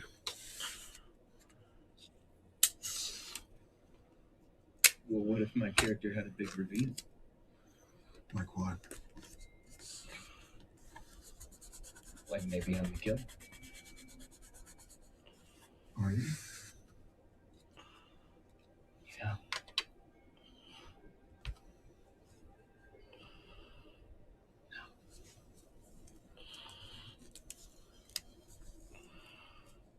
Could have been. Could have been the killer. Are you ready for the wildest football season to get even wilder? Are you ready to celebrate the first ever Week 18 season finale? Are you ready for Super Wildcard Weekend to extend into Monday? What about going the extra mile when it comes to your food? That sucker's gonna sell for $1 million. This is the high-gear, high-stakes football that kicks off the NFL postseason. Are you ready? I mean, Miami has a 10-point lead right now. I mean, yeah, the smart move is to punt for sure.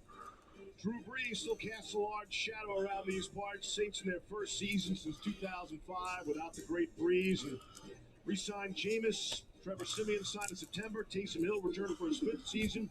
Rookie Ian Book was drafted. Jameis went 5-2 as a starter. Season-ending injury in Week 8.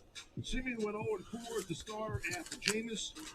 Taysom Hill replaced Siemian as starter, went 2-1 through Week 15. This past week, both Hill and Siemian placed on the COVID list, setting Ian Book up. You know what jumped out to me this week in preparing for this game? You mentioned this is the 4th quarterback to start for Sean Payton. And in the first 14 seasons, you see this graphic right here, he's only had 5 different starting quarterbacks. Yep. And this season he's got 4. That is amazing. The luxury that Drew Brees provided for so many years. And Brees and Payton. Gasper picking up a team in Bowman draft. Very nice, very nice. Here's what to throw. Confident pass, Marquez Callaway. And it's a first down. And the first down of the night for the Saints. Pick up a 17. This is exactly what Sean Payton said he needed to do. He needed to take some shots down the field in order to get this. And Xavier Howard let that one get away from him. Marquez Callaway, the best 50-50 ball guy that they have, meaning he can make the contested catches. You see Ian Book take another big shot there from Zach Sealer. With the crowd saw it as well.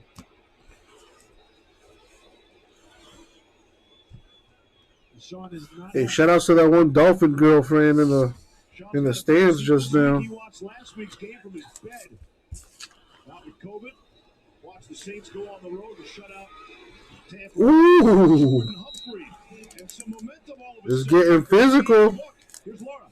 Steve, Danny Werfel's somewhere smiling right now. He was the last rookie QB to start for the Saints. That was in 1997 against the Panthers. He told me he hopes it goes better for Ian Book than it did for him. They got shut out by the Panthers, and his helmet got turned on backwards, as you see on the left side of your screen there. His advice, he said, don't try to do too much and really enjoy this great Saints fan base. That picture is something else. 2nd down and 2. You want to play quarterback, Lee? Let's go, baby. 3rd down. Let's go. 3 and out. Let's go. Behind someone, a Hall of Famer, and learn for a few years. That's what I want to do. Well, that's what Ian was trying to do Right. this year, just sit and learn, and there's this thing called COVID going around, so everybody's got to be ready. So that's dating back to 97. How long you guys think we're gonna keep dealing with this COVID stuff? Streak goes back to the Green Bay Packers, 1987. You remember the Magic Man? Oh, yeah. Don Majkowski. Number 7. 3rd down and 3. Number 41. Got Kamara and Ingram both in there. Got to get to the quarterback, man. Things break down. Trying to use his legs. Couldn't pick up the first, though. And he's going to maybe lose on the play. Maybe gets back to the line of scrimmage. Going to bring up a 4th down. Boy, there's so much going on in the head of Ian Book. This time, watch, you're only going to get 3 rushers from the Miami Dolphins, and they're going to drop 8. So he's seen all-out blitz, he's seen all-out blitz drop, and now he sees Be right back. rush 3, drop 8. There's nowhere to go with that football, and it's a clinic right now as to how to play a young quarterback from Brian Flores and Josh Boyer, the defensive coordinator.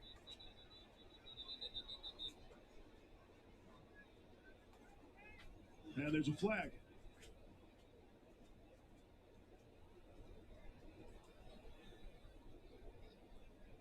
Not sure. Usually this late. Might be a taunting or something really unusual after this play.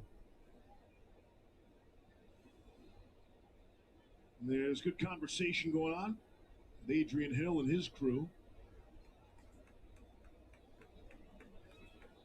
Saw Alvin Kamara there. He's got to get more touches on the football. He just hasn't been enough. He's got to be a focal point. He's the best player on the team for the Saints. After the play, personal foul, unnecessary roughness, offense. Number 41. 15-yard penalty, and the down counts. 4th down. See if we can see it. Here he is right here, and there's Christian Wilkins. And he just goes and hits him right in the back of the helmet. And there had to be a lot going on before that. That's the reaction. I wonder what the action was. Push the Saints back to the 24. Gillikin to punt it away. Fair catch is signaled for. 47-yard punt. Dolphins football. Up 10. We need touchdowns. Offense, defense is doing all the work right now. Come on. You have 10 seconds to put the countdown. Use 5, 4, 3, 2, 1. We have a common enemy. American, British, German, Colombian, Chinese. I can't prepare. What are you doing in the elevator? The elevator is the other way. Oh, COVID forever? Yeah. It's like it's not like the cold, but I'm saying it's like the cold or the flu in the sense that, you're going to have to take your COVID shot. Don't forget to take your COVID shot this season. The money you need now. If you want to buy a house, get out there, go back to school. The point is, it's your money, and you should be able to use it when you need it. Call 877-CASH now or go to jgnetwork.com to see if you're eligible for a $5,000 advance. What will you do when the power comes out? Power outages can be unpredictable and inconvenient. With a Generac home standby generator, your life goes on uninterrupted because you'll have power when you need it the most. With the Generac, that powers our well, the refrigerator, and my CPAP machine. Shit, I bet you if they did something like, hey guys, we'll give you a tax break up to a certain amount of money if you get your COVID vaccine, and then see how many people go get that vaccine, myself included.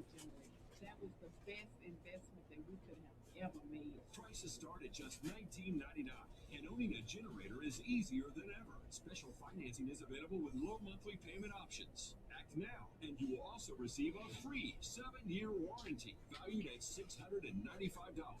Call or go online now to request your free quote. We think we have gotten to the bottom of the Alvin Kamara, Christian Wilkins mystery and where this might have started in the first quarter. Yeah, a little back and forth there, but I don't think that was actually it. This is it right here. Watch Wilkins. He takes the Kamara. Kamara's like, wait a minute, and he comes back, and that's when he comes back and pushes him in the back of the helmet. They always get the second guy, don't they? Look, Alvin Kamara right now is just, he's frustrated. Look, this is a guy who is used to having a large amount of success. He has 4 carries for 6 yards so far. He's just got to get more involved, especially in the passing game, make some big plays, get this game turned around. Kamara only had 13 touches a week ago. You'd expect they would really lean on him here tonight. That's Phillip Lindsay and another stop for Finch. I think, look, just like Miami has to be... Let's rip some illusions. Let's do some football. Or anything, really. If you buy an illusions box, you get a promo spot. Ball against this front, because they are playing for it. They are coming down on these wide receivers and playing them tight. Georgia's going to have to be creative. We know he can do that, and we know the respect that Brian Flores has for him as a coach. Here's Myles Gaskin. Stopped by Tuttle. Gaskin was actually on the COVID list a couple of weeks ago. Just cleared in time to play last week, but after not practicing the entire He did not play last week. Jeez. We were on bye. The most offensive touches this season. It'll stay in there for 32. What's up, everybody? 10 people watching. What's up, y'all? Got Bowman Draft Baseball in the store.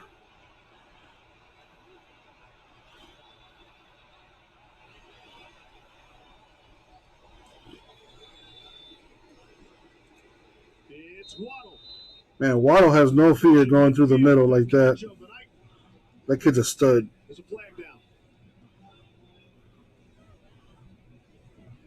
Holding, probably. That's probably going to come back. Holding offense.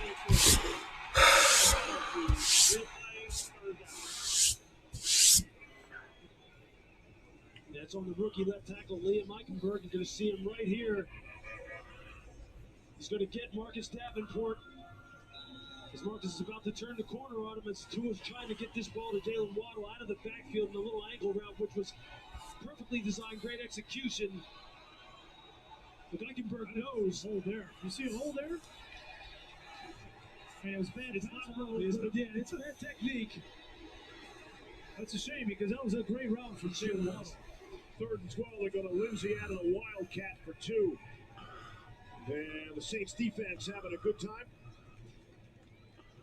Look at the football back. Yeah, this Miami offense, they're just not as explosive enough to come back from holding penalties like that. We talked with George Godsey about that.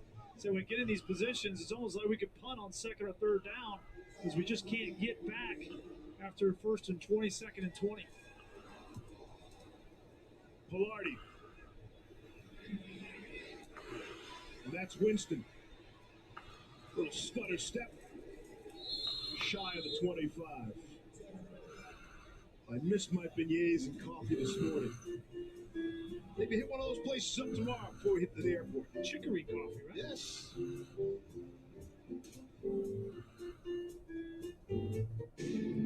Some of us were born for this. To protect people. To help them save. So yeah, Gasper, I decided to take Thursday off. That way I could come in Friday at around 11 o'clock so I can get that stuff breaking. What do you think about that?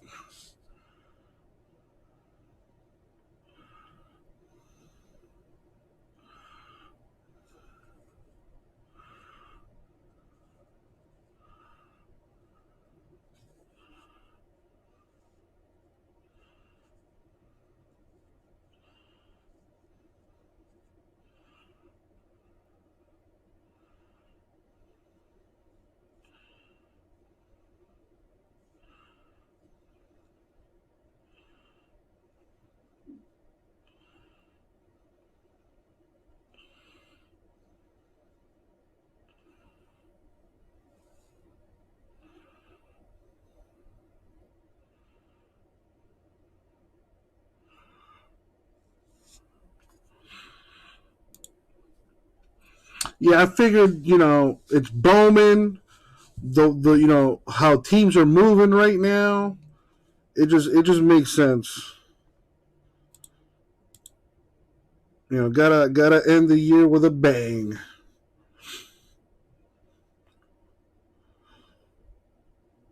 So I still do listen. I got Mosaic basketball. I got 2 boxes of those. If anybody wants to take a shot at that,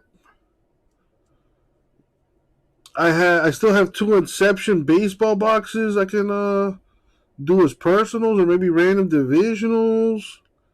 I have that last Dynasty box from the personals too.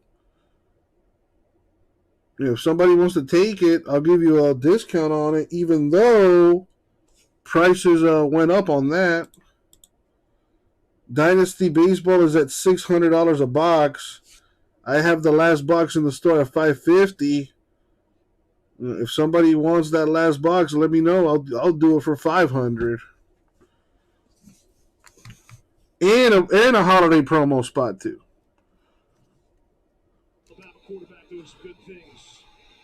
Oh, come on. You got to tackle, man. You got to tackle. Illusions, I got personals of those. If you buy a box, you get a promo spot too. Flux basketball in the stores, random divisions. Mosaic basketball hobby in the stores, random divisions. Illusions football, random divisions. I got Elite Extra Edition baseball, which is a little preview to Bowman Draft, if you will. Contenders baseball, nice cheap baseball. Let's go, folks. Let's get something going.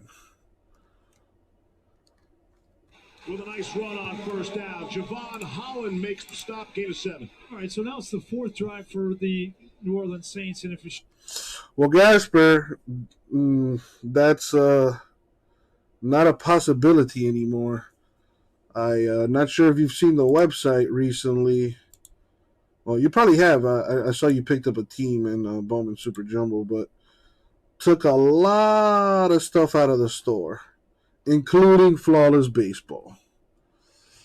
And yeah, I no longer have it.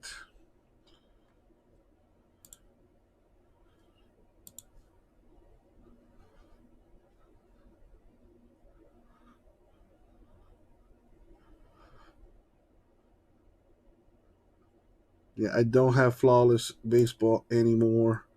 No one bought into it at all. So the boss man took it and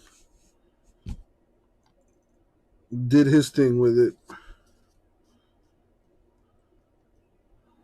Yeah, it took a lot of stuff out of the store.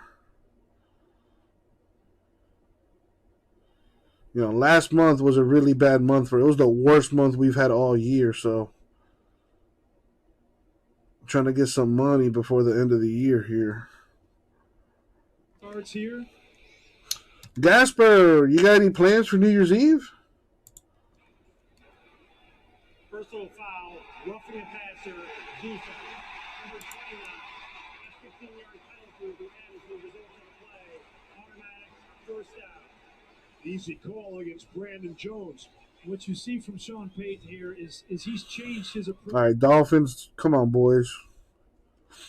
Playing a good game so far. Let's not give up a touchdown or points here. That's where Miami defensive need a turnover. Exotic pressures, and if he does get the third down, he's going to tempo into third down to keep them out of those packages. So it's the adjustments from Sean Payton have been good on the. And so far, the difference is that pick 6 he threw. Other than that, probably be a 0-0, 3-0 game here. Can't let him score a touchdown, boys. He's always a step ahead. You have to be ready for his counter punches, and he's getting counter punch right now. Deepest penetration of the night for the Saints. Penetration. That'll take him inside the red zone. Pick up a 4. Under 5 to go in the half. What you see is the run game getting on track. We talked already about the fact that we saw. Yeah, I might be throwing a little shindig at my house. Still deciding if we're going to do that or not. With the whole COVID. for them to create some explosives. 2nd and 6. Book out of the gun. Kamara They are feeding Kamara. spinning his way, still on his feet. And he's down to the 15. 3rd down. Jones makes the tackle. Need to stop. Watch out for the play action here. Bring up a 3rd down. And 2. And this is where you keep it in 3rd. I saw CBK. Thank you, man. Bring in the extra offensive lineman, Will Clapp, number 64, report eligible.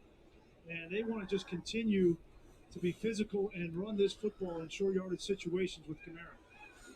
Book on 3rd down tonight if he throws. 0 for 1 at the pick 6. He's taken 3 sacks as well. 3rd and 2. Here we go. And a timeout. Yeah, they got out of the huddle way too late, under 5 seconds coming to the line of scrimmage, and Peyton saw it and saved the 3rd and short situation.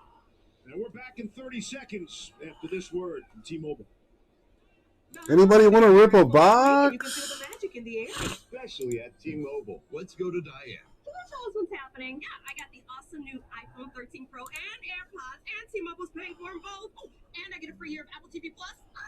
Upgrade to the iPhone 13 Pro and AirPods, both on us, only at T-Mobile. And this is for new and existing T-Mobile and Sprint customers like me. Back to you.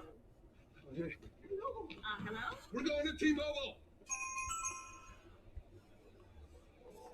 Dolphins have had a pretty good look at Ian Book. Saw him in the preseason game, and then Brian Flores also coached him in the Senior Bowl.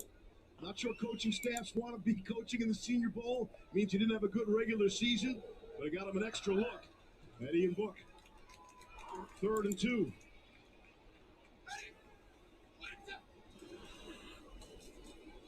Kamara. And nothing. Way. Short, baby. Let's go. Shoved back.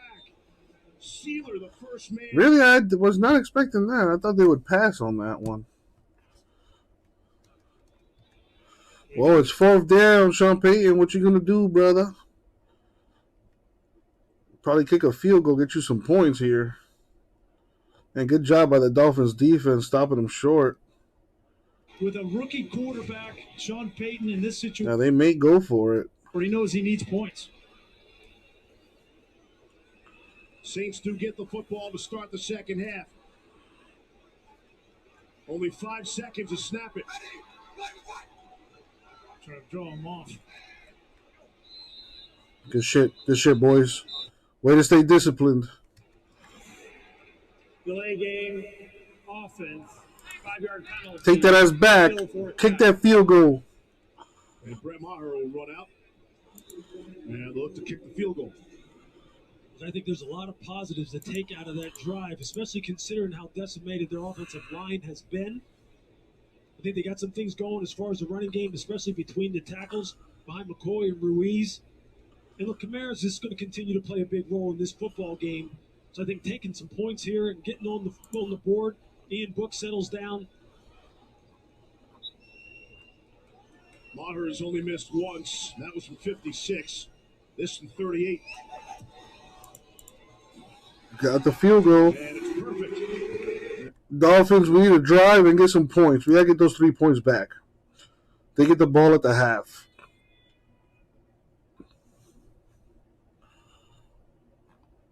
Bill Bright. I think the Saints go in at halftime and have a chance to regroup and talk a little bit offensively about what they want to do and how they want to handle the pressure from Miami. And I think they're playing great on defense. They not their fault they gave up a pick 6, and they have contained Miami's offense. So this is going to be, they got to get through this any way that they can. 7-7, fighting for a playoff spot with all the COVID issues that they've had. Top 3 quarterbacks out, they've got to find a way to win. And some momentum on that drive, and you get the points, you settle for the field goal. They had 4 first downs on that drive, so something at least to build upon and feel good about. Yeah, there's no question about it. Look, I think the run game, especially again, considering how shorthanded they are on the offensive line, that's going to be key for this football team as young Ian Book continues to settle in and maybe get a little bit of a grasp on all these different looks he's getting, these obvious passing situations from Brian Flores. Told you at the top of the night, Dolphins, they control their own destiny. Although, can destiny really be controlled? If Miami wins out, they'll be in a playoff spot. And I will add this, they have not been eliminated from contention to win the AFC East as well. So everything is still on the table for the Dolphins. You're going to tell the people at home they got to play Tennessee and the Patriots? Oh, that part. How about Week 18? Flores Belichick. That'll be a whole lot of interest in that game. You have any New Year's resolutions, guys? Not yet.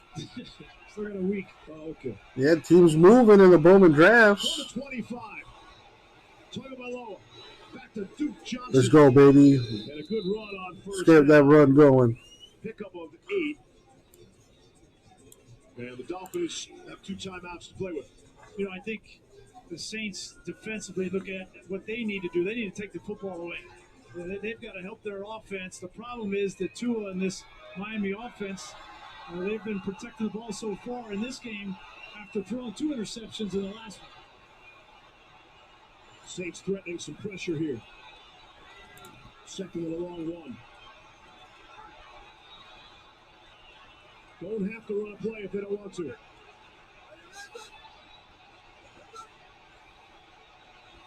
Two-minute warning. And they don't want to. I don't think either team wants to run offensive plays. 2-minute warning.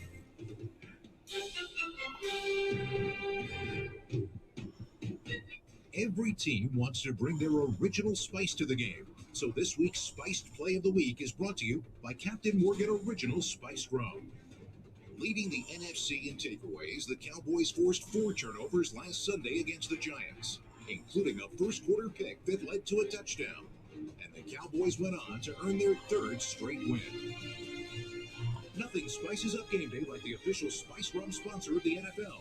Captain Morgan, bring on the spice. Hi, I'm Shannon Storms-Bedore. When we started selling my health products online, our shipping process was painfully slow. Then we found ShipStation. Now we're shipping out orders 5 times faster. And thanks to ShipStation's discounted rates, we're saving a ton. Honestly, we couldn't do it without ShipStation. Join over 100,000 online sellers who get shipped done with ShipStation. Go to shipstation.com/try and get 2 months free. Do you suffer from sore, aching muscles and stiffness from working out and exercising? Or from normal everyday activities? Now, you can enjoy the relaxing, pain-relieving benefits of deep tissue massage right in your own home with the High-Impact Pro Massage Gun. Using the clinically proven science of percussion therapy, the revolutionary High-Impact Pro allows you to target areas of your body with precisely calibrated pulses of pressure that reach deep into the tissues and muscles in your body. Comparable massage guns sell for as much as $500, but you can get your High-Impact today for just $59.99.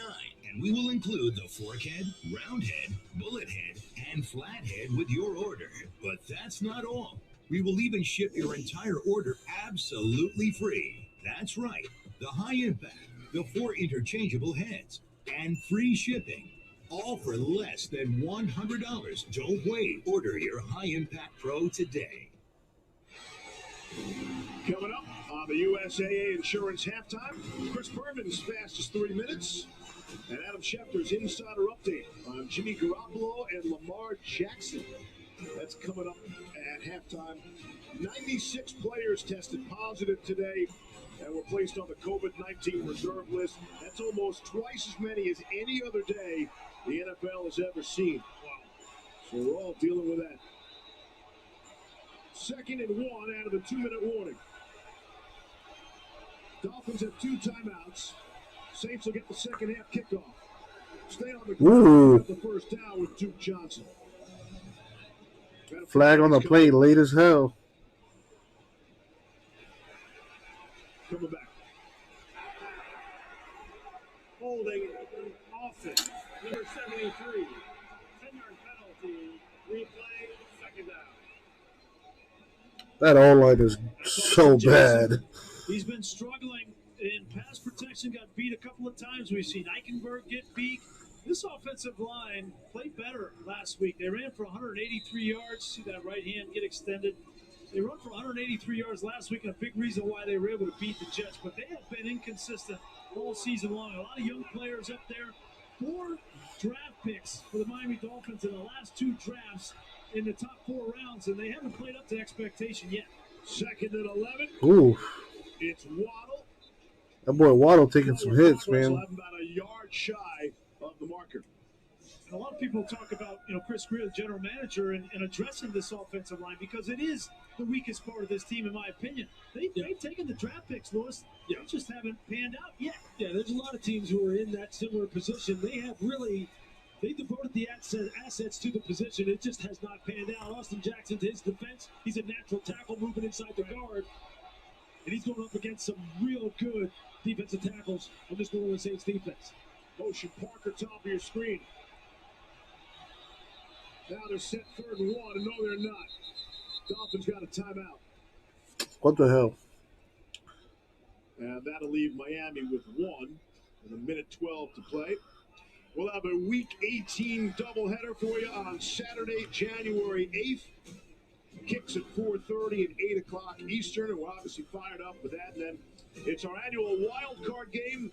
But this year, for the first time ever, it'll be on a Monday night. Monday Night Football wild card style, January 17th, 8 p.m. Eastern. All games will be on ESPN and ABC. Playoffs just around the corner as we put a bow on Week 16 tonight. No Thursday game this coming week. Oh, no Thursday game. Get ready for a happy New Year for everyone. 3rd and 1.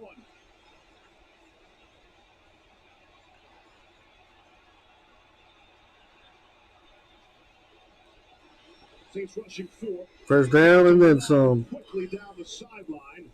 Has the first down. Pick up a 9. You gotta love. Man, where's Devontae Parker? Where's Preston Williams? Where are our big receivers? We're not taking any shots down the field. Cover him in space when he has a running start. And look, I think this drive is critical for Miami. They have not been good as far as being productive. Yeah, offense has been, they haven't even been in the red zone all game long.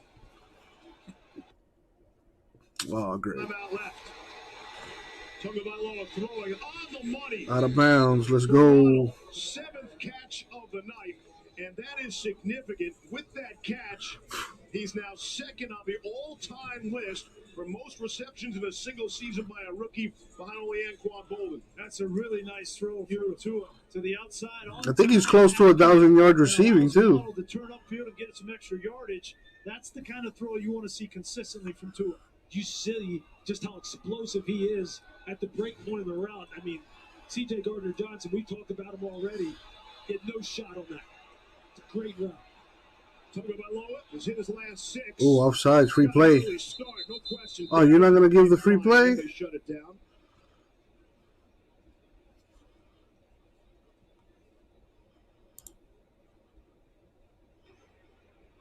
Neutral zone infraction defense. Let's go. 10-yard penalty.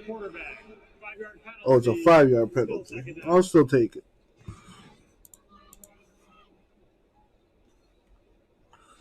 See, Eichenberg reaches out and grabs a hold of him just to protect the quarterback. We saw that call this weekend, which was kind of an interesting call. You get a defensive player up the field offsides and then held by the offensive player, and then they call the hold on the offensive player, but that's the right call there. I said 2nd down, it's 1st down. Get rid of that ball. 5. Tagovailoa throws it up. It's a jump. Oof, flag on the play though. Roughing the passer maybe? Devontae Parker working on Paulson and Debo. Let's see which way this one's going to go. Under a minute to play in the half. Holding offense. Great. Just great. Holding offense. Number 63. 10-yard penalty. Replay. First left. Eichenberg, Jackson, Dieter now have all been flagged on that offensive line. You see Michael Dieter, the center, right here in the middle of your screen. But they have gone through multiple centers on this offensive team. You see right there, he just hooks Pete Werner, who's blitzing in the A-gap. But that's been a real sore point. The offensive guard play has been a sore point, as is the rest of this offensive line. But Dieter has really struggled at certain points in time. during his starting tenure. 1st and 15. Gaskin in the backfield, Waddle in the slot. Tagovailoa gets out of there and throws. Caught, baby. Durham Smythe, nice grab. Clock continues to wind. Pick up a 14, needed 15.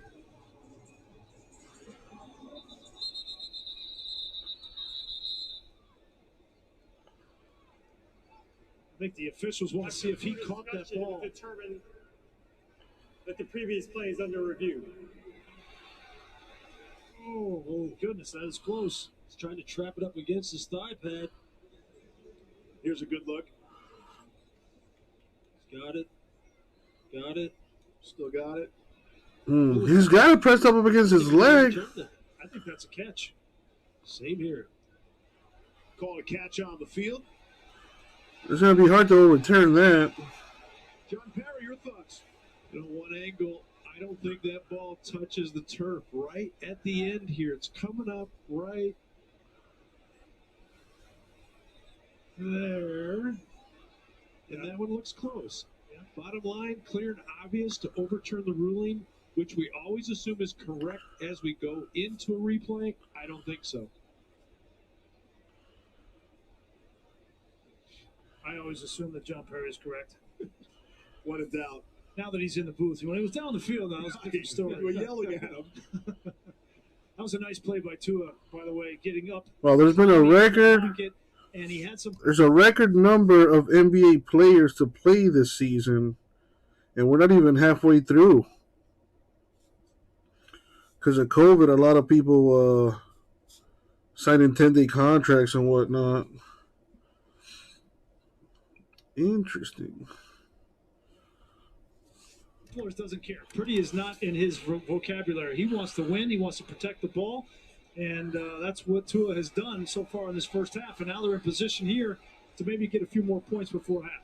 And situational football, you know, Brian Flores, just like every coach really emphasizes that, but in particular where he comes from up there in New England, in these end-of-half situations, again, I got to stress, they have struggled in these kind of situations. And every possession for this football team, with the way this offense has struggled, counts.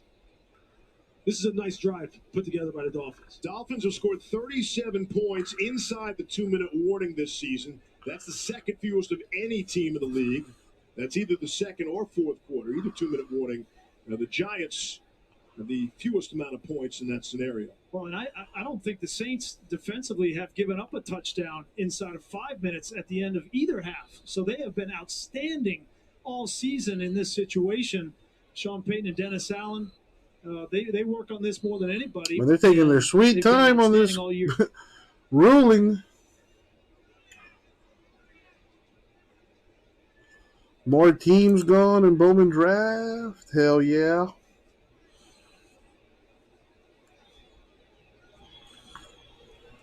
Now, if you're Miami, you want to save that timeout. You've had plenty of time to call your play in the huddle. If I'm Tua, as soon as they make this call, I'm breaking the huddle and getting to the line of scrimmage to save that timeout.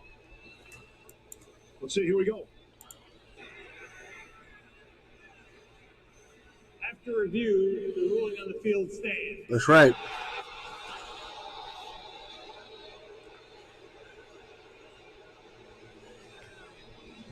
When in doubt, the play stands. Yeah, there has to be, without a shadow of a doubt, beyond a reasonable doubt, to make that, to overturn that. We saw the signal for timeout there. Yeah, I'm not sure why Brian Flores would take a timeout there. I would be at the line of scrimmage. Start. Am I ready for play signal? I don't think he did. He didn't take a timeout. Exactly what you were saying. They should have had the next play call. Now he's saying, no, I don't ready to go. Yeah. He's saying, hold on. And now they've started the clock. They should have been at the line of scrimmage, ready to go, and save that timeout. And Brian Flores, they're telling him that clock is going to wind as soon as they're ready for play. John Perry, what about this situation? You know, this is something that can be cleaned up while the referee is at the booth looking at the play. We have wing officials that are talking to coaches. If the play stands, here's what the clock will They set be. the game clock to 39 seconds. The clock will start. Am I ready for play signal? Wow, Brian Flores totally tried to call a timeout, and then he changed his mind. I don't think it's the official's job to do. What the hell happened there? Why would you need But you want to make sure they understand the clock status after every review. Oh, a bomb. Oh, put it on his hand. Would have been out of bounds, though. Lattimore made sure that. Right, you don't know what the conversation was. I don't know if I like that call, though. I understand what John is saying there. I just don't think it's the official's job to do the head coach's job. The head coach should know. And a review, does the clock stop and start on the ready? I got my guys. There's nothing but Bowman Draft moving in the store right now. 3rd and 2 from the 32. Whoa, Gasper. Talk to me when your team's at 500.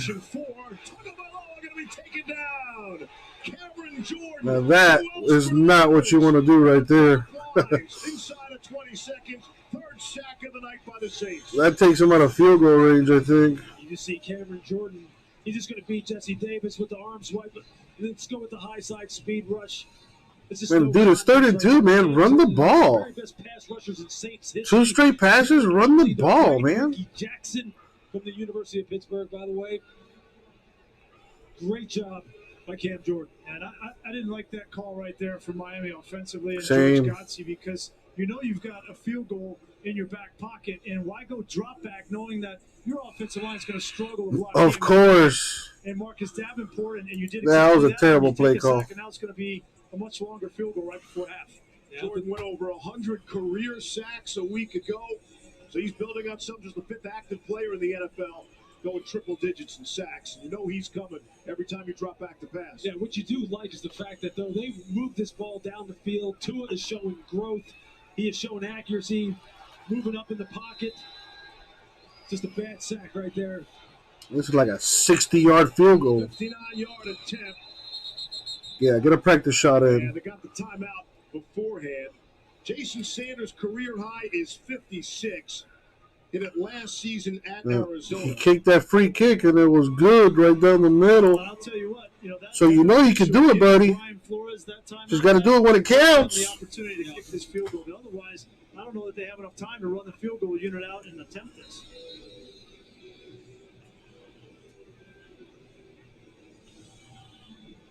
This must be so foreign for Sean Payton. He's like, I'm not used to having 3 points going into halftime in the locker room, right?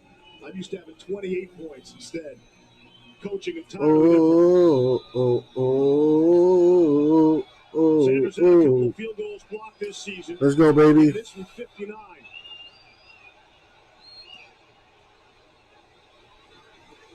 Oh, of course not. Bro, how the fuck do you go from making it on your first try and then missing it on the second try? What the fuck?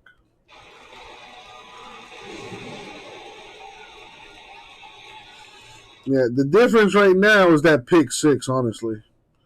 That was a terrible kick. Seriously, how do you miss that badly after you literally just kicked it right down the middle? And if it wasn't for the Dolphins' defense, probably be a tie game right now, 3-3.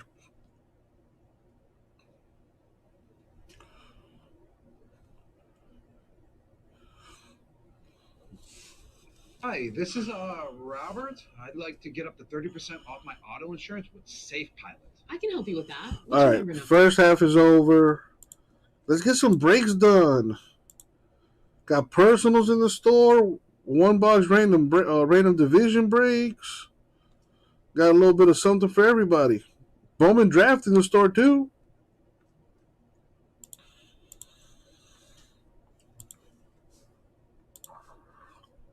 Refresh the screen here.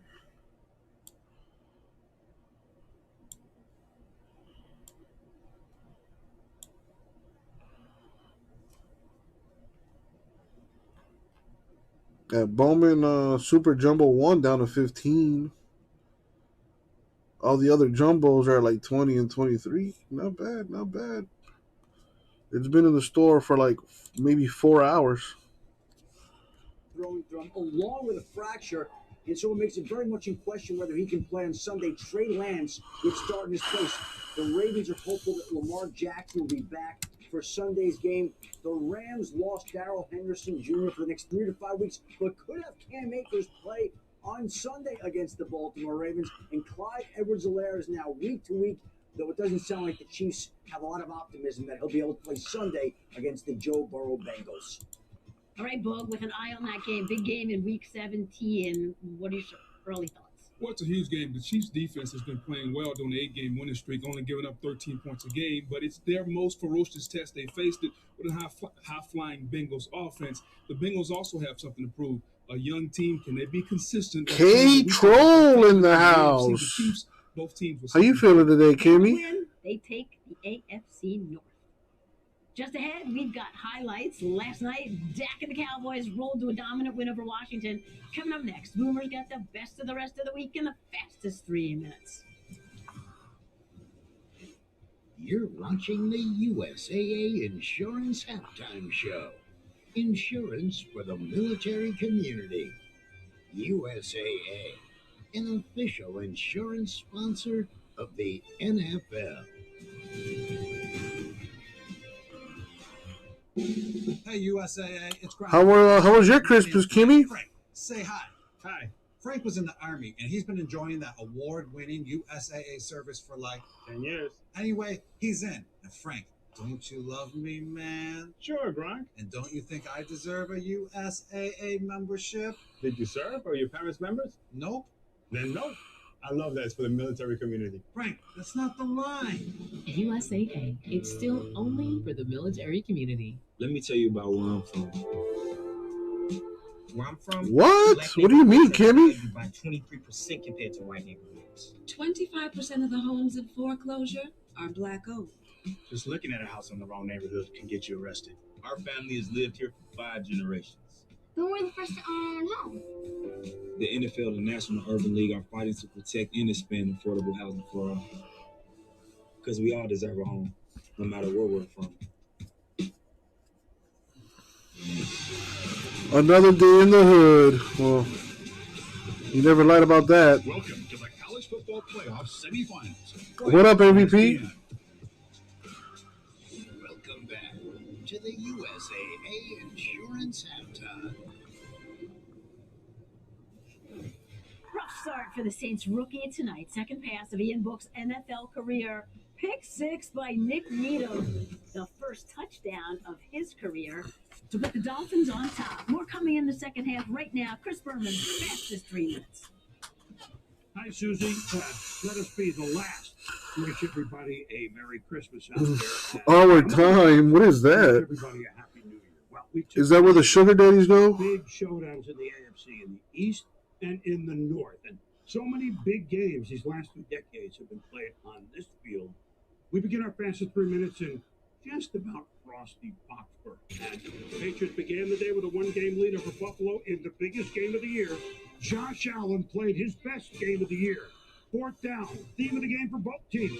Of course, on Boxing Day, Isaiah McKenzie, one of the McKenzie brothers, a touchdown. 3, Damian Harris scores, kept the Pats within 1. Thank you, CBK. Game late. 4th and 1, not caught for a loss. Josh Allen scrambling for a first down. Both teams Kimmy, how you feeling today? They'll win the division. Joe Burrow, Cincinnati Bengals, hang 41 on the Ravens again. Tyler Boyd, all told, Burrow, threw for 525, the 4th best ever in NFL history, 70-year record. Noah Van Franklin, Dutchman, 554 for the LA Rams at 51. Seasonal, Patrick Mahomes to Byron, Chris Pringle, Chief Slay rolling. They've won 8 in a row. Bucs did something they didn't do all last year. Hand him the damn ball. That's Keyshawn Vaughn. Touchdown. Bucs win their division for the first time since 2007. So many times. Rams, Vikings playoffs outdoors at the Met. The Purple People Eaters, the Fearsome Foursome. Great memories. A lot of those games won by the Vikings. They renew indoors in Minnesota, but it's the Fearsome Onesome. Brandon Powell, I think he scores if it's 2-hand touch. Big punt return. Rams in the playoffs in first place by a game in their division. Deviant of septum. Cheesesteaks for everybody. So that might be why you snore when you sleep. And hopefully the match. Excuse me. Hopefully that mass you speak of is just boogers. They're alive. Hunter Renfrow, they beat the Broncos. They're 8-7. The snow game. You didn't know it would come in the Pacific Northwest? Nick Foles just wins. Minute to go. Jimmy Graham. Big Dick Nick. Trail by 1. Foles. The Demir Flying Bird. 2-point conversion. They upend the Seahawks. Atlanta wins in Atlanta for the first time all year. Matt Ryan to Hayden Hurst. They're still alive. Number 1 pick. Well, Kimmy, I hope you get better soon. Jags at Jets. Look at Zach. He could go all the way. It's 55 yards. And how do you spell Christmas? S-A-N-T-A. You get the picture. How do you spell fun? NFL Primetime every Sunday night on ESPN Plus. Join Booger and me, and then all day Monday, all night Tuesday, and 24 hours Wednesday as well. Boom, this no fun for the rookie. The Saints knew it would be tough against Miami's aggressive defense. Jerome Baker. Marcus says Raiders are going all the way. Sacks for the Dolphins. Must win. I know someone that would like that. My boy CBK, a big Raider fan too. USAA, an official insurance sponsor of the NFL, thanks you for watching the USAA Insurance Halftime. Panthers have 14 players on the virus list. Thousands of years ago, even if you were sitting at the top, you really couldn't count on support. Now look at the afro, though. Can we all appreciate how trashy yet classy the afro coming along? Office chairs completely. Yeah, that didn't work. In 2020 came the breakthrough the world has been waiting for. The first ever XHMT heat and massage chair by X-Chair. X-Chair just made history's most comfortable work chair even better by integrating heat and massage into our patented dynamic variable lumbar support. Waves of glorious massage that wake up tired muscles. That's an afro right there. Heat that melts away daily tension. Oh, yeah. You bet. The all-new XHMT massage chair by X-Chair. The future feels good. Upgrade to the ultimate office chair this holiday season with XHMT by X-Chair. Use code TV to get $100 off and a free footrest. Time to make your space a little more you and a little less, well, definitely not you. Joybird.com gives you over 18,000 ways to customize your furniture. Fun colors, bold styles, and modern. Yeah, okay, J-Maz. Show me another breaker that does that. Dude, you literally just showed me a breaker that dressed up as a Star Wars character for Christmas. Explain that one to me.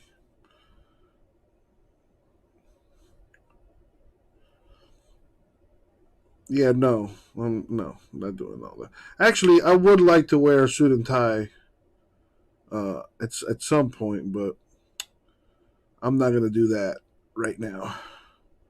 Gotta pay extra for that. You know, us fat boys gotta pay extra for that fabric. J-Maz, I mean, is she really a breaker though? Is she doing PYT breaks? Does she run fillers? Or is everything she does personal boxes? And the only reason people buy from her is because she has boobs. Be honest.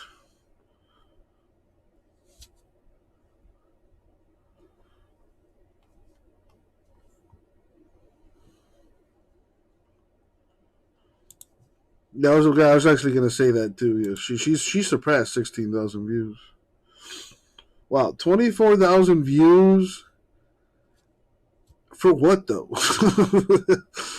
For what though? Like, do people forget about porn? Like, you guys realize you can see way better women, and they actually get naked for real and do stuff too. in HD. I don't know. People are weird.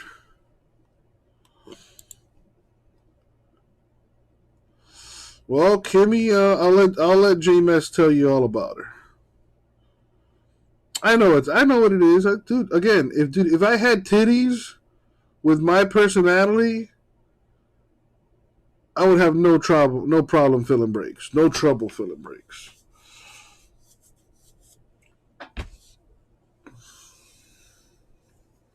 You're right about the presentation, though.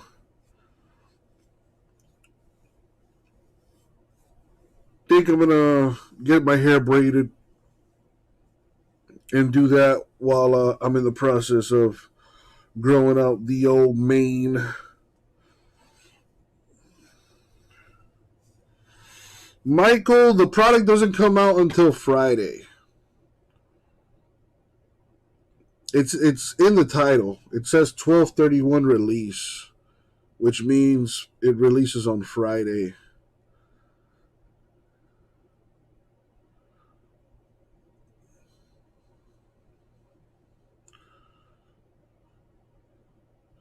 Was watching a break video from 10 years ago, some kid pulling out cards, and kid ends up dropping one of the high-end cards.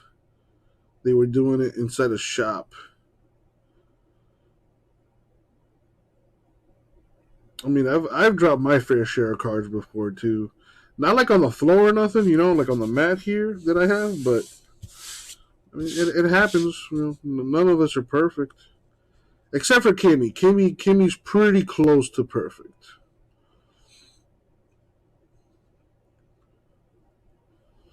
I was hoping to at least do a personal or something during halftime. It's been all Bowman draft so far, people picking up their teams. And like I said, that product comes out on Friday. It is literally in the title, too.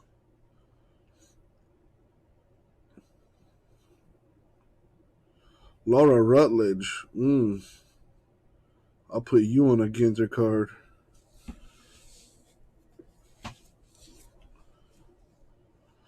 All right, second half starting here. Would like to see another pick six from the Dolphins defense. The way this game's been going so far, it's all defense. Those adjustments are coming in the second half. First down and 10 for the 25. Ian Book wants to throw and completes. There's Ethan Wolf, first-year player out of Tennessee. I don't know, Kimmy. You're pretty close to like perfection. You're perfect to me, boo. Trying to get a clear Keep your head up. Keep your head up.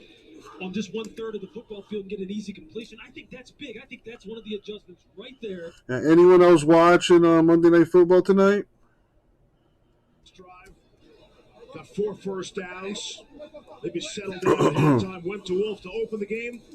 Goes back to Wolf to open the third quarter. It's Kamara on the ground out to the 30 before he pick up the 2. Yeah, it's been tough sledding between the tackles for Alvin Kamara. I like getting him the football on the perimeter where he can use his speed and his elusiveness and balance. And you can do that in the screen game. Obviously, you can do it in pitch where you pin the outside defensive tackle and pull the lineman around him. A lot of different ways you can get him on the perimeter. Kamara averaging less than 2.5 yards per carry. Third down's been a problem for the Saints and Book. Gotta get to the quarterback, man. Ooh! Van Ginkel, who deflected the pass earlier that led to the pick 6 from Nick Needham, able to knock that down. Well, he reads the defense well. Wilfie, what are you up to? Kimmy, what's up with you? Marcus, you still there? What's up, folks? Not having enough reps for Ian Book. Kamara's double covered. The first down is to Callaway on the sideline. That's a core concept, a high-low concept with a choice route and out route behind it, and Book just missed it. Gillikin. Ooh, almost got to him. Holland back deep, signals for the fair catch. And Miami will take over at their 24. All right, I need the offense to put points on the board. Saints waste that first opportunity in the third quarter. Come on, Tua. Tua time, baby. I boosted my credit score using Experian Boost 52 points. Let me see. Well, I'm not able to open YouTube links. Yeah, that's what I thought. For whatever reason, I cannot open YouTube links. I don't know why. Oh, I just figured out how. Okay, never mind. I just learned something just now. There we go. Box number 2. Number 2. Matt Kemp already starting with the home runs. That's right. He's going to hit 49 more this year. Okay, so I'm just going to open this up. I'm going to take out the cards in a stack, and you can go one by one. Yeah, that was a nasty box. Now, what's he opening? National Treasures football? Adrian Peterson, 91 out of 99. Who are you showing that to, buddy? Nate Washington, Titans, 7 out of 10. Kimmy, come to Miami. John Fakua, Steelers, 9 out of 49. Nice card. You got your first Dolphin. Dolphins, Marino. Marino, 1 out of 5. Wow. 3-color Nice patch. Nice hit. No, it's not. It's a 3-color patch. It ain't shit. Dick Buckus, Chicago, Fucking crappy box so far. 90 Ha ha! It's a piece of shit box so far. John Lewis, Eagles, 44. Crap. out of 99. Absolute crap, this box so far. Another bear. This is Stephen Paella, Bears. Garbage. 21 out of 25. 25. Brett Brett Favre, Packers, Bart Starr. A Bart Starr, not even Brett Favre. 25. That card right there was some big time. Torrey Smith, Baltimore Ravens. And it's Another crappy card. Remember Troy Smith? Okay, what's this last card here? Oh, nice. Good job. Jimmy Harper. And it's 10 out of 99. Jimmy Harper? Who? Well, at least the card you dropped is a nobody. Nick. Congratulations, Nick. Nice card. Is it? Is it Greg though? Williamson, 3 out of 99. That's not a nice card. City. And Deshaun Jackson of the Eagles. Autograph? 14 out of 25. Nice. Would have been nice if it was autographed. Yeah, that box was garbage. What the fuck was that? I feel like I wasted 2 minutes and 38 seconds of my life watching that. So, Wolfie, next time you put a link in the description in the chat there, I'm probably not going to watch it. That was a complete waste of my time.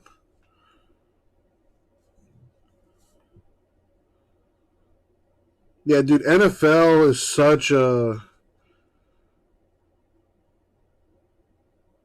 it's a volatile sport. You know, a lot of these, skilled players, they probably, a lot of them don't last. They might play 3 to 5 years or whatever.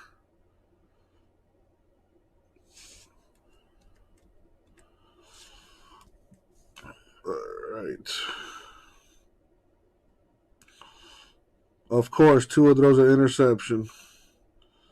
I mean, that probably would have been a point.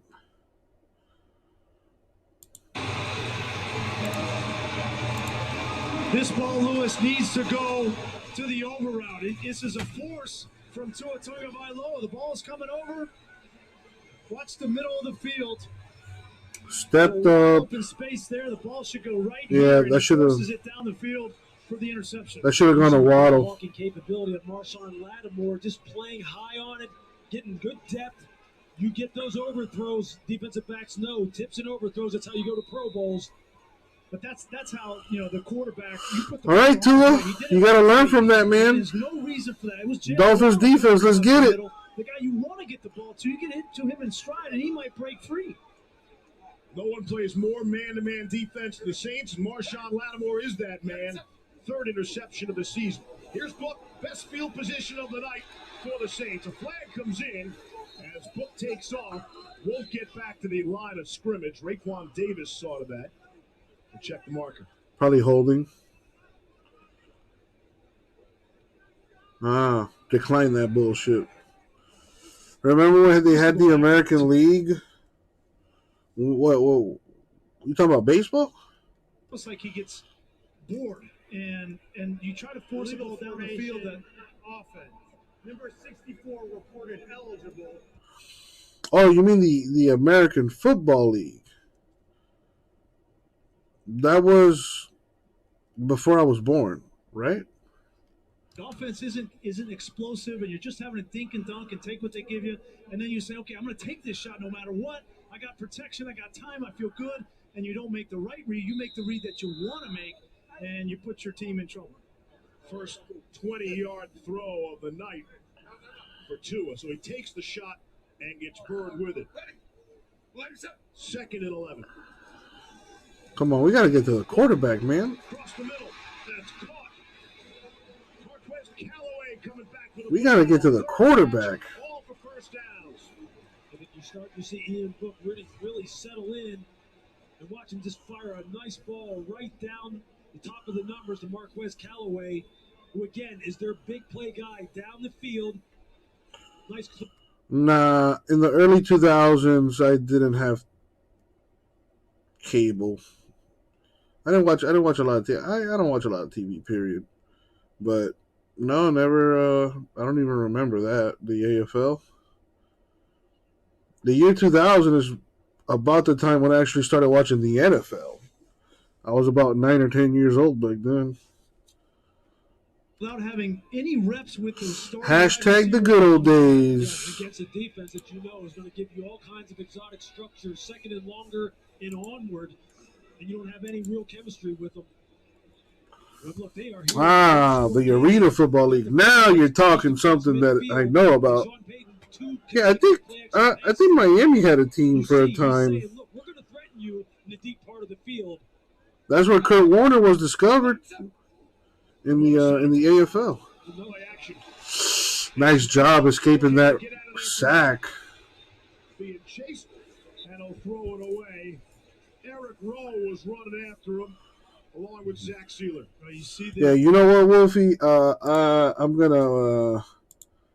I'm gonna disallow your post linking or your link posting ability for today. After that waste of time that I will never get back,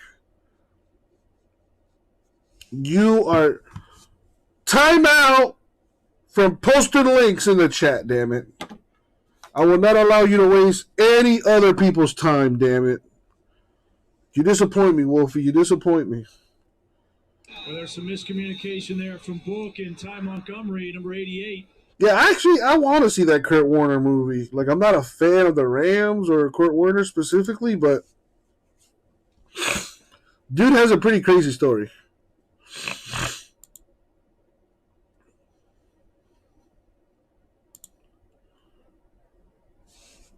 Yeah, they're 8th in the NFC. They win tonight. They just stay in 8th. This is reasonable. You think they got the Panthers, the Falcons, then you get to that bottom line. Yeah, how reasonable. They've already lost to both of those teams this season. Well, I know a couple of. Nah, not really funny. I mean, it was funny in the sense that they're getting excited over bullshit cards.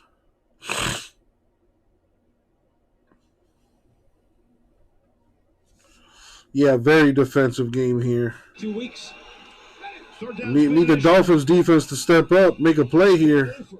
Here's Book. Under some pressure, won't escape again. Get that sack, baby. Let's go. Able to bring him down. 5th sack of the night. No one gets more sacks from their secondary than the Miami Dolphins. Watch the eyes of Ian Book. He gets back here, and once he feels that pressure, that white from the right, his head goes down, and then it doesn't matter what route you're running. And you think about this. Look what how they utilize Brandon Jones. We don't get to see it right here, but they used him as the guy who was the pick guy for Christian Wilkins on that stunt inside. That just tells you how tough these safeties are, how creative Brian Flores and Josh Boyer are as far as getting after the quarterback with a lot of different looks. Fair catch for Holland. 5 sacks allowed tonight. That's the most allowed by New Orleans all season. Still 10-3.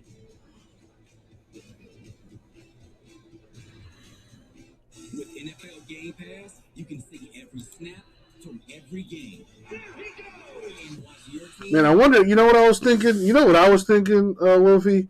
What did that box cost back then? Like, who were they looking for in 2011?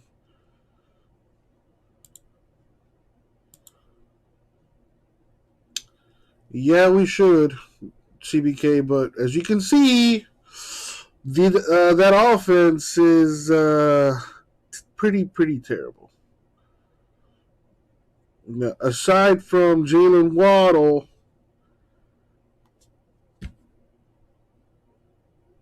don't have too many playmakers there. And the play calling's not helping. And, we can't protect the quarterback, too. And Tua is still in his second season. And, blah, blah, blah, blah, blah, blah, blah. The offense sucks. At least the defense is keeping us in it still. NT was about $300-400 back then. Damn. In 2011?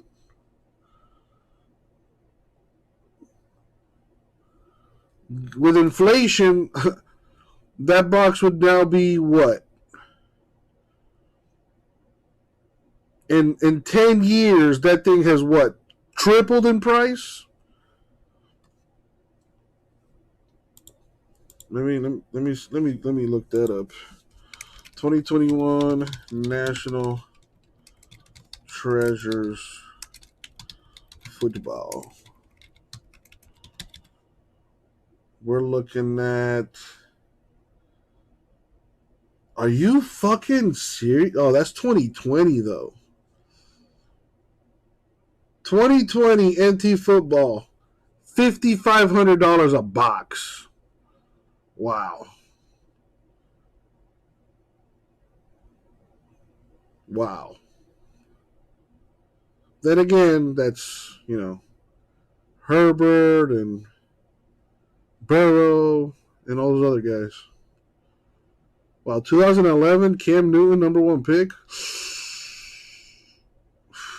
That didn't age too well. I mean, J.J. Watt and Julio Jones, though, pretty good. But defensive players don't sell. Julio Jones probably doesn't sell well either. And Cam Newton is fucking trash. After that Super Bowl appearance, straight downhill from there for that guy. Yeah, maybe if he fell on that fumble, things would have turned out a little differently. That was a good Panther team, too. That was a really good Panther team. God, bro. It's 2nd and 10. You know you can't run the ball, and that's the play call you put in? That should have been the play call on 1st down. Now it's 3rd and 9. What the fuck? Shout outs to the Dolphin fan in the stands. I would ask for her hand in marriage. Let's root for this team for the rest of our lives, baby girl. Now, everyone knows that Dolphin fans are the most loyal people on the planet. Mac Hollins, let's go! Where has that been all game? Why are we just doing that now?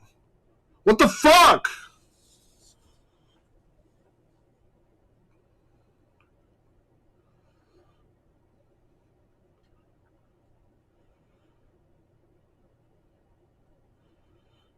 Jeez.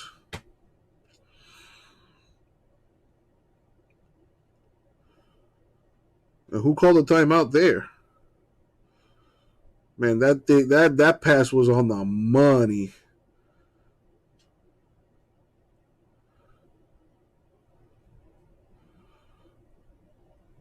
Fell right into his hands.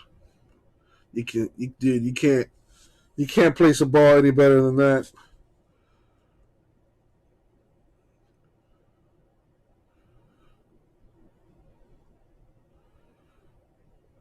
Yeah, what are they? They're trying to review this? Yeah, that's a catch, all right. Even the coach for the Saints on the sideline was like, whoa. Let's go Dolphins! All right, can we break something, though? Like...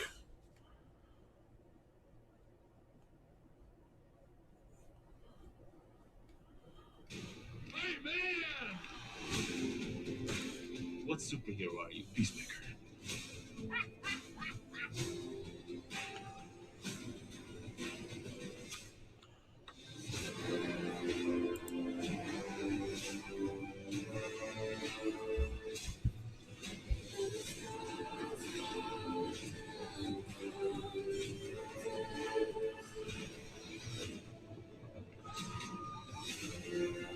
You guys are gonna have a fabulous time.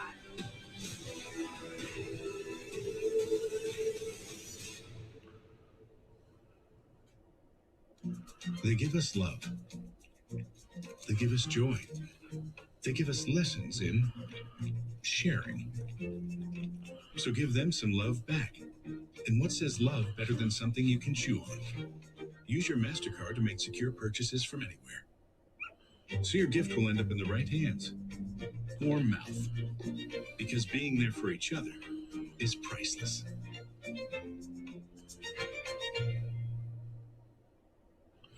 He's facing a tough decision here, Jim.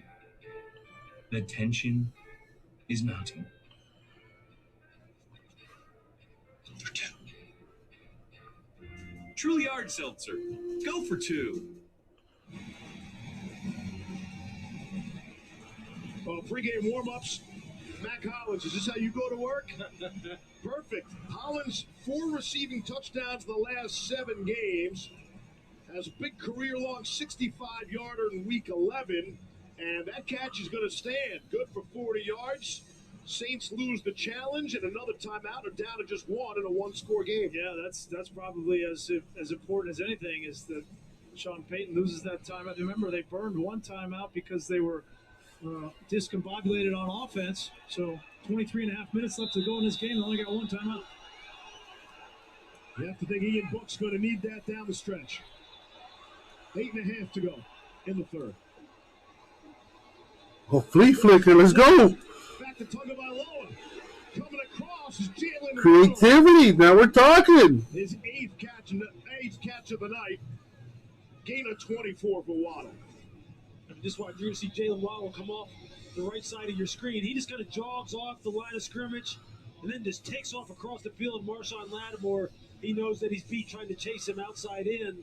Why do you guys always follow for when they jog off the line of scrimmage? You know what's coming. Why do you guys always fall for that? Yeah, you know what? I mean, that's a nice job by offensive coordinator George Gotti of really just changing. And Jalen Waddle officially has the record for most catches by a rookie for the Dolphins. Consecutive completions of 40 and 24 yards. And now Duke Johnson. He's initiated the contact. What a run by Duke Johnson. Not your garden variety 10-yard run. Full speed. Listen to this. Zach Bond just said, "What hit me?"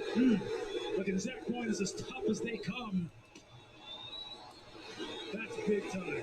That's one way to get rid of the I'm a third down passing back only moniker. Finesse back, right? Nothing finesse about that. That's Marcus Williams as well. And that reverberates to the rest of the team. Tua did it last week against the Jets, and everybody kind of got up off the bench.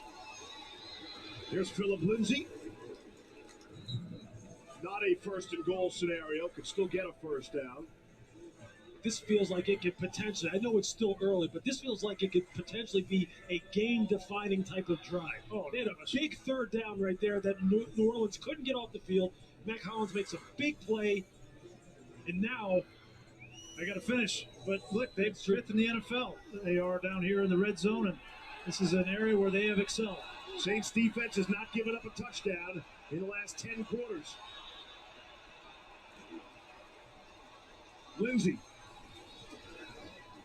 Picking and choosing. Pete Werner makes the stop. Werner playing the role of Demario Davis. That's a hard role to fill. He has showed up tonight. You know, Dennis Allen said he was going to challenge him. He was going to have a talk with him. Real quiet in the chat. What's going on, people? You're the guy who's talking to everybody. He said he had repped it. He had trained him for it. But it's different when it's live bullets. This is where Tua likes to roll left. Looking to his right. Tagovailoa throws it up for grabs. Wow. He almost just threw an interception. Flag comes in. 2 flags. What, are they going to call roughing the passer, maybe? By the quarterback, and C.J. Gardner-Johnson batted that ball down. Wow, the Saints get the pressure that they wanted. They get the incompletion. Did they hit the quarterback later? Is this going to be a hold? There were 2 fouls on the play. Before the pass, holding defense, number 22. That penalty is declined. Personal foul, roughing the passer. There we go. That's accepted. That's what I'm talking about. Check this out, you guys. The 2018 Optic Tom Brady Downtown Gold Vinyl 101 BGS 9.5, which has a pop 1, established a record high when it sold for $66,000 on December 18th, 2021 via auction with PWCC Premier. The card sold for $8,600 on August 26, 2020, which was just a year ago. So it is now up 667.44%. Yeah, there's definitely money to make in the hobby. You just got to be extremely lucky, is really what it boils down to.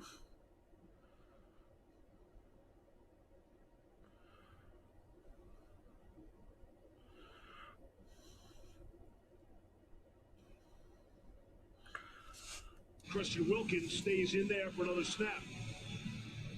Now he's out. The essence of surprise. I mean, the only reason why it's selling for that much is because it's a pop 1. It's the only 9.5 in the world. There probably isn't a 10 in existence. That was a crazy play call. Dolphins in the end zone. Get your water on, baby. Hey, that's what I'm talking about. They really got the Saints with the flow going to the right. Watch all these defenders going this way, and they're just going to get Waddle going the opposite direction. And with so many players, backup players in there for the Saints, almost impossible to stay with the shifty Jalen Waddle. Again, give credit to George Godsey, offensive coordinator, play caller for the Miami Dolphins. He has been creative with number 17. That was a good play call. I got it, dude. If it wasn't for Jalen Waddle, man, this offense would. Oh my God, we're already pretty bad. If it wasn't for this kid Jalen Waddle, my goodness, we probably have the worst offense in the NFL. Miami, everybody, not the worm, but the Waddle. Everybody doing the Waddle. You gotta love it. My parents are the 2 most important people. That was a hard year. They found out she had breast cancer. Welcome to Super Bowl 51. Mom, I told you we're going to get here for you. 28-3, man. Got locked in now, laser focus. We're in business. Talk to me, folks. Y'all want to break anything tonight? I mean, we got a good amount of people watching. Not many chatting, but 10 people watching. That's been pretty consistent throughout the night. Got lots of stuff in the store. Personals, 1-box breaks. Talk to me. Talk to me. ShipStation helps manage orders, reduce shipping costs, and print out shipping labels. It's my secret ingredient. ShipStation, the #1 choice of online sellers. And Wolfgang Puck. Go to shipstation.com/try and get 2 months free. If you're like I was, you're tired of worn-out plastic mats under your office chair. They dent and crack, and they're uncomfortable to roll on. I found a premium alternative, a glass chair mat by Vitraza. I liked it so much, I bought the company. I'm George Pardo, president of Vitraza. Our glass chair mats are made of super strong glass and protected with a nanotech coating, so you'll always get a smooth, easy glide. And they're beautiful. Tired of replacing plastic? I promise this is the last chair mat you'll need. And we give you a lifetime warranty. Comfort, style, durability. A Vitraza glass chair mat will completely transform your workspace, home office or office. We stock 18 popular sizes, and we ship free to anywhere in the lower 48. Get the look you deserve. I invite Phoenix Center, DeAndre Ayton entered the COVID protocol. Use promo code TV and save 10% on any glass chair mat at Vitraza.com. I know, right, Kimmy? Take a look at tonight's fueled up moment. How are things on? I mean, never mind. You answered that already. Offensive coordinator George Godsey and to Tua Tagovailoa making these plays. This was a big time drive when they needed it. The creativity from Godsey, flea flicker to get it to Jalen Waddle, and then a touchdown on a reverse flick to Jalen Waddle as well. Some physical running from Duke Johnson. That was one of the most impressive drives of the season for the Miami Dolphins. And he said a lot of their explosives were coming in catch and run situations. They needed to see if they could Talk to me, Kimmy. What's going on? Oh, please do. Please do. I mean, if you don't mind. As you can see, a little tough on my end. I mean, listen, don't get me wrong, though. We definitely got a bunch of sales so far today for the Bowman draft. So that I am very, very thankful for. You know, but I would like to get a break done, though. But now, good news for Sean Payton and Ian Book. He's back out there. Maybe the turning point of the game. Tagovailoa throws the interception. Saints can't do anything with it. Miami gets a second crack at it down the field. Talk to me, Kimmy. What's up? Tell me your dreams. Tell me your nightmares. What's your favorite color? 25. Here's Kamara.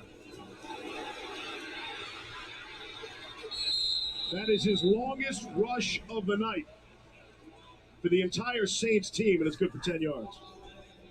Let's go, Dolphins D. Talking about getting Alvin Kamara to the outside, whether he offense came out, gave us some points. On the screen to the outside. Let's get another turnover. Pin pull concept.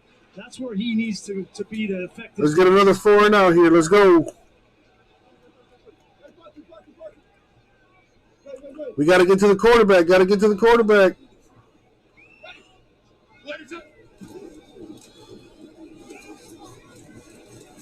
Kamara looking for any space. Well, Kimmy, can you see the screen at all? I mean, I don't know if you're probably watching on your phone, so you probably can't see. But yes, I have lots of stuff in the store that's relatively cheap. Flux Basketball, 1-box random divisions, Illusions Football, personal boxes, random divisions on that too. Personal boxes of Elite Baseball, Pack Randoms, Wars, Contenders Baseball. Got all type of stuff in the store. Wait, what just happened?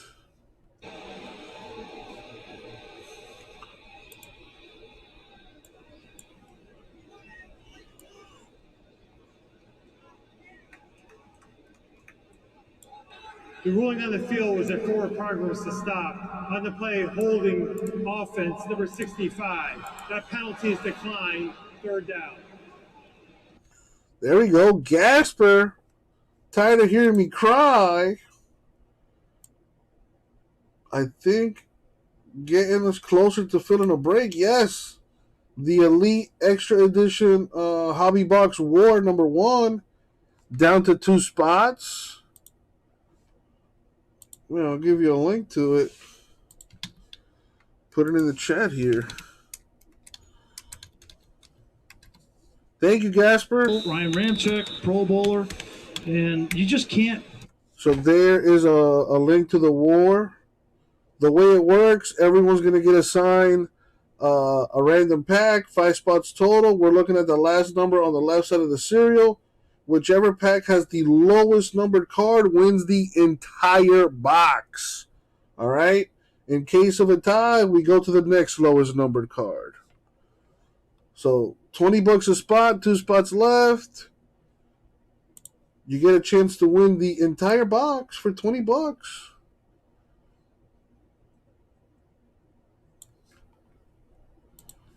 For my degenerate gamblers out there that want to gamble but maybe don't want to spend too much money, that might be something nice for you right there. Gillikin. All right, Dolphins defense did their job, 4 and out. Offense, I like the creativity on that last drive. Let's get that run going. Let's run some clock.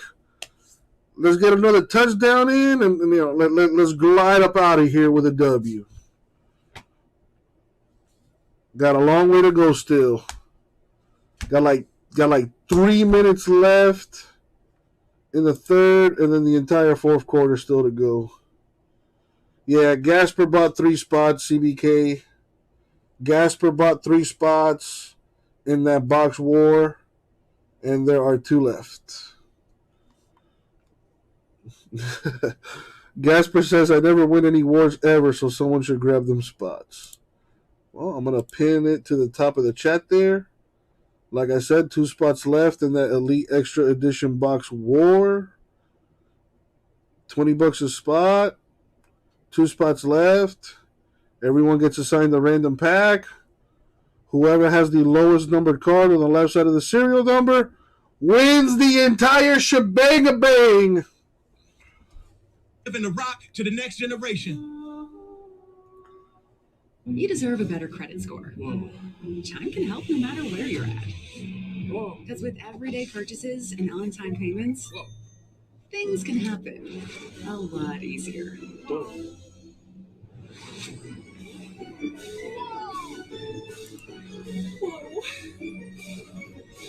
Ah, that's what I'm talking about. A Gasper CBK war.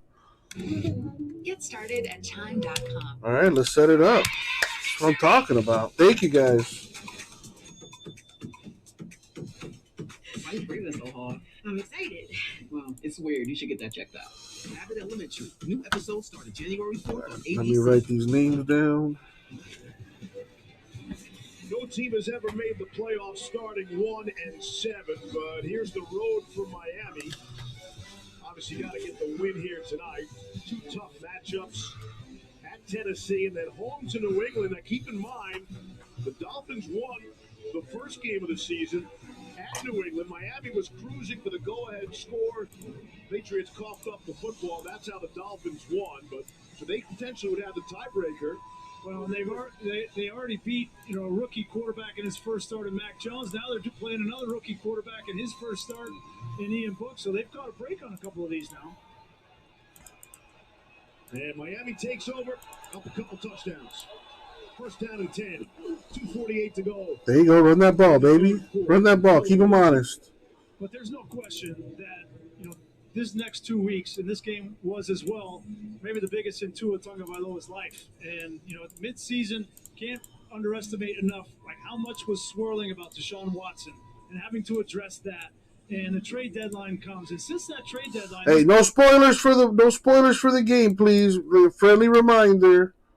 I know some of you guys are watching, and you're probably ahead of me, so please, no spoilers for the Dolphins game.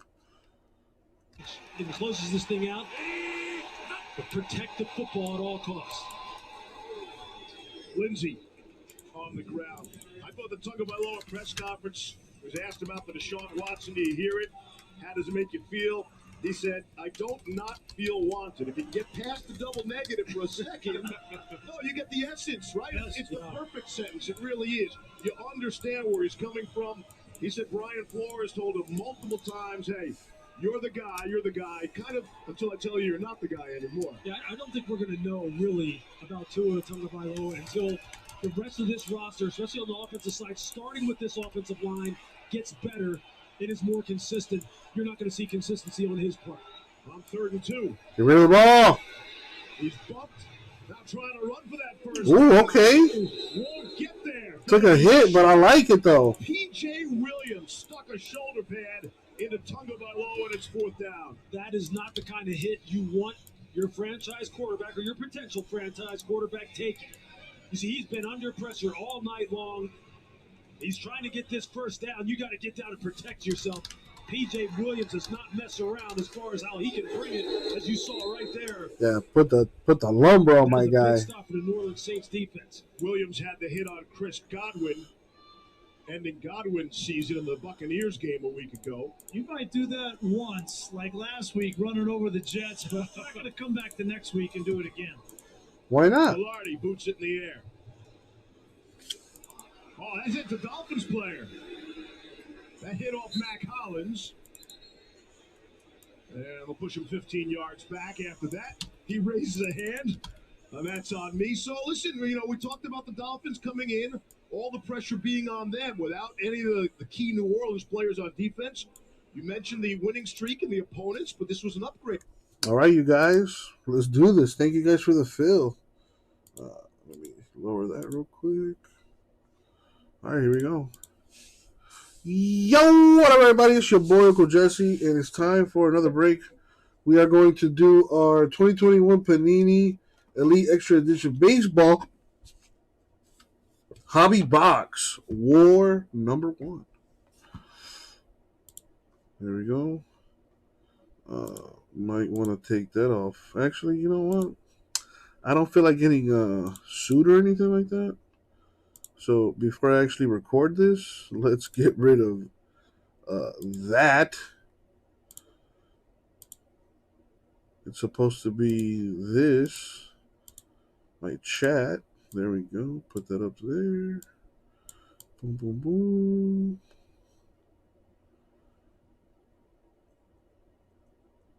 That'll do it, you reckon? There we go. All right, let's try this again. Yo, what up, everybody? It's your boy, Uncle Jesse, and it's time for another break. We're going to do our 2021 Panini Elite Extra Edition Baseball Box War number 1. All right, it's a little dark.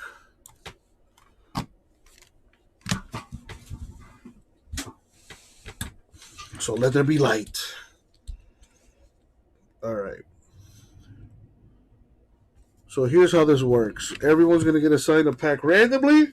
Whoever has the lowest numbered card from their respective pack wins the entire box.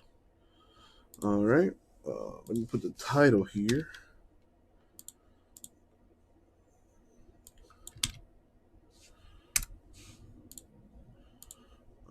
This should be the randomizer.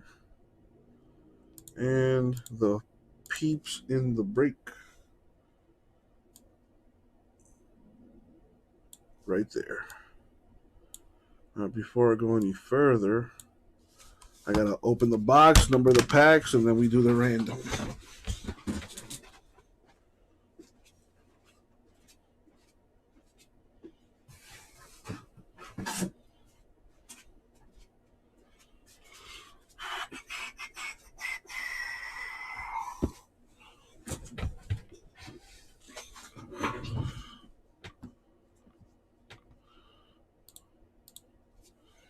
All right, let's open up this box.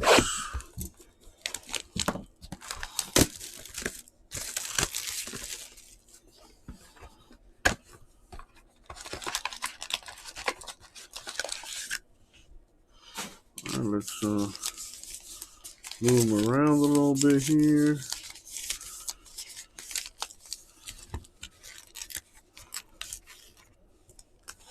Okay, so 1, 2, 3, 4, and 5. As you can see right there, all packs are numbered.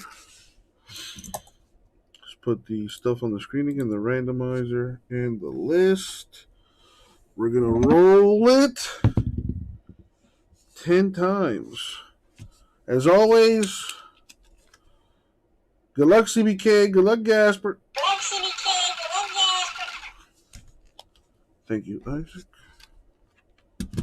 All right, we're going to start by randoming the names, then the pack numbers, and then we match them up. Here we go.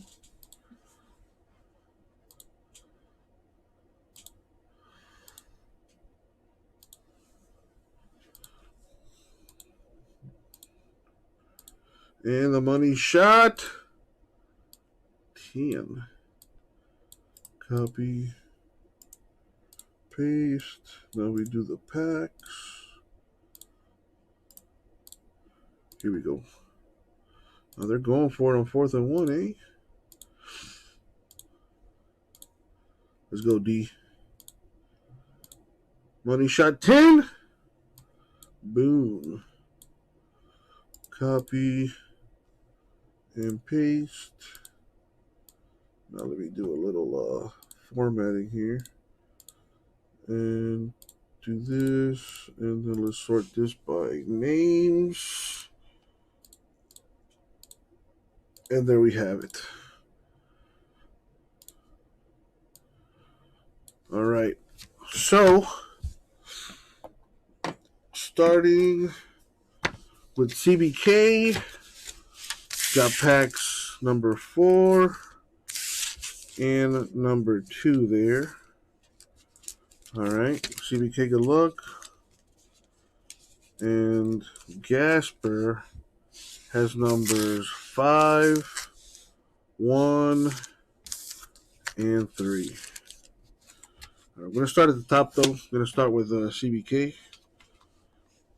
And pack 4 here. I'll keep track of the serial numbers as we go. Good luck, you guys. All right, let's put this here. Let's start with pack 4.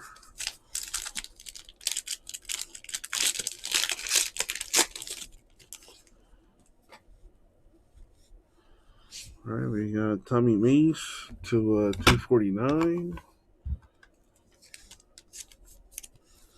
Yordi Herrera, a die cut to 999.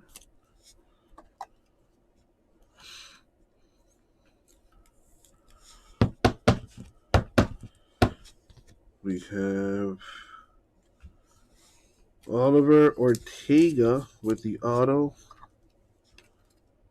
Let's see what this next card is. Ryan Bliss to 165. And the other card is not numbered. Okay, so this one's 41. This one's 108. And this one is 61. So 41 is the number. Remember, we're looking at the left side. So, number is 041.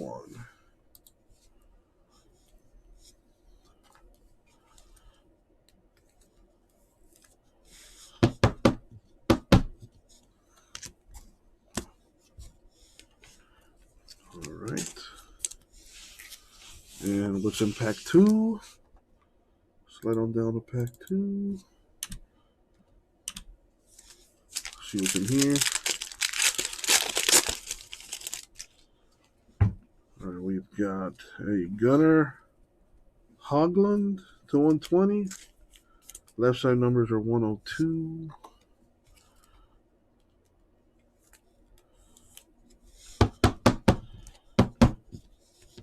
Bryce Miller, left side numbers 106.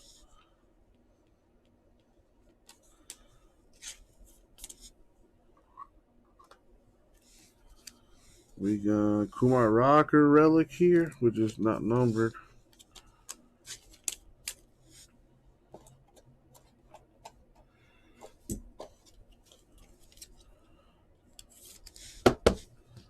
We have Landon Marchot. On-card auto. Not numbered. It's not numbered, though.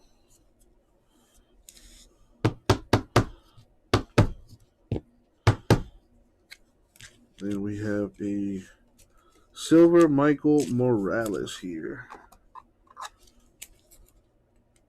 All right, so in this pack. The lowest numbered card would be the 1 to 102. So 102 is where we're at there. Let's put these aside here. Good luck to you. And last but not least, we got the Gasper Man. Gonna start with pack 5 here.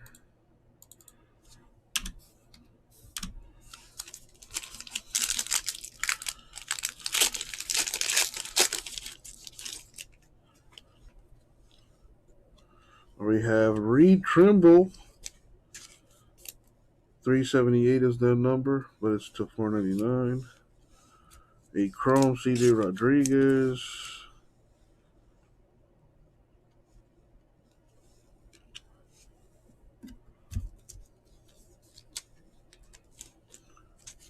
Well, it looks like there's the winner. Oh, first of all, that's the wrong sleeve. 22 out of 75. The number 22 right there is the lowest one. This one's not numbered. All right, Gasper, I think it's safe to say you have won the war, my friend. I don't know if you want to play the lottery tonight, but the winning number for you was 22.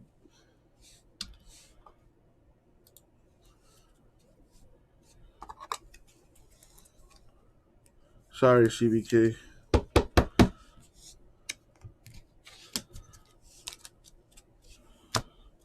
Let's see what else we got.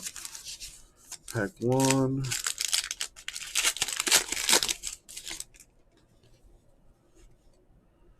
Uh, 36 right here out of 73.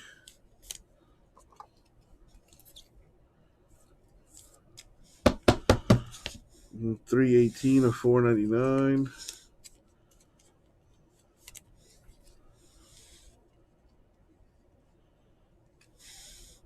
$33 out of 34 autograph die cut here.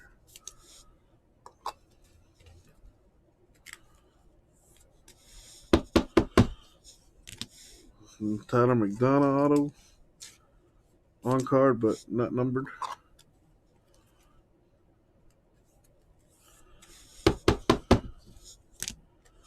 All right, well, we know who the winner is. It is Gasper. Sorry, CBK.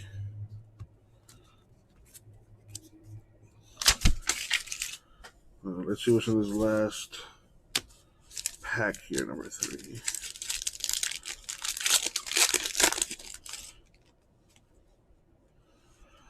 We got Dominic Hamill, 24 of 121.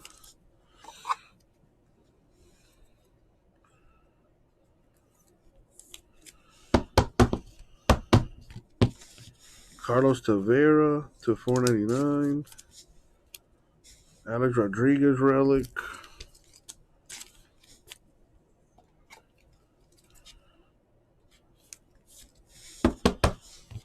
We have Elian Cortorreal. Patch auto to 149.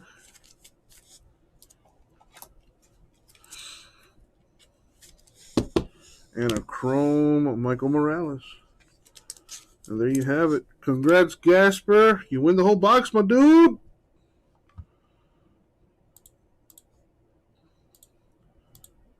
I like wars. Wars are fun. Thank you guys for that. The streak continues. You know, we at the very least, we were able to keep the streak going for another day. Of course, the streak I'm talking about is getting at least one break done, per day. In the history of this game, and just got 150 wins last week. All sorts of trouble. And this is Jerome Baker. And Javon Holland got there. Dolphins have been excellent. He's getting after the quarterback. 6th sack tonight. Had 6 last week against the Jets. And you see Jerome Baker coming up the middle, Javon Holland off the screen to your left. They just get 3 runs on the quarterback, and that's a recipe for disaster. I mean, the Saints' offensive line probably isn't that good. Defensive coordinator of Miami Dolphins has changed up the looks. You see Javon Holland there on your screen. We haven't called his name a lot tonight, but he's one of the finest. Dolphins have a pretty good front line.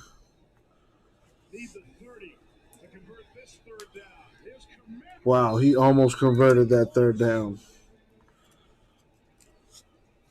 Got 19. He'll bring up a 4th and 1. Why not? Yeah, Ian Book put in a tough situation, man. He probably hasn't even gotten any reps in practice. Oh, look at that. They picked up the 4th and 1. So we're good on 4th down conversions. Not on 3rd down. You put the quarterback, especially a young quarterback, Ian Book, in such a difficult situation where everybody knows he has to throw the football. The Miami Dolphins know it. That's when you just tee off on 2 backup tackles. Now they got backup tackles too. Yeah, that's tough when you're out there playing with your 2nd, 3rd stringers. And a flag comes in.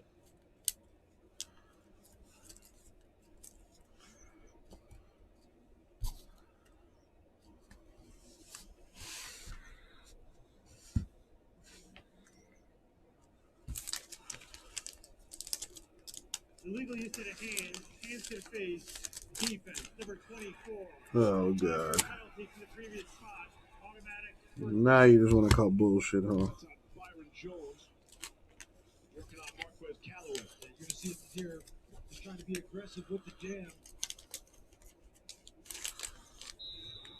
Just got to be careful with your aiming points. I think it's important, though, for this Miami Dolphins defense, even if you think this game has already been decided, to put quality tape on display here and get off this field.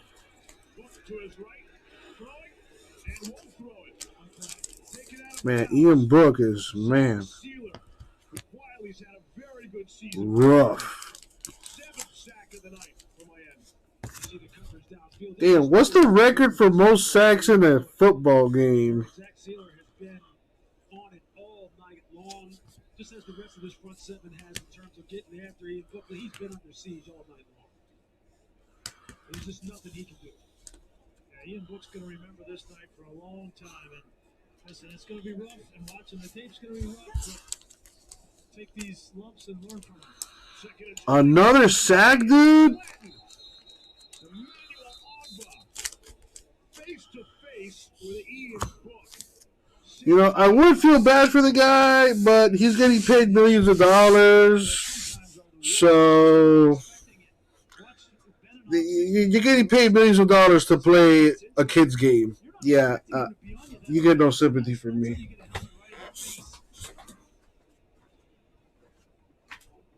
Which could have been a foul, yep. No flag. Push back to the 15. 16.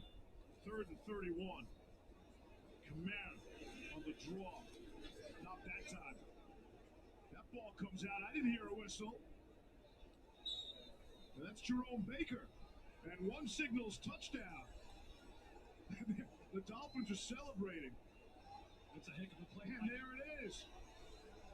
That's a heck of a play by Eric Rowe, grabbing at the football as Kamara was going down to the ground. We had one of these earlier in the game, and they let it play out. See if Kamara. Yeah, he's on the ground. Yeah. The Dolphins empty their bench to go celebrate in the end zone. They're all going to come back. Kamara went down really awkward there. His left foot underneath him, and you wonder how much longer. After review, it was determined that the runner was down by contact. It would be New Orleans ball, 4th down. What happened there? I thought it was like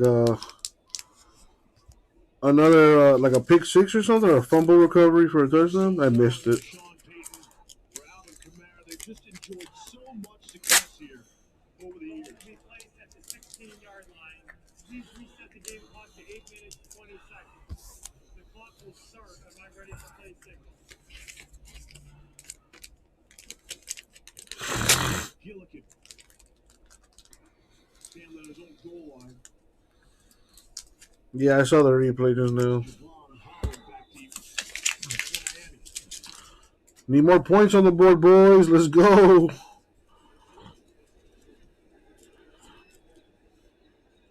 Really good punt. Holland goes all the way back to the 30. Oh, wow.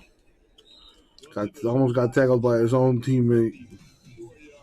Tua, dude, I need to see more from you, man. You threw a pretty bad interception. You need to make up for that. Yeah, if you want to throw Gesicki a touchdown or two, that would help me out, fantasy football-wise.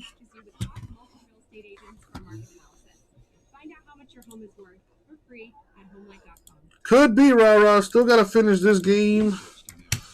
Then we got another tough game on the road against the I think we play Titans on the road, too. So that'll be a tough one as well.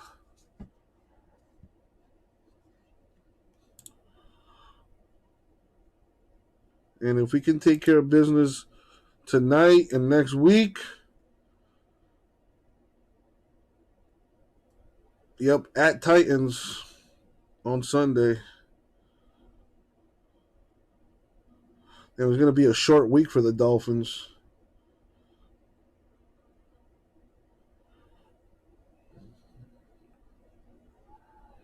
I would let the guys rest until Friday. Yeah, no practice there. I probably wouldn't even practice them this week. At least no contact. I don't know shit about coaching or whatever. I just want I need wins. Yeah, Robert, I'm surprised you still care about the Patriots. Aren't you a Brady fan? Aren't you a Bucks fan?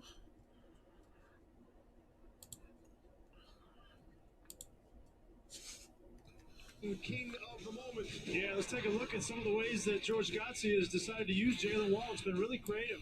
First, they get him involved in third down. This is a sail route. Nice throw from Tua. And they move into the backfield, and they sneak him out the opposite direction. It's called the burst route right there. Great job on another third down. Then the flea flicker, Lewis, got him sleeping. Yeah, I really like the fact that they got the ball down the field in this situation. And here, just a little tap pass and get him into the end zone. Oh, Gasper, dude. Gasper, who peed your Cheerios today, man? Most receptions by a rookie in a single game in Monday Night Football history. Jalen Waddle and Jerry Rice tied. Let's break that record. Somebody's got to be aware of this record. Somebody got to tell the Dolphins, yo, give my boy Waddle the ball like one more time. As Anquan Bolden, most catches ever by a rookie in a single season. Down to Lawrence. Well, dude, Rara, have you even seen a single Patriots game this year? You know, if so, how do you feel about Mac Jones? Jalen Waddle's 5 receptions away from tying the all-time rookie record for most receptions in a season.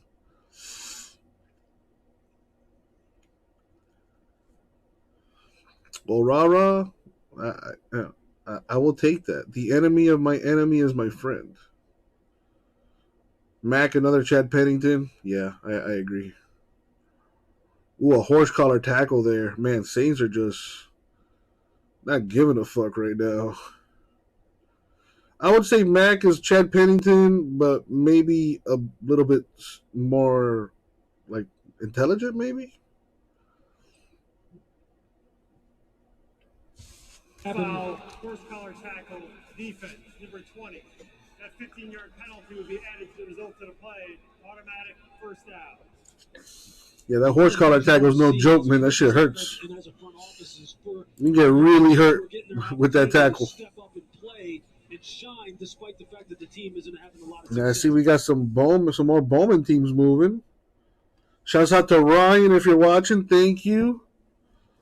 Man, don't look now, Uncle Jesse, but we may have those breaks full come Friday. I hope so. End the year with a bang. They found themselves. He wants to bet you $500 on the Pats over Dolphins. I would wait another week. I would wait until next Sunday to answer that. Looks like the Dolphins are going to win today, barring a disastrous collapse. If the Dolphins win on Sunday,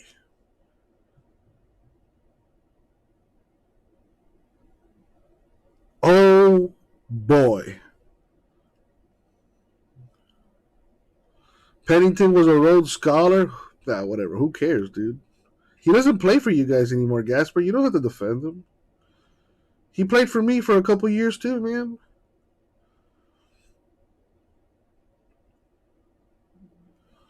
Yeah, maybe intelligent was not the word I should have used. He was more successful at the college level, that's for sure. Mac Jones, that is. But I do think Mac Jones is one of those game manager type of guys. You know, he's not going to wow you with his passing ability, but you know he's accurate. He doesn't really make mistakes, and then he's still a rookie, man. Like, people are so impatient. Remember back in the day when you used to wait like 5 years to see if your quarterback was actually any good?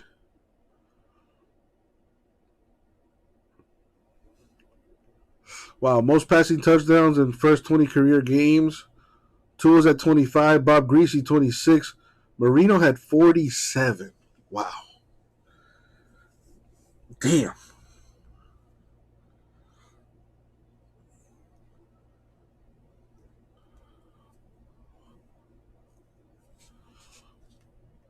Throughout the NFL, the one and only perfect team. Yeah, Tua's a 5th overall pick. You see, my dad was the 4th overall pick. You know what happens? You get that high of a draft pick, the team's not very good. My dad was drafted in the 2nd year of the Dolphins' existence, and they had some rough years before Shula got there. As George Wilson was the head coach, and but I'll tell you, Don Shula whipped things into shape pretty quick. The GOAT, greatest coach of all time, Mr. Shula. Rest in peace. Absolutely is. Look, he is a dynamic leader. He's a no-nonsense guy. There's no question about it. I got a funny story to tell you about Dan Marino when we get a second. My first NFL start came against Dan Marino and the Miami Dolphins in 1992. And you picked him off twice? Oh, no. I got to tell you a story about the very first snap of the game. What he did to me. Ooh, what a beautiful punt. And recovered at the 1. Hey, we're down. That's crazy. Down there in South Florida, Mark. Guys out there dancing, having fun. You love to see it. Very first play of the game, I walk up on Keith Jackson to press him in man-to-man coverage. I look at Dan Marino, and he comes up to the line and looks at me and goes, and he wakes up like, "Oh, come on! Does that mean he's coming after me? Does that mean It was just funny. He lit us up pretty good that day. That was Dion's. I wish I could have seen Marino in his heyday. Football on the same day. Oh, yeah. But Dan Marino was the guy. I mean, an absolute classic, beautiful pocket passer. Yeah, he beat the tar out of us too. First, it was a Monday night. People talk about Marino like he's a god at quarterback. But when I got to see him, he was garbage. That last season, he really should have retired before that. But I'll never forget starting against one of my idols growing up in Danny Marino. Role number 13.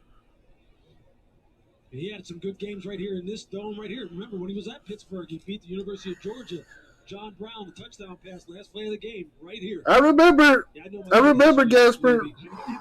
It was that was my initiation into Dolphins fandom, dude. I remember that season very vividly.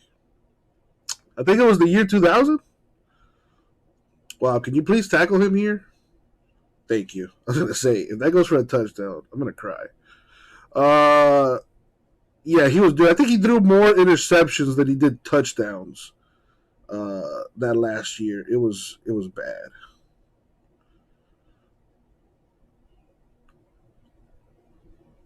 I hate Dan Marino. I mean, he did pull off that the old fake spike against the Jets, I think, right? Wow, that dude got lit. Oh my God. Get number 46, 65. Yeah, that dude was. No, it was some other guy that got lit up. This dude's probably cramping or something.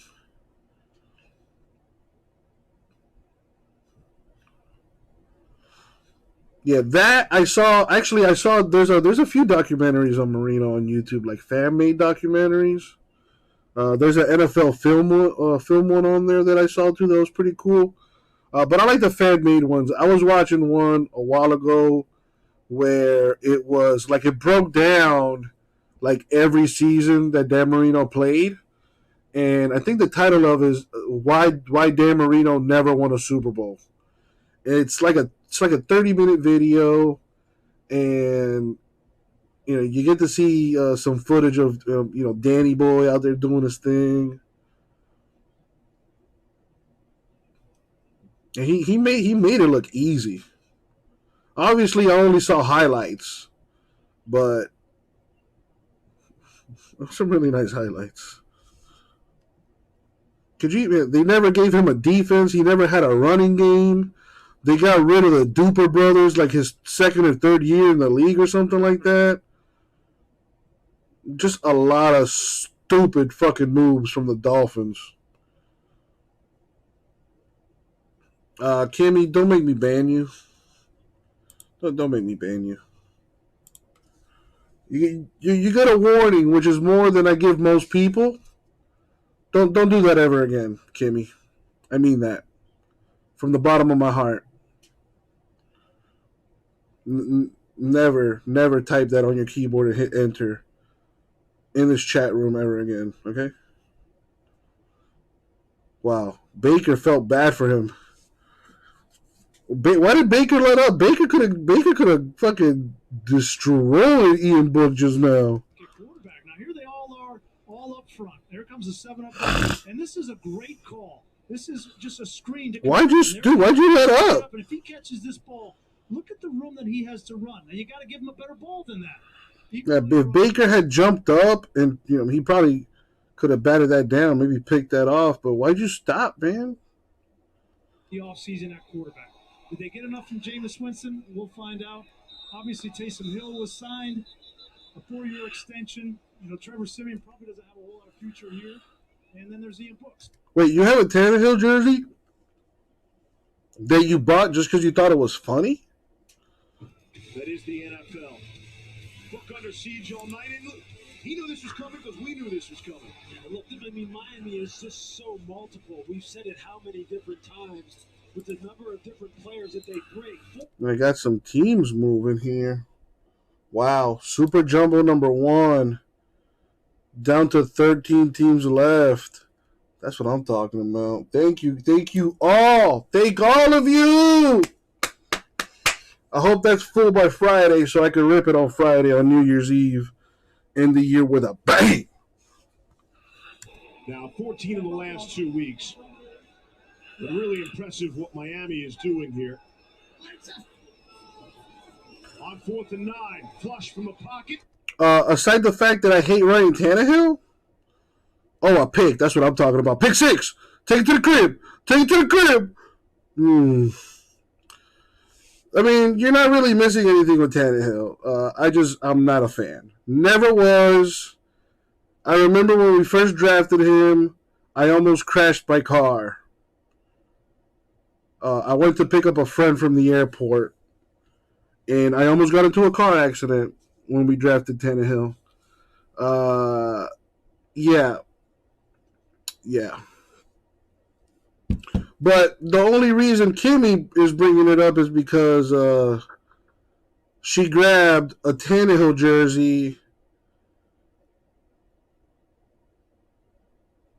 So Kimmy's explaining it there in the chat. So Kimmy in the National, back a few years ago, bought a Tannehill jersey, and I think she bought it just as like a joke, and I didn't think it was funny. No, that was not very funny.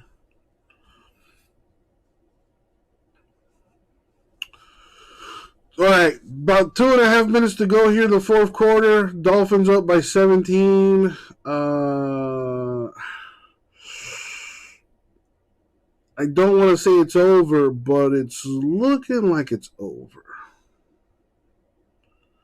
Dolphins, the first team in NFL history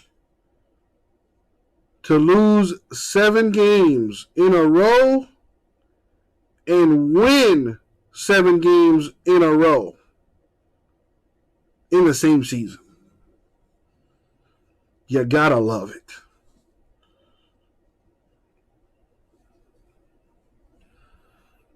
Now we gotta take care of business on Sunday. If we can take care of business on Sunday, I like our chances against the Patriots at home. For the playoffs too, woo! That place is gonna be rocking.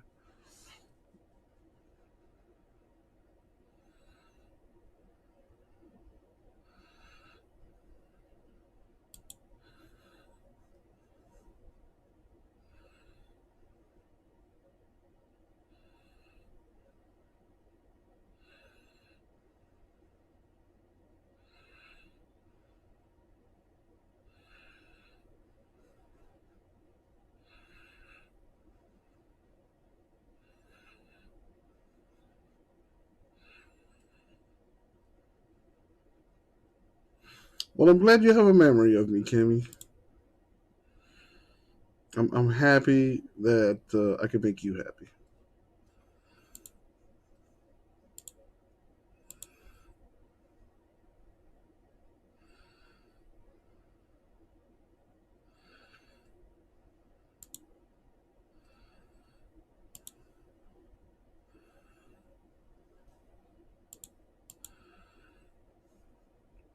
Yes, sir. A good one. For the first time in a long time. But we've come this far. We got to keep going.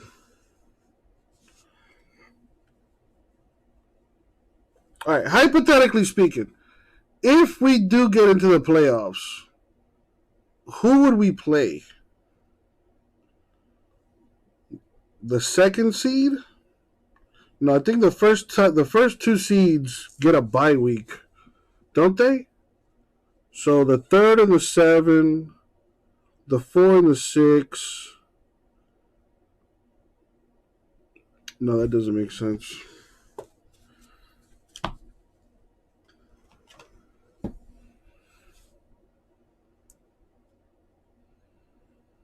I think it's only the top team that gets a bye.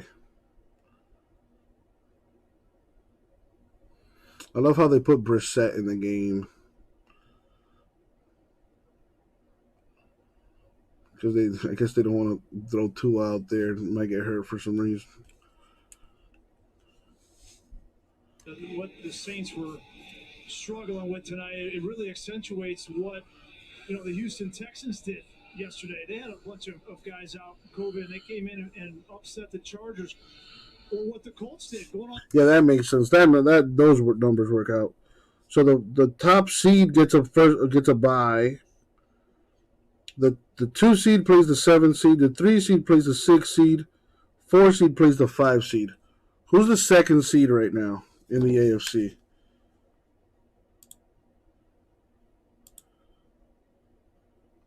Obviously, that's more than likely going to change by the end of the season, but just so I have, something to look at here.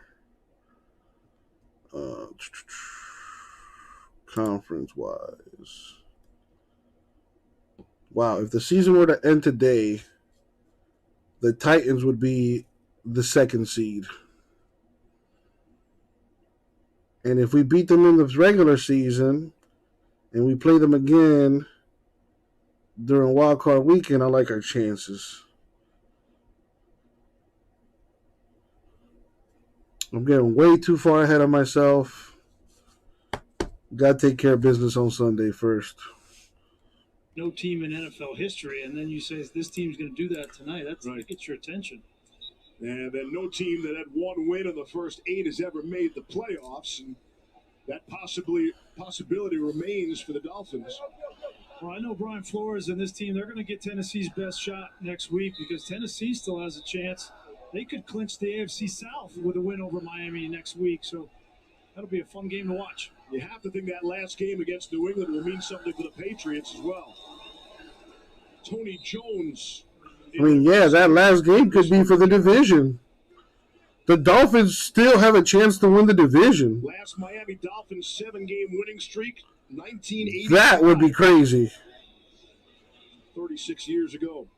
I think what I also really liked about what Brian said was that during that adversity during the season, he said Brian Flores. Oh, not Greasy. Yeah, he's been saying good stuff here tonight. But I mean, but Flores said, look, during that 7-game losing streak, all of that adversity, Ooh. find out who's on board and who isn't. Yeah. And that goes for players, coaches, staff, fans, everybody. And he said you find out real quick. First NFL team with a 7-game losing streak and a 7-game winning streak in the same season. Career with the Miami Dolphins against 2 heavyweights, where he's going to really find out just what this. We're also the only NFL team to go undefeated in the season. We just out here setting records, baby. In the classy embrace. Let's go! They have themselves a 7-game winning streak. That Dolphins defense doing what it's supposed to do. Ian Book, good luck to you moving forward.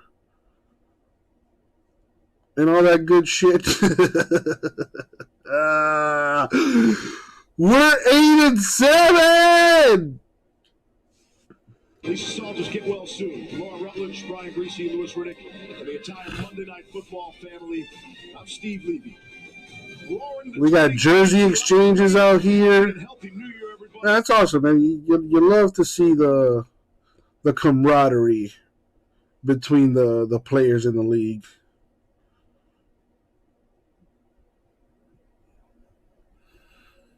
I wonder what was the first sport to actually do that. I think that's a soccer thing. Exchanging jerseys. I could be wrong. I probably am wrong, but that's the first time I remember seeing it.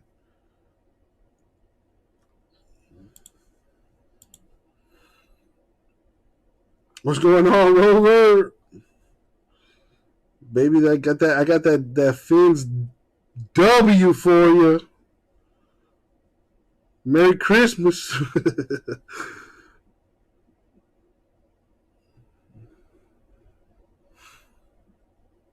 What's going on with you, man?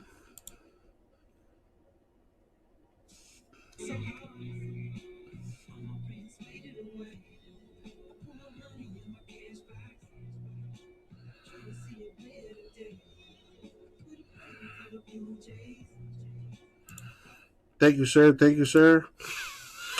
All right, I've enjoyed it. Got off a conference call. How did that go?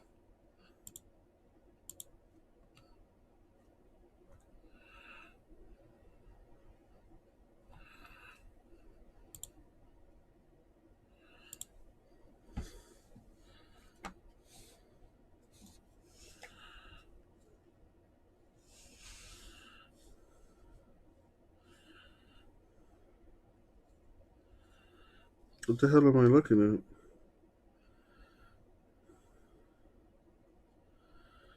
at? Hey, my guy. Wolfie showing love. That's what I'm talking about. Thank you, man. You didn't have to do that at all, man. Thank you. Appreciate that. That's love right there.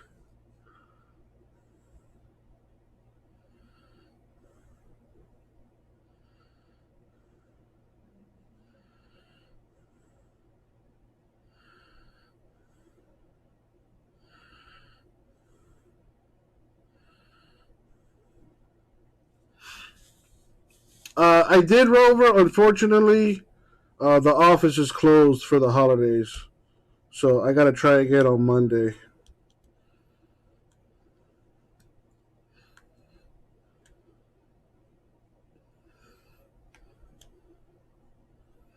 You know, I got to say, I've never been on a Zoom call. Never. Proud to say that.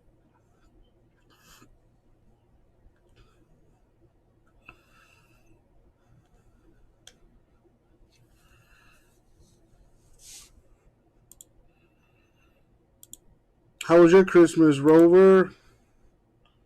You get any gifts?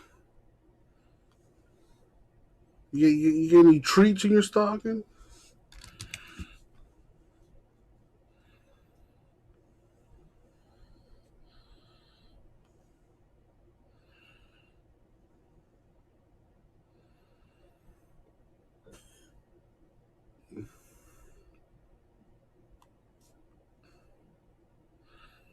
The Rara lives on Zoom? Damn.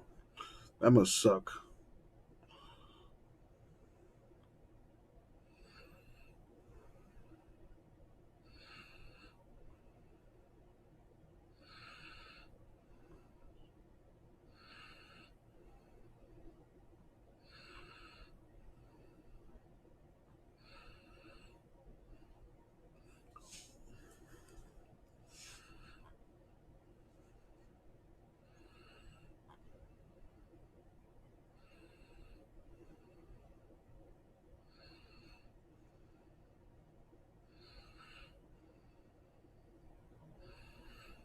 Don't get too many gifts. Damn, I'm sorry to hear that.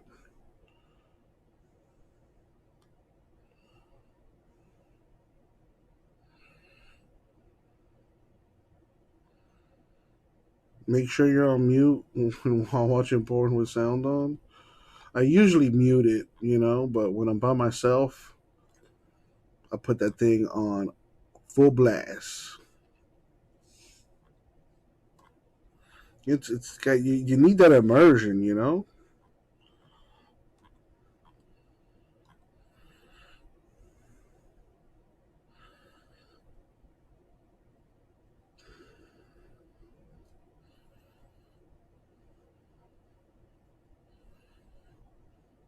My boy was handing out bonuses. Look at you, man.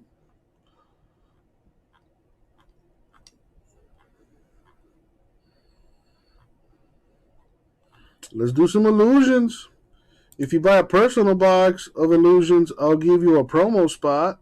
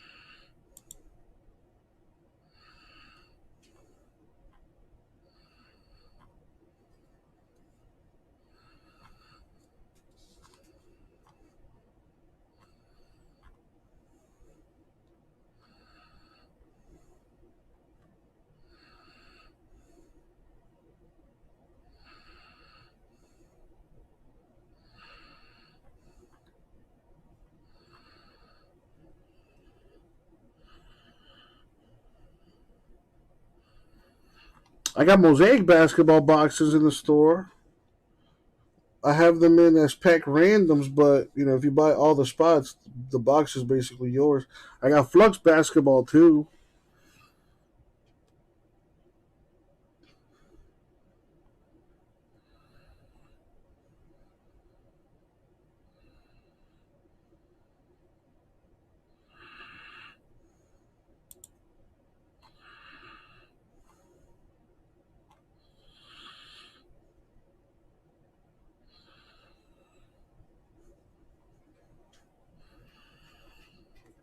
Yeah, Flux, I have it as a random divisional. But, if you buy a box, I'll give you a promo spot.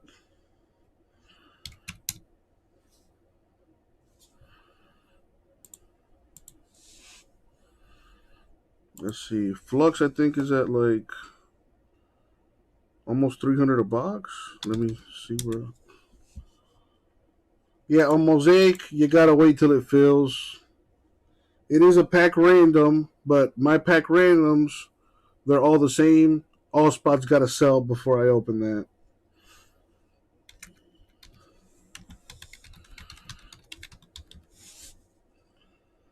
Flux basketball is at $2.90 a box.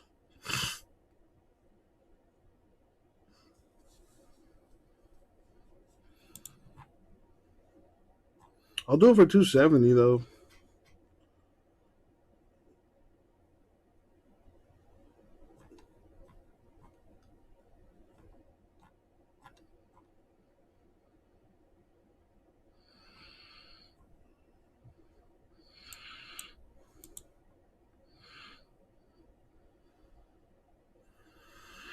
Oh boy.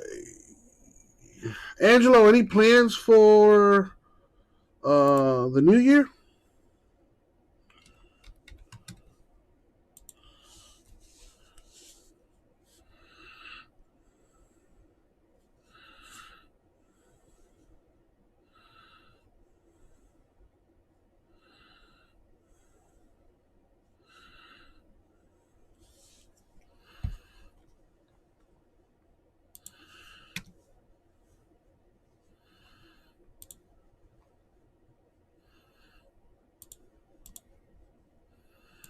So what you're saying, Rover? You're saying you're not doing nothing?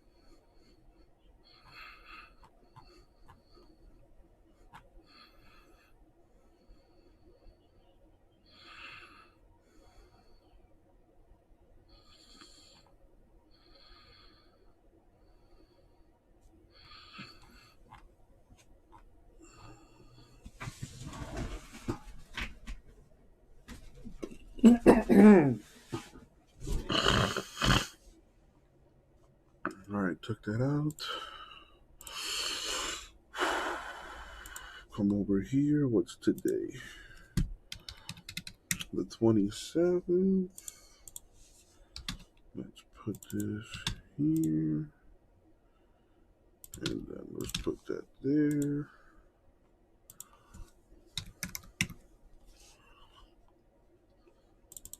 Gasper, thank you, man.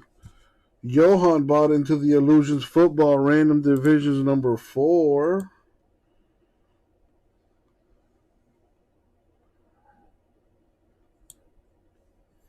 Number 4 down to, let me refresh. Number 4 down to 6 spots.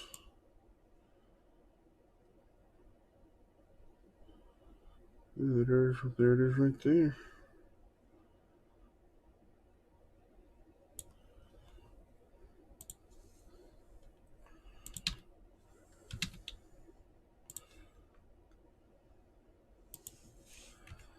Put it in the chat.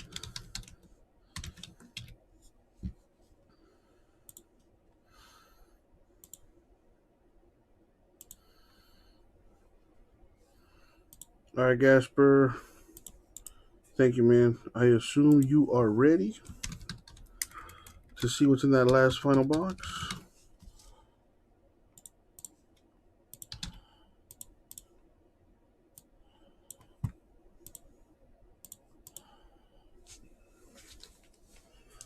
All right, here we go.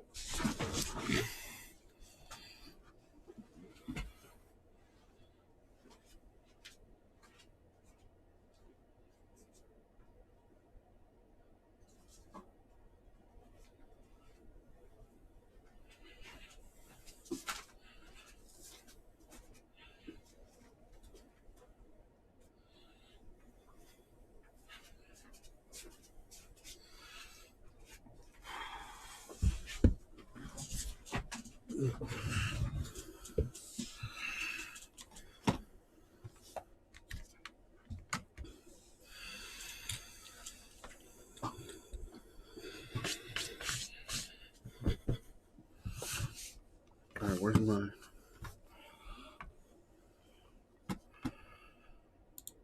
All right, here we go. Yo, what up, everybody? It's your boy, Uncle Jesse, and it is time for another break.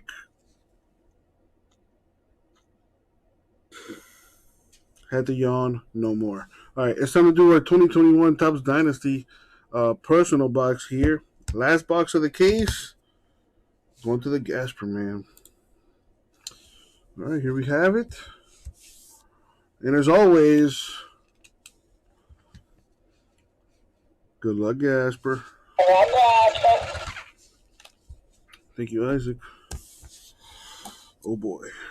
Let's see what we have here.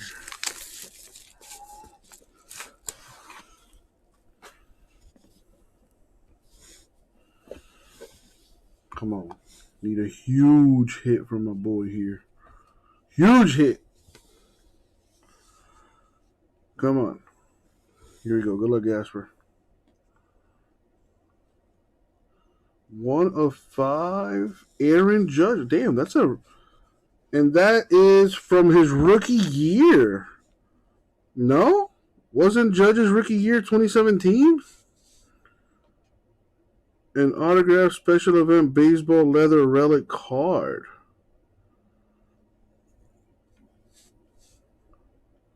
Game used relic from the 2017 MLB All-Star game.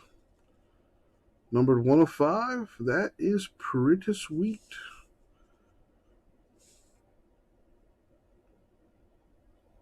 Glad you like it, Gasper. Got your name all over it, man. Thank you. And that is why you always buy the last box. Because there might be something decent in there.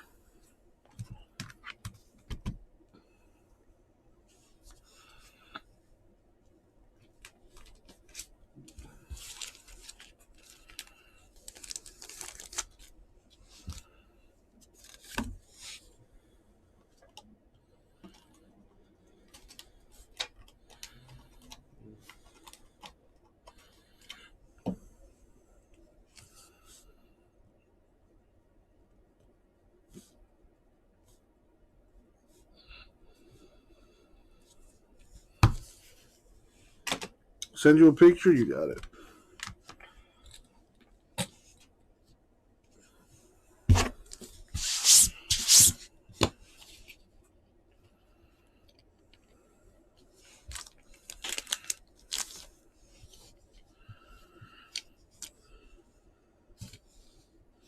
I'm glad we got that Saints win. I thought that was going to be a lot tougher. I was afraid that that Ian Book kid would come out of nowhere and be really good. But we took care of business. Going to be a tough one on the road again against the Titans. If we can win that game, I like our chances against the sorry-ass Patriots.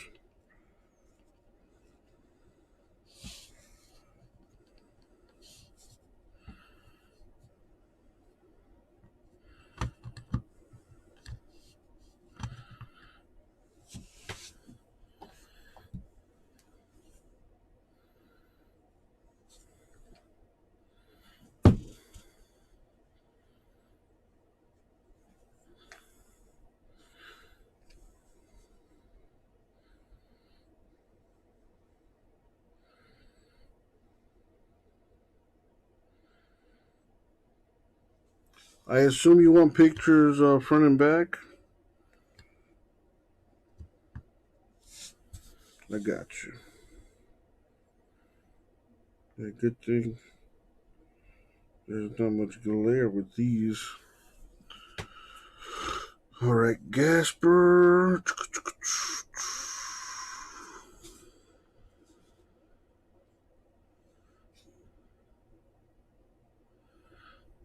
There you go. I just sent it to you, Gasper. Thank you, man.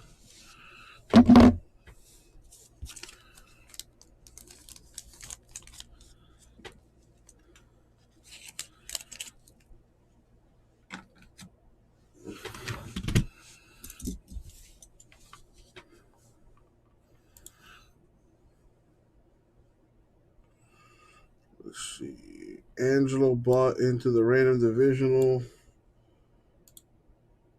number 4, which leaves 3 spots left.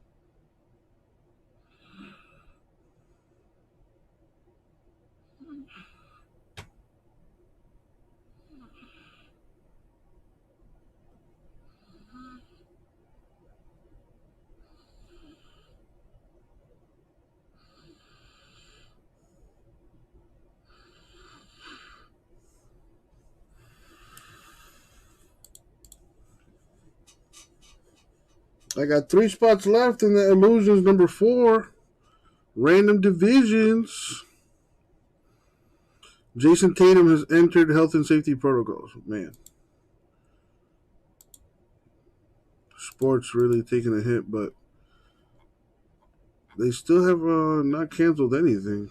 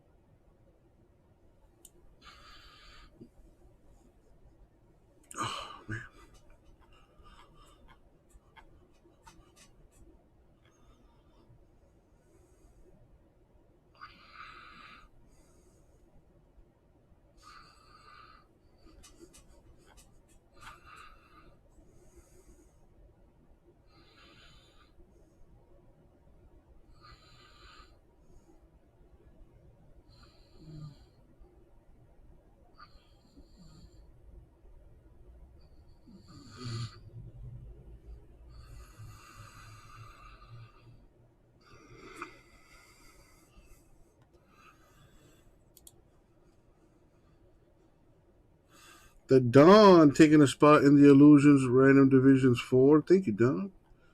Got that down now to 2. There we go. I can speak English.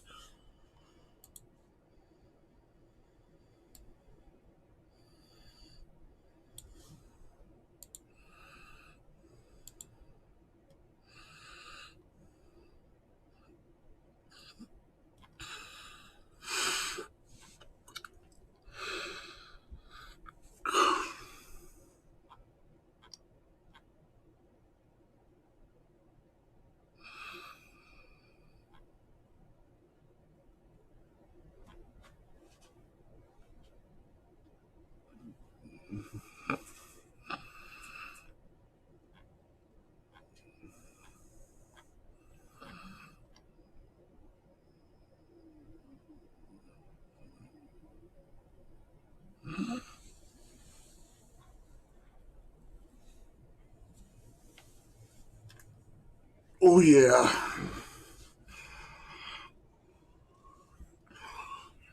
Oh, boy. Well, let's check to see if anybody bought those last two spots.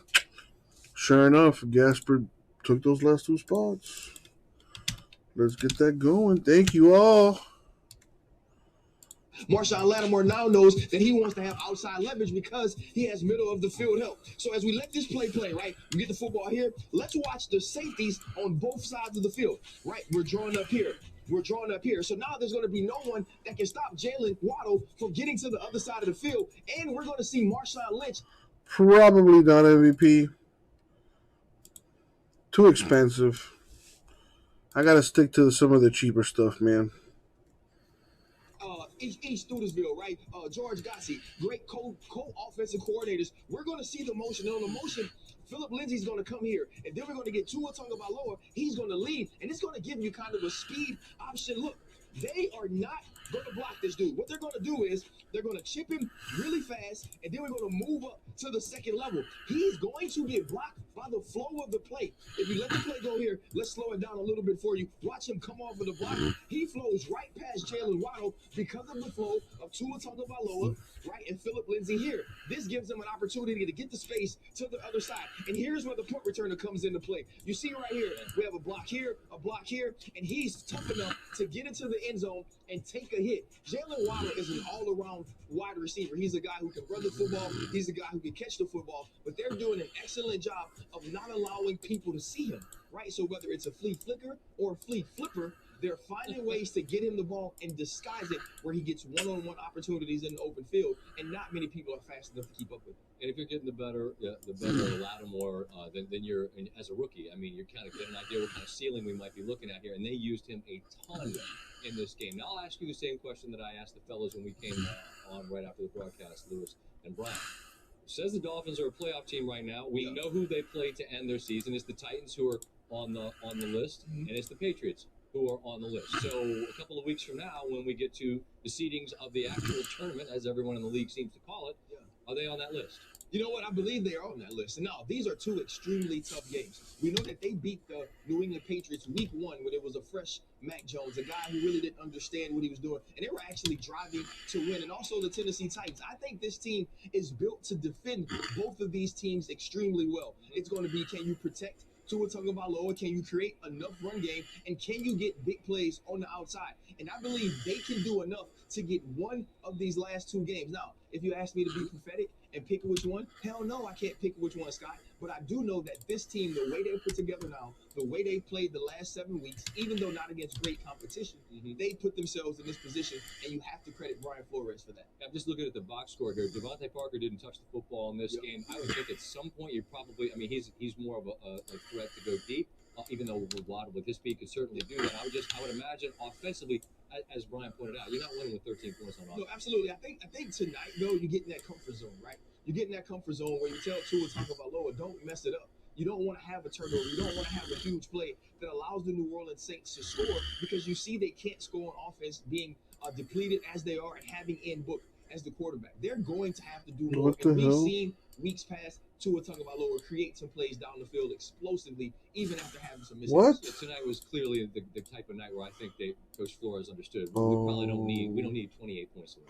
Absolutely, we got enough once they had when they got the pick six, the defense could have played the entire game without offense and still beat the Saints. We see this NFC picture now, and this is something we will get into a little bit later, because I have a question specifically about Dallas. I saw you on Get Up today. I was just taking mental notes, just trying to gain professional. I saw your outfit too. I said you're gonna wear yours. I'm gonna wear. I thought I was. Well, am I? No. Okay. Everybody's gonna see it though, and so now you're not gonna be able to wear it.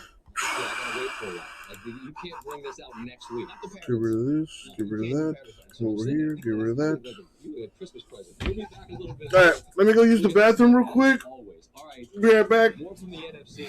This is no good at all if you're a San Francisco fan. Issues with their starting quarterback, Jimmy Garoppolo, a torn UCL, and it's a ligament, and a fracture in the right thumb. Garoppolo, 30-14 in his 44 starts for the Niners. His status for Sunday's game against the Texans is uncertain. Rookie Trey Lance could be used under center. Kyle Shanahan, please, where he is. This last month of Trey has been his best consecutive 4 weeks of practice since we've had him. He's had a number of good days and he's had some bad days, like most guys do. But as far as his consistency and stuff, I feel this last month has been his best. Niners not the only team dealing with key injuries, and look, at the moment with the COVID issues, it's pot luck. You just have no idea who you're going to have. But on the injury front, Shaq Barrett likely out for the rest of the regular season with sprains to his knee. They lost Fournette for the regular season, Godwin for the year on the offensive side.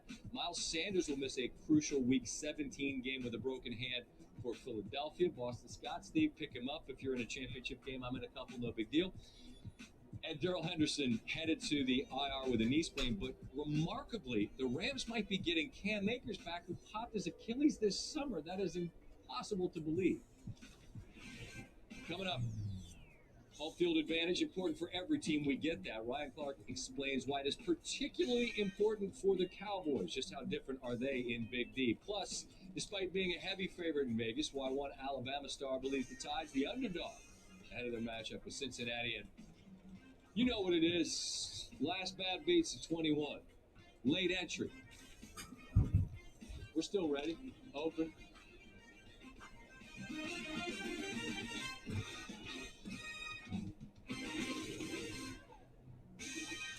This episode of SportsCenter with Scott Van Pelt is presented by T-Mobile, America's largest, fastest, and most reliable 5G network. Hitting the road? Not all 5G networks are created equal. T-Mobile covers more interstate highway miles with 5G than Verizon.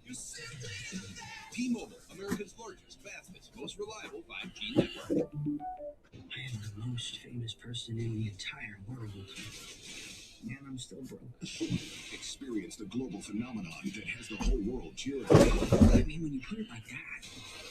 Rated PG-13, now playing exclusively in movie theaters. This is the move right here. Boom. Boom. My turn. My bag of chips and your crunch wrap.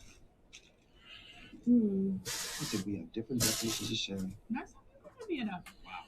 So generous. Power, riches, respect. Everyone is watching. Waiting for me to make the next move.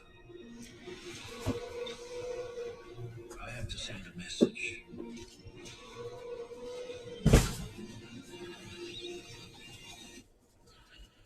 the crime lord now. Boba Fett, original series streaming December 29th. Make fitness routine with Pure Protein. High protein, low sugar. Tastes great. High protein, low sugar. So good. High protein, low sugar. Birthday cake. Pure Protein. Find our coupons in Sunday's paper. At Hampton by Hilton. Contact. All right, is everybody here? Gasper, Angelo, Don.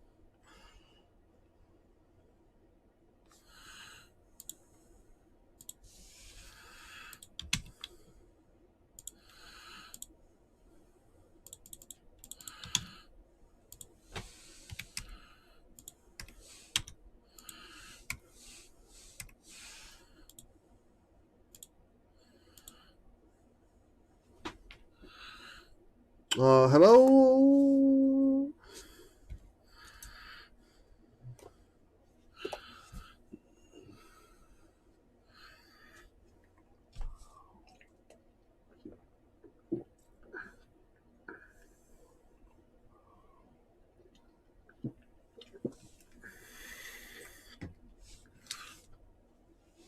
Did everybody step away? Well, there's Angelo.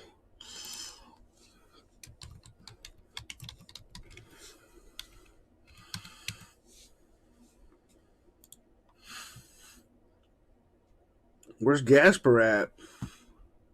Might be doing some eBay stuff. I wanted to at least, see the break, There he is. All right.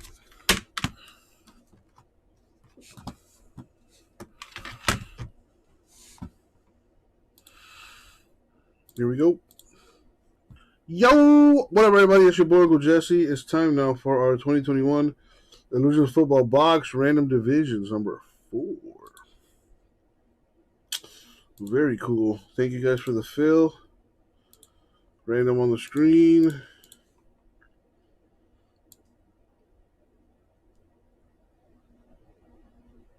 and the folks in the break too.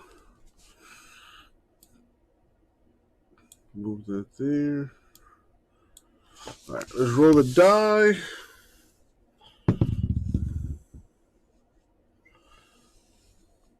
We're going to go 12 times. Going to random the names first, then we're going to random the divisions, and then we're going to match them up. Well, first, let me sort this in alphabetical order. There we go, before we do the randoms. And these are the names in order of when spots were purchased. All right. With that being said, good luck, everybody. Thank you, Isaac. All right, here we go. 12 times.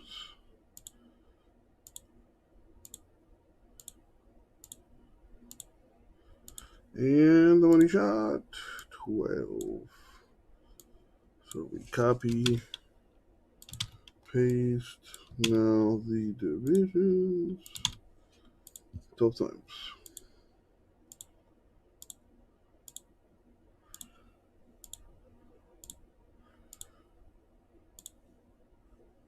And the money shot, 12.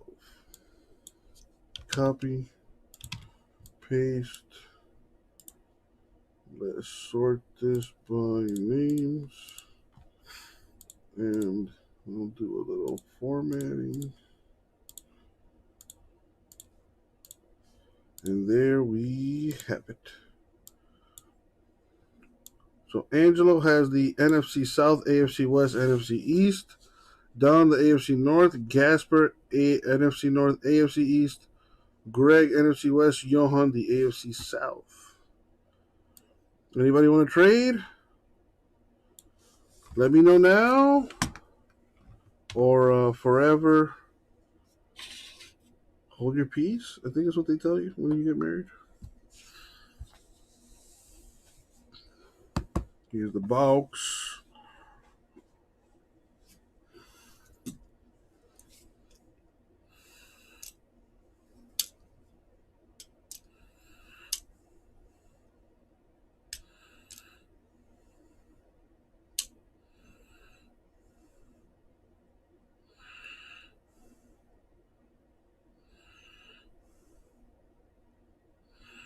All right. Doesn't look like anybody wants to trade. So, good luck, everybody. Thank you, Isaac. All right, here we go.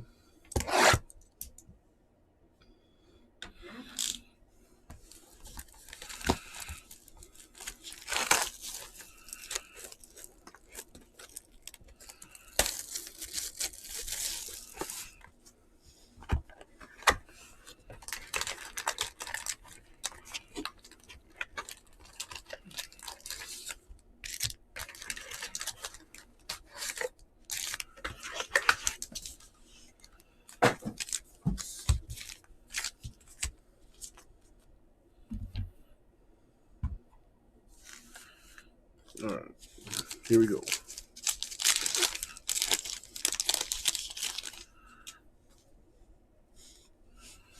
All right, we got Stafford, rookie Stevenson, Patriots, Gibson, Tannehill to 499, Titans, Red Herbert insert here, which I believe is numbered. Yes, number to 149.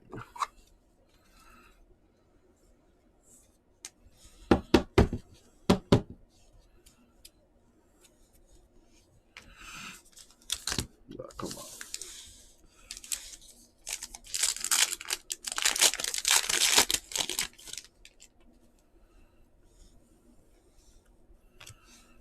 Got Kellerman rookie, Vikings.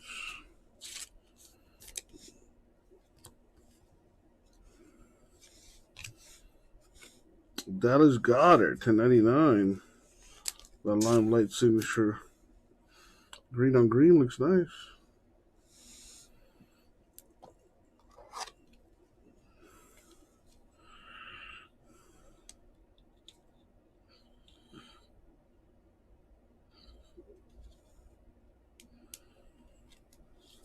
There we go.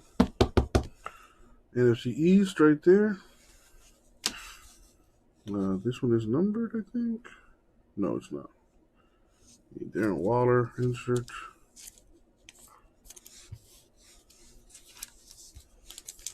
So that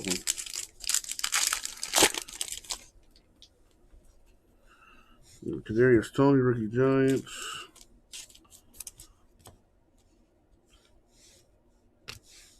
Javonte Williams, rookie Broncos. Deshaun Watson to $4.99.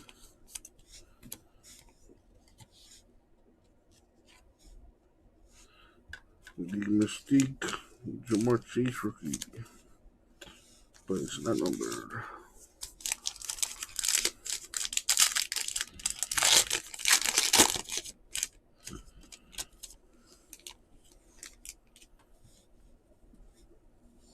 Jaden Darden, rookie Bucks.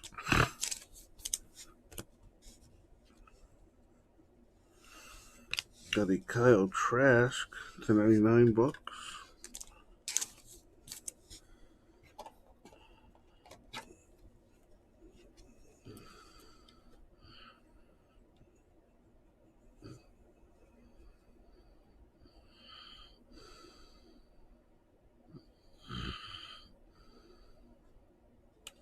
Why?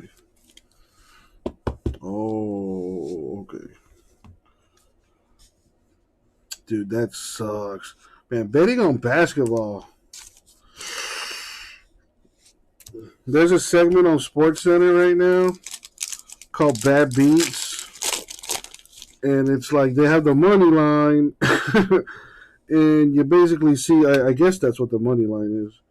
And then you see teams like, you know, oh, they were supposed to lose by 2.5, and then out of nowhere, oh, you know, now they're up by 4.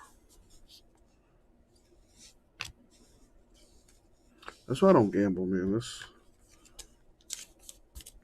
no bueno. Anyway, Nick Chubb to 99 here.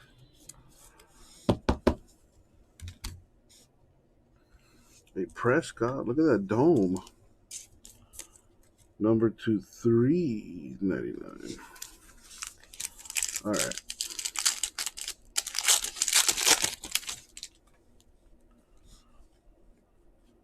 What is that? Well, that's a pretty cool looking card. It's a $2.49 rookie Pat Freiermuth Steelers.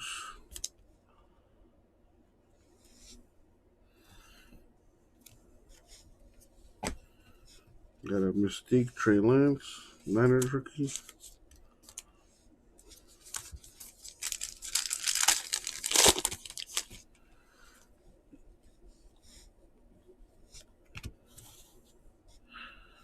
Got an Atwell rookie Rams. Cam Newton $4.99. That picture of Cam Newton is hilarious.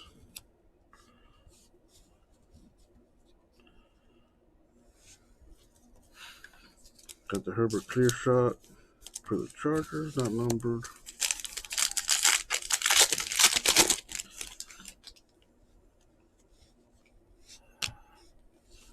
Scott Van Pelt is like the only anchor that they have anymore that I like. De'Ami Brown to 99 with the RPA. Washington football team, NFC East.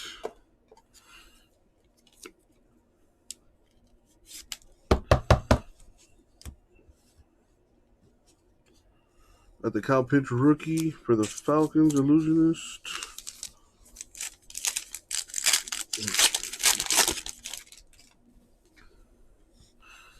Kyle Trask rookie Bucks. Boom, boom. Oh, wow. Dual relic to 99. Got Jackson Colts. They're both in the same division, though, right? Let me look at my cheat sheet. AFC South. Yep, same division. So don't have to random this.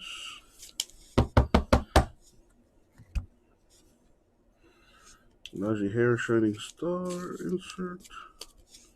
In the last pack, we've got Jacob Harris, rookie Rams.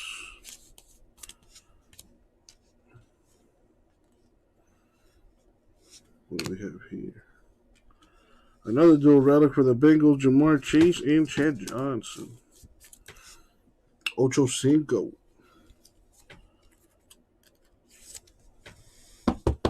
Did they ever make any Ocho Cinco cards? That would have been pretty funny. And a Cal Trash rookie Mystique numbered to $3.99 for the Bucks. And that is the break.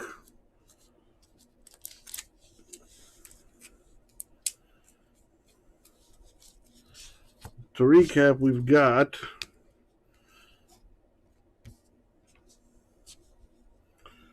there's supposed to be 3 autos, 2 relics. There's 2 autos. Well, of course it's on average. You know how that works. There's the 2 relics, 2 autographs. Is there a 3rd auto I'm missing here?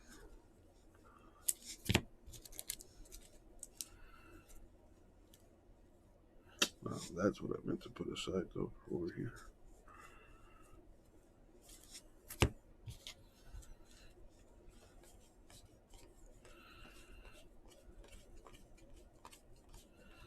It looks like we got shorted an autograph, which more than likely means there's a box in that case with an extra autograph. All right, recap. /99 Nick Chubb Browns. /99 Kyle Trask Bucks. Relic for the Bengals, Chase and Johnson. /99 Trevor Lawrence, Peyton Manning. That is AFC South. Also got a nice Herbert here. Insert numbered to 149. Autographs. De'Ami Brown /99 and Dallas Goedert also /99. NFC East teams here. And that is the break. Thank you all. I'll get it out to you. Yeah, that box, was not the best, to put it lightly. Sorry, guys. Sports Center with Scott Van Pelt is presented by T-Mobile. Just past midnight, East Coast time. Dolphins get the victory. Saints were really undermanned, but their head coach says, nah, that low-hanging fruit is not something we're going to take. We're not making any excuses. There were a number of things offensively that God didn't sit well. I'm sure with all of us as coaches, but nonetheless, this is a game we're going to want to quickly get behind us. We have a short week and 2 important games coming up, both division games that are going to be important relative to the NFC. We think. Personally, got a lot to get better at. I'm excited to watch the film. Get back on the drawing boards, get going. We go on the sideline and we look at the iPad and you see, there's things in my mind already that I want back. But it felt good to be out there, and I'm evaluating it. It's bad. We didn't score a touchdown, so can't win a game that way. No, you cannot. A bizarre statistic as it relates to the Notre Dame quarterbacks in the league. And again, booked 1 more games there than any starting quarterback at Notre Dame. Since Brady Quinn beat the Panthers in 2012, Notre Dame quarterbacks have lost 24 consecutive starts in the NFL. It's all your situation. Wow, that's a crazy stat. But just, again, baffling, I guess. Includes Deshaun Kaiser's record of 0-15 with Deshaun Kaiser! Whatever happened to that guy? On the other side of things, you got Miami, who's won 7 straight. Their head coach, Brian Flores. Gasper, you kind of read my mind. I'm thinking the same thing here myself. I'm going to call it a night, you guys. I need to finish packing, sorting, and shipping so I can get this stuff shipped out to you guys tomorrow. And then whatever I break on Tuesday and Wednesday, I'll have shipping out Thursday. Thursday I'm taking off so that I can be here Friday at 11 ripping up that Bowman draft. So thank you guys for getting some stuff filled for me. Appreciate it. I'll be back again tomorrow, and I will see you then. Have a good night, everybody. I love you.